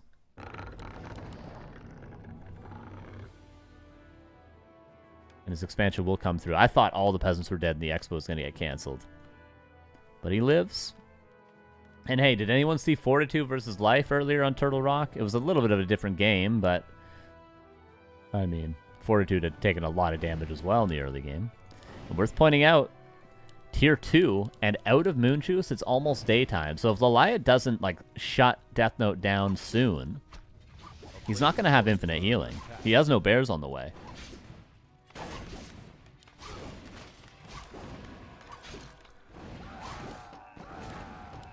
Out of mana now, out of health. Deathnote's just got to hold on. And it might not look terrible. Keep building Footman, keep holding on. Panda's not going to, be very strong until level 3. Definitely not going to be as strong as a Naga would have been. And what you see is what you get for the Moonwells. Demon Hunter probably can heal up to like 60%. Gonna need a potion, though, as well. Is he going to wait for a Clarity? No. Alright, a little bit over 60%. Just hold on, Deathnote. Just hold on. There might be a world where you can come back here. Panda gets level 2.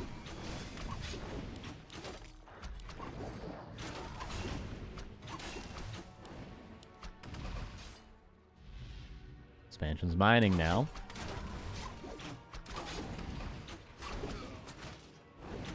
Okay, Tier 2 has been started now by Deathnote. Just keep building Footmen. It almost wouldn't be a bad idea to go 2 Barracks Footmen, but it'd be wilding out, kind of. You would only do that if you could see the Moonwells, could see that there was no Tier 3 tech. You could see as much as we could.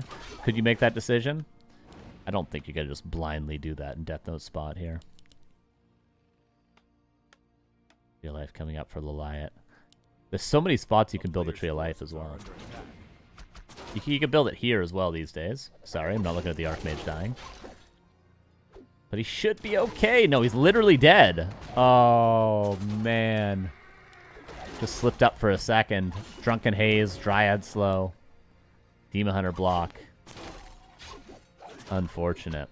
Just when the light was running out of steam a little bit. A town is under siege. I think this is it, you guys. Okay, Archmage back from the tavern. Trying to hold on, desperately. Lawliet's still Tier 2, by the way. No bears. No easy healing access. Has to deny the Archer. Tier 2 is about 30 seconds away for Deathnote.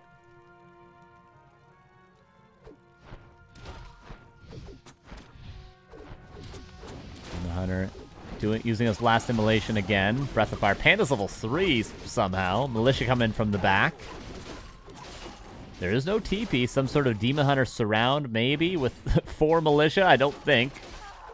Yo, Sunshine, thank you for the 500 bits, man. The gigantic Patrick sleeping. Appreciate that. Oh, Archmage again. Demon Hunter maybe as well. Does die, but only Lawliet gets experience.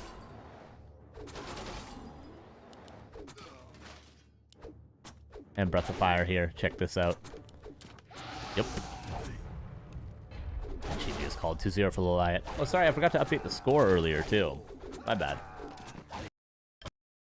Nice try to Deathnote. He tried to hold on, but unfortunately, the pressure was just too much. He was close to, like, almost Lawliet running out of juice, but unfortunately, That's a quick 2-0.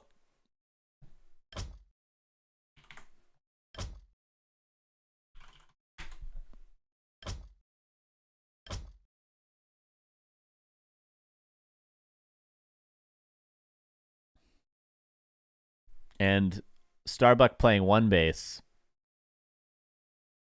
seeming like it's showing more promise. Like, you can see why he chose to do that.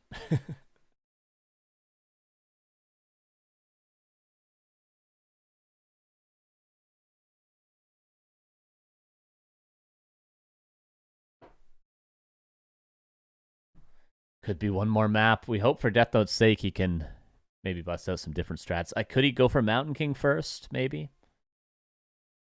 I think it would have been decent in both these games.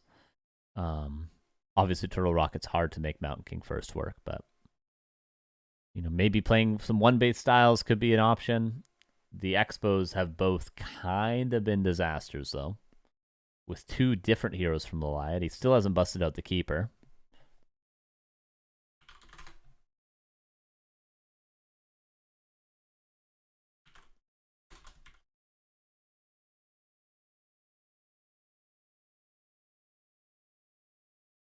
What are the maps?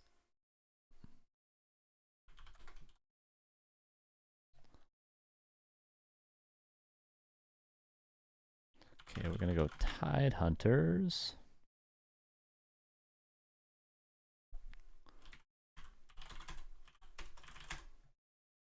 All right, game number 3 on Tide Hunters. Let's see if Deathnote can pull something out here. This is pretty much an open book in terms of a map. It's a good one-base map. It's a good tower rush map. This is where we saw Imphy play a lot of Dark Ranger tower rushes. It can be played with Warden because there's lots of good creeping options. It can be played with Keeper because there's lots of good expanding options. Demon Hunter is standard. I feel like it's a very, very open map in this matchup. And I think that's what Deathnote needs, is some sort of switch. Strategically, perhaps.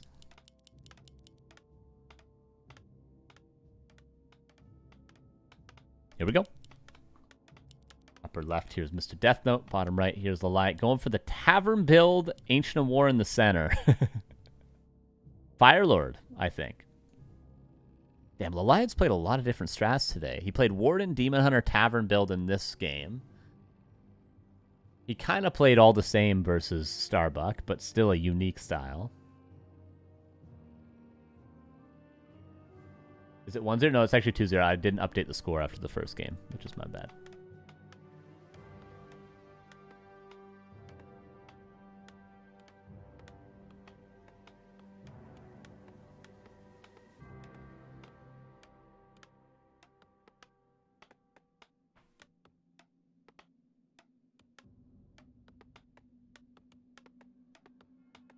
All right. Archmage. And let's see what the hell kind of build he's going to go for. Lawliet, I wouldn't rule out any heroes. Standard, you got to think Firelord, right? Maybe a Beastmaster. Lawliet, it wouldn't surprise me if he went something like an Alchemist or a Pitlord or whatever, but I mean, Pitlord would be pretty damn good on this map. But you'd think he'd creep something like this with a Pitlord. It's got to be Firelord. It's got to be. It's the only thing that makes sense.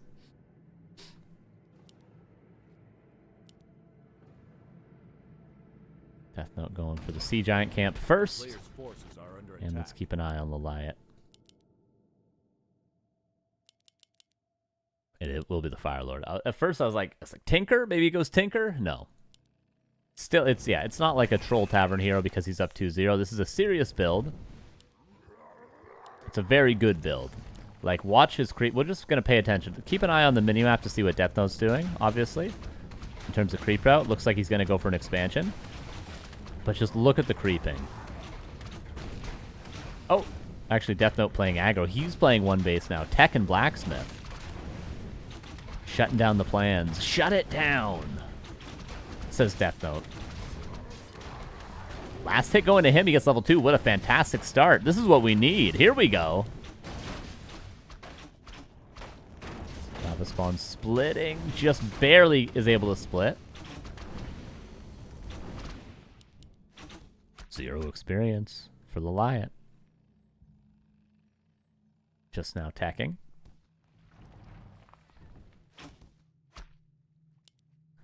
Deathnote gonna be happy with this early.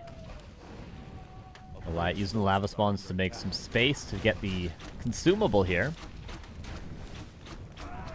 Does get it greater mana as well.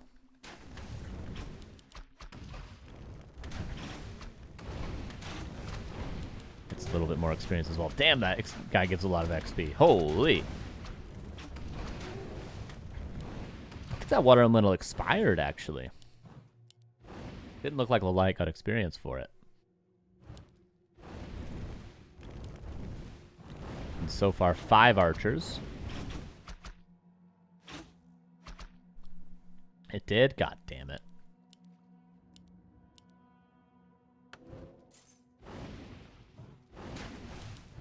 Oh, it did expire. Okay. I thought you were saying that I was wrong. It did.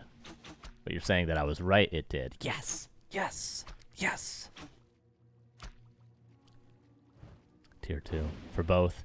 What kind of hero are we going to see from Deathnote? Could he go for his own Fire Lord? Could he go for a Naga? Or is he just going to go for the good old-fashioned Mountain King? Maybe a Paladin even could be an idea. There's so many options for the human. I don't even know what the standard play would be, Nice Deny, in terms of second heroes here in the human's position. For the light, probably Demon Hunter or Naga second. I think there's 2 main options.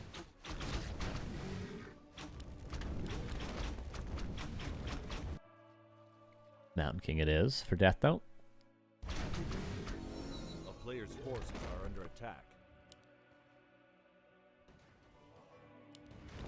Creeping will continue. We see how much Lawliet would be willing to creep had he not been interrupted here. He probably would have gone like this, into this, into this, into like this. Wouldn't surprise me early on.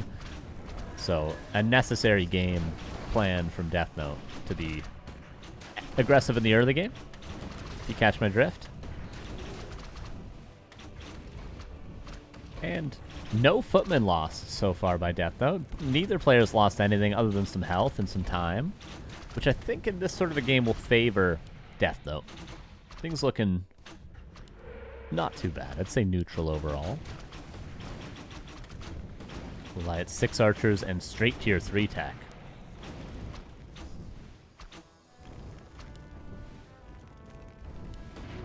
Nice deny.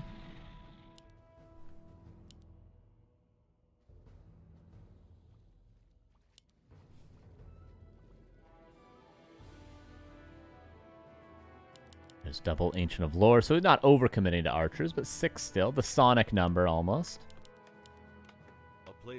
Sitting at home with a rifleman. There's a lot of units idle, but he's getting everything together now. Deathnote, and the priest will start healing everything up. Archmage is close to level 3. Too close to not creep it to level 3, even though he'd love some solo experience on the MK right now. Firelord. Speaking of solo experience, he's on his lonesome right now. Only a Firelord.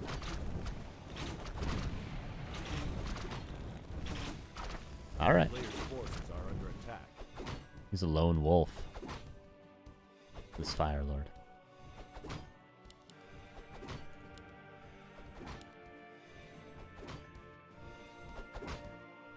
How edgy. Heat Flare. Heat Flare's posting TikToks of him pretending to be a werewolf and stuff, you know? There are 2 wolves inside of him. You don't want to meet one of them. You know what I mean? He's giving that sort of energy playing on his own. But against a Mountain King that probably eventually will be level 3, a solo hero is tough because you get slowed, you get bolted, you get bashed, and there's nothing to there's no hero to staff you out. There's, you know, no distraction from the focus fire on your one singular hero. It's difficult. But he's going to be level 4. And he's going to have bears to rejuve.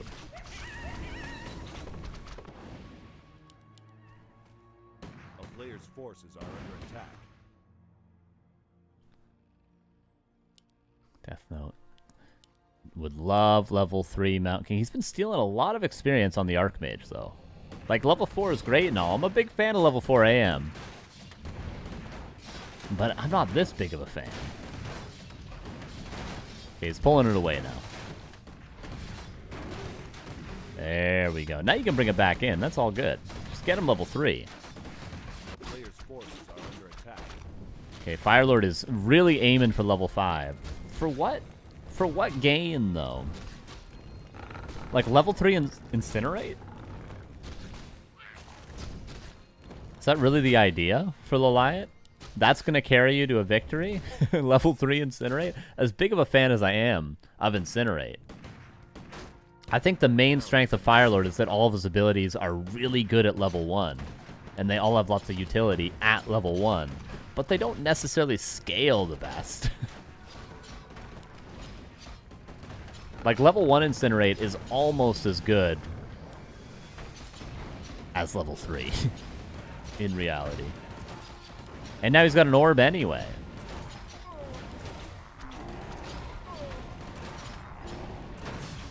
Four bears, archers with roar. 60 supply against 47. This is Deathnote's chance. He feels really strong right now. One bear already going down. Detonates on the wisps. Archers putting in a lot of damage. The bears are doing their job in tanking. Hard to say that the orb is doing better than Incinerate would have, but regardless, all the mana gone. Level 5 Firelord. Level 3 Lava Spawn could be a thing. He's going for the priest first. They're out of mana. He could summon a level 3 Lava Spawn. Oh, it's a 10-second cooldown. Never mind. Greater heal use. All the bears have died except for one. Where are the reinforcements? Lawliet has so much gold. He's not macroing. There's almost a Lava Spawn. He needs a little bit more mana. Now, King level 4, Archmage is level 4. The aura is going to start giving those priests some more dispels. Okay, he's finally building more bears.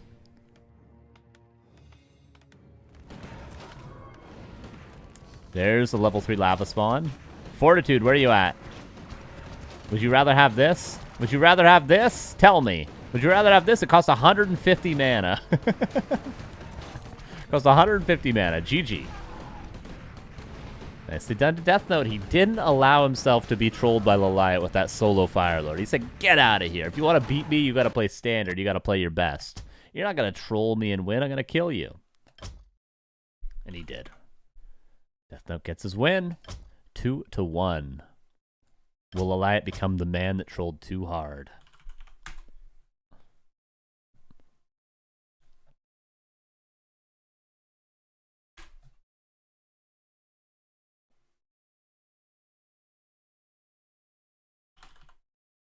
And we go into Autumn Leaves.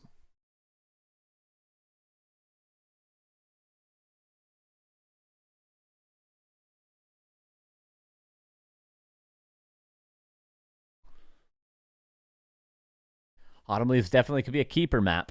Also, we see a lot of Warden, but we've seen Warden on pretty much every map at this stage, right? Because there was a short time in the meta when Warden was just played always. Kind of when all the show matches started, I feel like Warden was played every single time.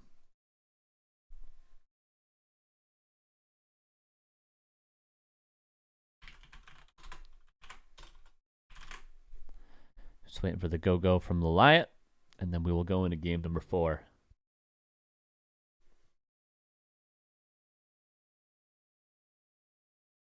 If we do go to the 5th and final map, it'll be the Last Refuge.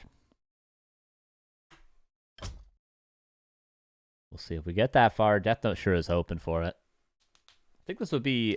No, this wouldn't actually be his first monthly win, because he beat Starbuck once in the finals, right? I think he maybe won a couple times.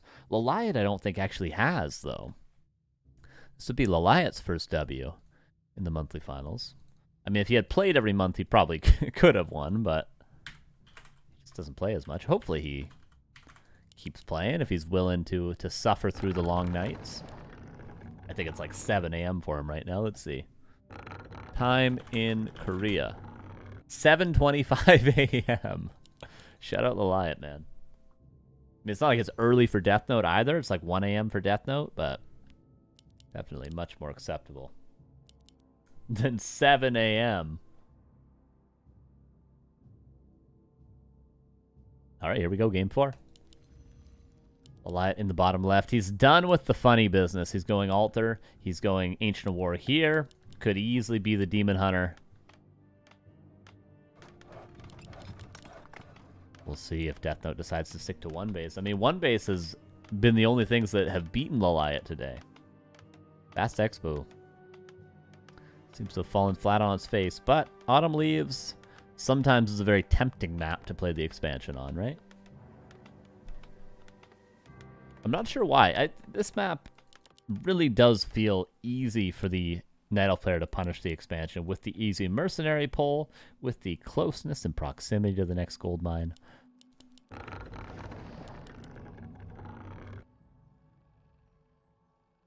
It will be Keeper, however.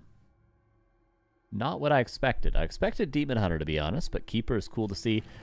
That means 4 different... Is Lawliet just playing different heroes every game on purpose? Will it be Potom if they go game 5?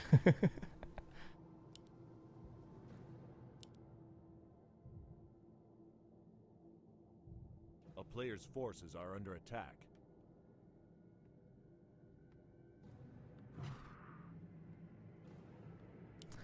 Mage comes out. Deathnote going for the shop first. And Keeper, of course, going to go for the expansion first.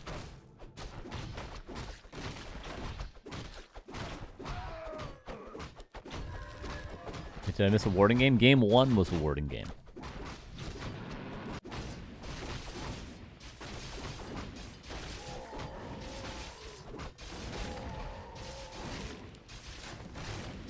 And Deathnote looking for some claws. Will he buy a circlet? Sells TP, buys circlet. That means he can still afford to expand if he wants to. For now, just 3 farms. Might be one base again. Lawliet has options with his Wisp Scout. Notice he's always actively scouting to make sure what he needs to do. He's not just playing a blind strategy, he is reacting to his opponent. He's still waiting to see. He did start his tech. Deathnote should start his in a second as well. If not, we'd see a 4th farm. There's the tech. Very, very fast level 3 from Deathnote. This is lining up to be pretty strong. Alliance seems like he'll go for Keeper level 3 as well. Which will mean auto death for every footman. But level 2 water elementals, man, they're really good. They can hard carry you. I don't care what any Chinese human players say. Level 2 water elementals are damn good. Mostly because of the timing in which you have them. It's 3 minutes 40 seconds of the game we have these water elementals. And because they're paired with Brilliance Aura, which also makes them really good. How many people play in these cups? In the finals, it's 6 players, but generally we have between like 16 and 24 people that sign up every week for the weekly cups. Here's Johnny, you might say.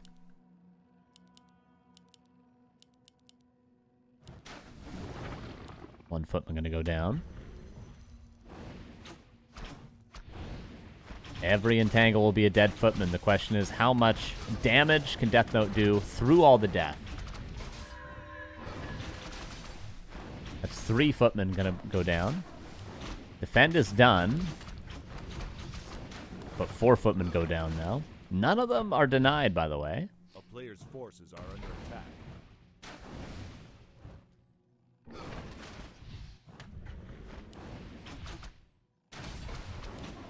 But still, Moonwell's being drained. Tier 2 is around the corner for both players. I wonder, will Lawliet go for the Demon Hunter second? Or is he feeling confident enough to go for the Naga? Which it seems like he prefers the Naga. To go for the triple range setup. I mean, everybody prefers to go for the triple ranged heroes as opposed to needing the Demon Hunter. But sometimes, against the Mountain King, you just need that mana burn. And that is a lot of archers. 7th archer out. And all traded for Moonwells, which might look a little bit silly if you don't play the game too much, but it is a necessary evil, draining the Moonwells early.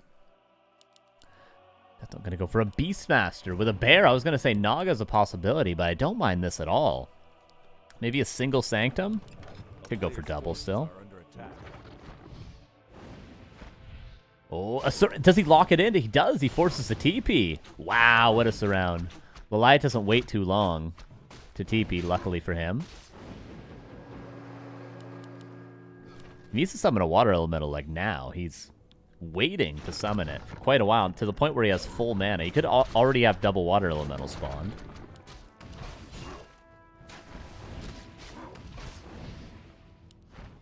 Hunter's Hall was completely... I don't know if it was completely forgotten or if he does it intentionally at this stage. Regardless, Lawliet's under a lot of pressure. Detonates the water elementals, but now he's going to have possibly another bear in a second to deal with, as long as he doesn't get mana burn on the Beastmaster. What does bear cost? 100 mana? I'm not sure, actually. It must be 100 mana, right? Mana burns the Archmage instead. Can't say I agree with that choice. Okay, it actually does cost more. I don't know what a bear costs. I don't know what it is. 120? Demon Hunter barely lives. It will die. Nope, doesn't actually commit to the kill. 125. Oh, it's the same as a water elemental, is it? Really good pressure. Demon Hunter is not going to be able to heal up. He's just going to have to die to the creeps, right? A town is under siege. Players' forces are under Yeah, attack. he does die to the creeps. And shop is being built. That's a lore, actually. Double lores. No shop is up, I don't think, at least. It is daytime now. And we still have so much mana on the Archmage. Bear is resummoned. Lores are found. Militia being called. I think what Starbuck failed to do, Deathnote is succeeding in. The trick, the secret, just lose all your footmen in the early game. Have no care in the world for your footmen. But still, there's barely any units. And Demon Hunter is back out in 5 seconds. First Rifleman's here. There's at least no entangle for him.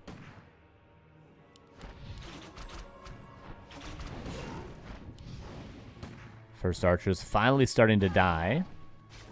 Deathnote's going to start towering up while he chases the archers out of position. Trying to avoid the mana burn. Very important to not. He'll get it. There we go. Big deal. Mana burns the priest instead. Finds another lore. Was that a shop? I'm not sure. There's an Ancient War here. He has no buildings. Is there any way Lawliet wins this? Like, towers are coming up. He's got no shop. He's got no moon juice. He's got no lores. There's towers in his base. Okay, he goes for the Archmage. I think Deathnote's tied things up here. Arcane Tower coming up. There's a single mana burn left in a second. Used it on the priest. Ancient War coming up. I feel like Lawliet should probably be building Ancient Protectors at this stage. Demon Hunter again gonna go down. But there ain't no way Jose, right? Towers are getting canceled. Nicely done. Where's the health coming from for Lawliet? Is my next question. There's going to be another bear. Well, if he kills this archer right away, actually. This archer's a big deal. Kill it, and he'll have the mana. He's going to lose a Beastmaster. Overconfident. Deathnote, it looks like. Demon Hunter is going to be back. He's going to turn the tables here. I think he's going to turn this around. There's a lore that came up. The Keeper's going to grab a heal scroll, heal up the archers. Demon Hunter will be back. There's no TP for Deathnote, and there'll be an entangle in about 40 mana. It seemed like a freebie for Deathnote, but now he's struggling to close it out. He needed to keep that Beastmaster alive. One more bear. He was seconds away from another bear. Now he's running all the way home.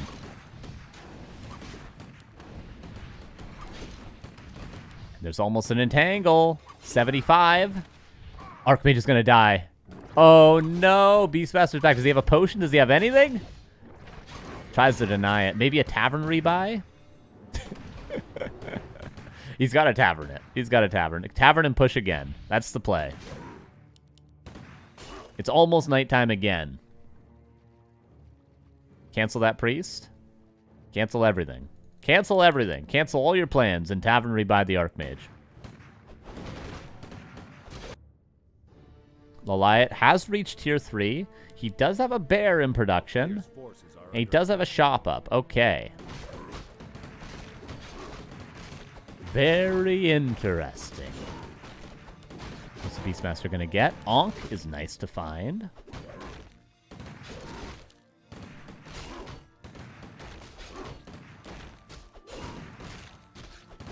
Archmage is back in 60 seconds. Beastmaster level 3 is pretty sweet. If there's no Dryads, which currently it's not likely there's going to be a lot of Dryads. He's going to creep one more camp and then go when the Archmage is back out of the altar. A player's forces are under attack. Maybe Patience is a good play from Deathnote. Lawliet with some miracle holds today. Against all odds.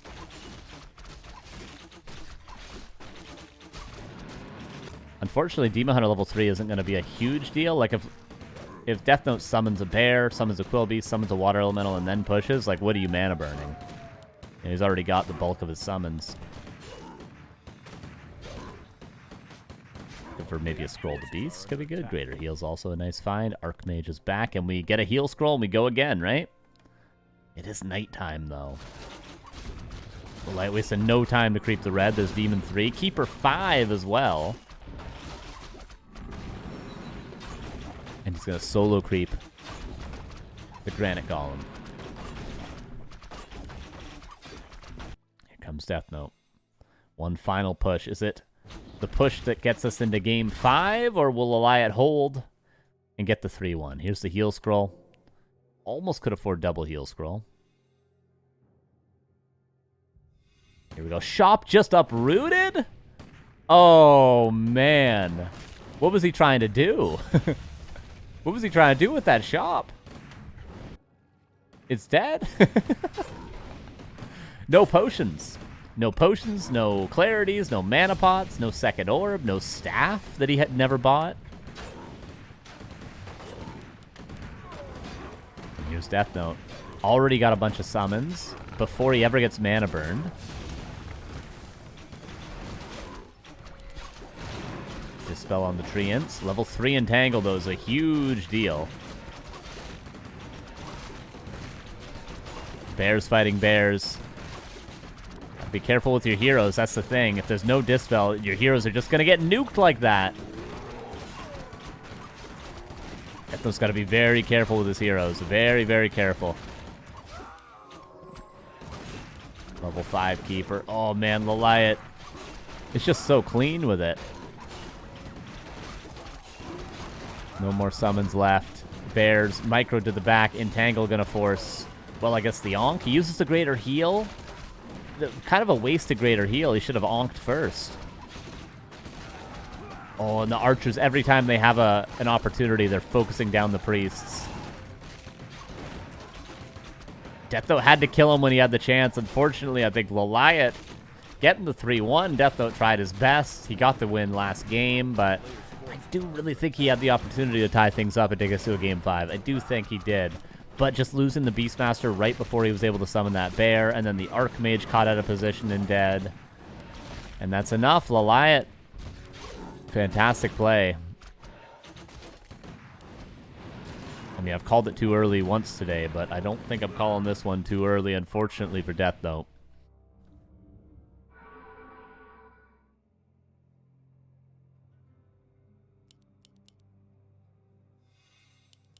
One heal scroll. Lawliet just waiting. He rebuilt the shop. And 4 different heroes in the grand final for Lawliet. It's like when Starbuck won, or when Cruncher won Dust League with every single race. Lawliet's winning the monthly finals with every single hero.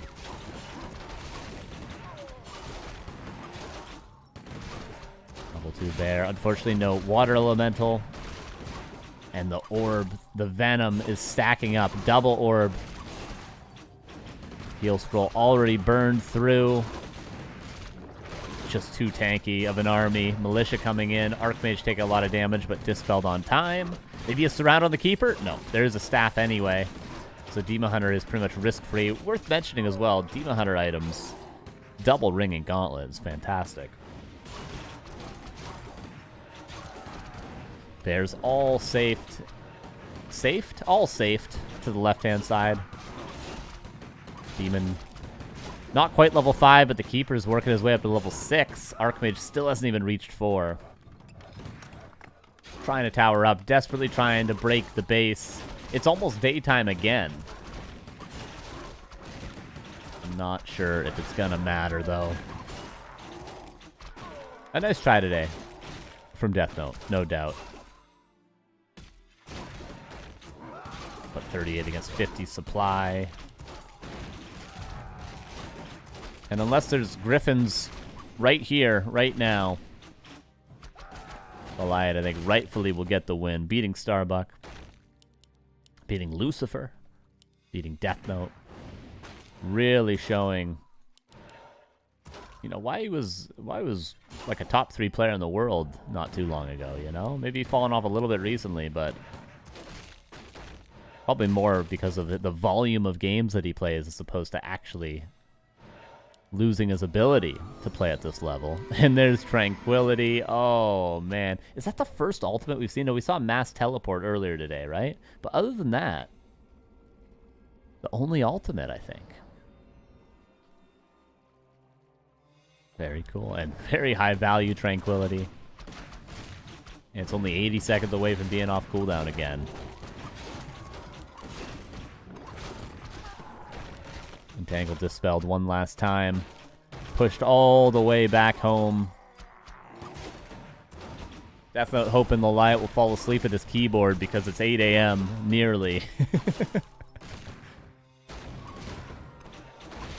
And even if he did fall asleep at his keyboard, I think as long as he attack moved to this point in the base, he'll be just fine. And GG is called. Really nice try to Deathnote today, but Lawliet, what a monster. What a monster. 4 different heroes in the grand finals, defeating Starbuck 2-1 with keeper mass archers every game. Absolute Giga Chad. GG, well played. Thank you guys. Hope to see you all next month. Great day. Great day today. Shout out to all the players. Shout out to the Koreans that stayed up super late to play. Shout out to everybody for being on time and being easy to organize and having vetoes done beforehand. And congrats to Lawliet. And that's it, everybody. That is the month of March. We have one more cup next week. Yo, what's up, Bandy? Thank you for the 45 months. How you doing, man? Well, one more cup next week, which is generally if we have an extra Sunday in the month. Are you guys following? We do like a fun sort of cup. So maybe, I think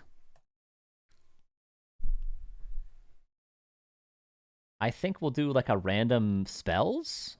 That could be, there is that going on right now in like B cup. So maybe we could have like our own little mini B cup, which is fun. Maybe that could have an idea.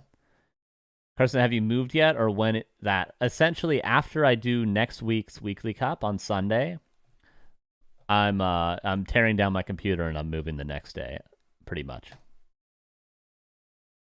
So I haven't moved yet, but it will go from cast to, I'm gonna have my whole room in boxes by the time I cast next week, and then once I'm done the cast, I'm turning off my computer, I'm packing it up, and I'm out of here. And then hopefully I have internet on time for next week, which I think I will. I hope I will. I'm moving into an apartment, so apartments are normally pretty quick with internet. Hopefully my neighbors don't yell at me. Am I really loud, you guys? Am I really loud? No with random spells if possible. We're already suffering for 2 weeks with it. Well, what do you guys want to see? We could talk about this for a minute. What do you guys want to see? If we have a fun cup next week, what do you want to see? We've done random race only. We've done 2v2. What do you guys want to see, man? I think we've done enough of no rush format. And that would also take a really long goddamn time to do, so. How about reverse race? That's not possible to do, unfortunately, because, like, what do you do? Like, for Starbuck, or, you know, it's already confusing enough. But for, like, Deathnote, you know, okay, he's a human player. But every random person that signs up, we don't know what race they play. They can claim whatever they want.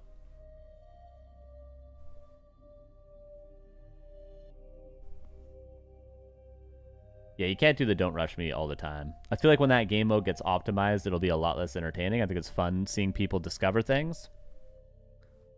The opponent would just choose the race for you. Yeah, we could have a tournament where your opponent has to choose the race for you.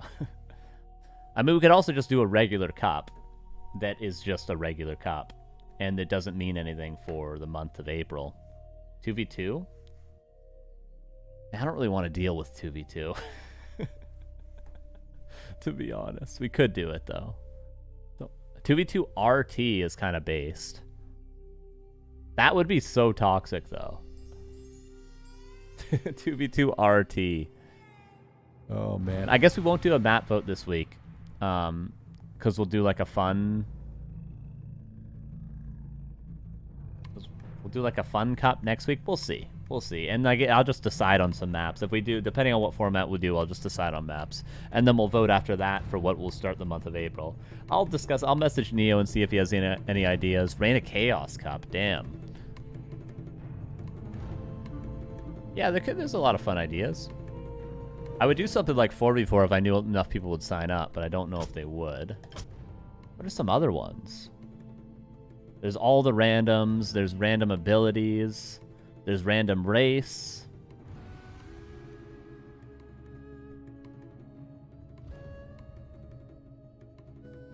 Yeah, I don't really care about Reign of Chaos. I think if that game was any good, we'd be playing it.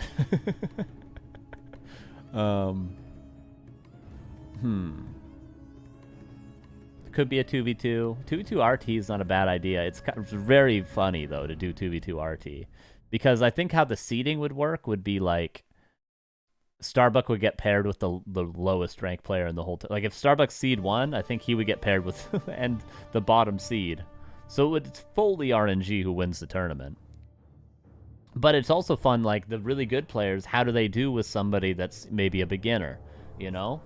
As long as everybody's like nice about it, you know, nobody wants to like do an RT game and have their teammate be toxic about it, you know? So if everyone was cool about it and positive about it, it could be fun. But I'll think about it. You know, we'll make it a surprise. You know, we'll figure it out. If you want to see the schedule for the rest of the week, you can go to backwark.com. Or maybe we just won't have a cup next week, and I'll just move a day early. I'll message Neo and see if he has any ideas. But we'll do something for next week. We'll do something, and then April will continue as normal. Here's our schedule. M Cup is going on all week. Okay, maybe this is an argument against doing random things, like random spells and stuff like that. I would like a draft mode random... Can somebody edit a draft mode random abilities map that we can do? If somebody can make that map and send it to me... Like, make 5 of those maps out of the map pool that we use for this tournament generally, and send them. We will do that, and then if we can get them on War 3 Champions, we'll do that next week. But I don't think that map exists, unfortunately. But if there's any map editors watching that want to make those maps, a draft mode? Yeah, like you draft your own hero's abilities. Like you draft, like, for your first hero... and then for your second hero and your third hero at the beginning of the game. Maybe blindly or something. Like, you do it blind, your opponent does it blind, but you choose before the game starts in, like, a pre-game screen. And then you lock it in, and then your hero's random, but the abilities you get are what you chose for your first, second, and third heroes. You know what I mean? Coil, Bolt, Shadow Strike, and your opponent can too. I mean, it's an idea, but I don't think the map exists, so it probably won't happen. Anyway... M Cup, Doc Inferno, M Cup. There'll probably be some show matches interspliced in between, so if you're not into the whole random thing, you know, there'll be some regular melee games as well. Only auras? Yeah, is your first hero an aura bot, for instance? It could be fun. It could be a fun idea. But chances are having that ready to go by next week. It probably won't happen, especially because I don't know who the map editors that do these sorts of things are. If I had their info, maybe I could message them and see if they wanted to do it. But maybe I should learn to edit maps, because I'm always talking about maps, and I don't know how to edit them. If you want to see it, you can support the stream. Backdoorwolf.com/support will bring you here. Check this out. We have a Patreon, patreon.com/backdoorwolf, Twitch sub, YouTube memberships like a Twitch sub, but on YouTube, direct donations, crypto donations, or merchandise. We have hats, hoodies, coffee mugs, all that good stuff. I appreciate you guys. I'm going to go pack some boxes and eat some chips. Have yourselves a good end of your weekend or a good start of your week. I'll see you guys throughout. I probably won't stream on my channel today, but I'll be live tomorrow on my channel. I think I'm going to take the day. I'm going to pack. I'm going to play some RuneScape. I'm going to, you know, eat some pasta. I need to pack some boxes. But I'll be streaming on my channel tomorrow. Promise. 2 days off is more than enough for me, okay? Okay, I couldn't dare be away from you guys for more than 2 days, okay? Bye, everybody.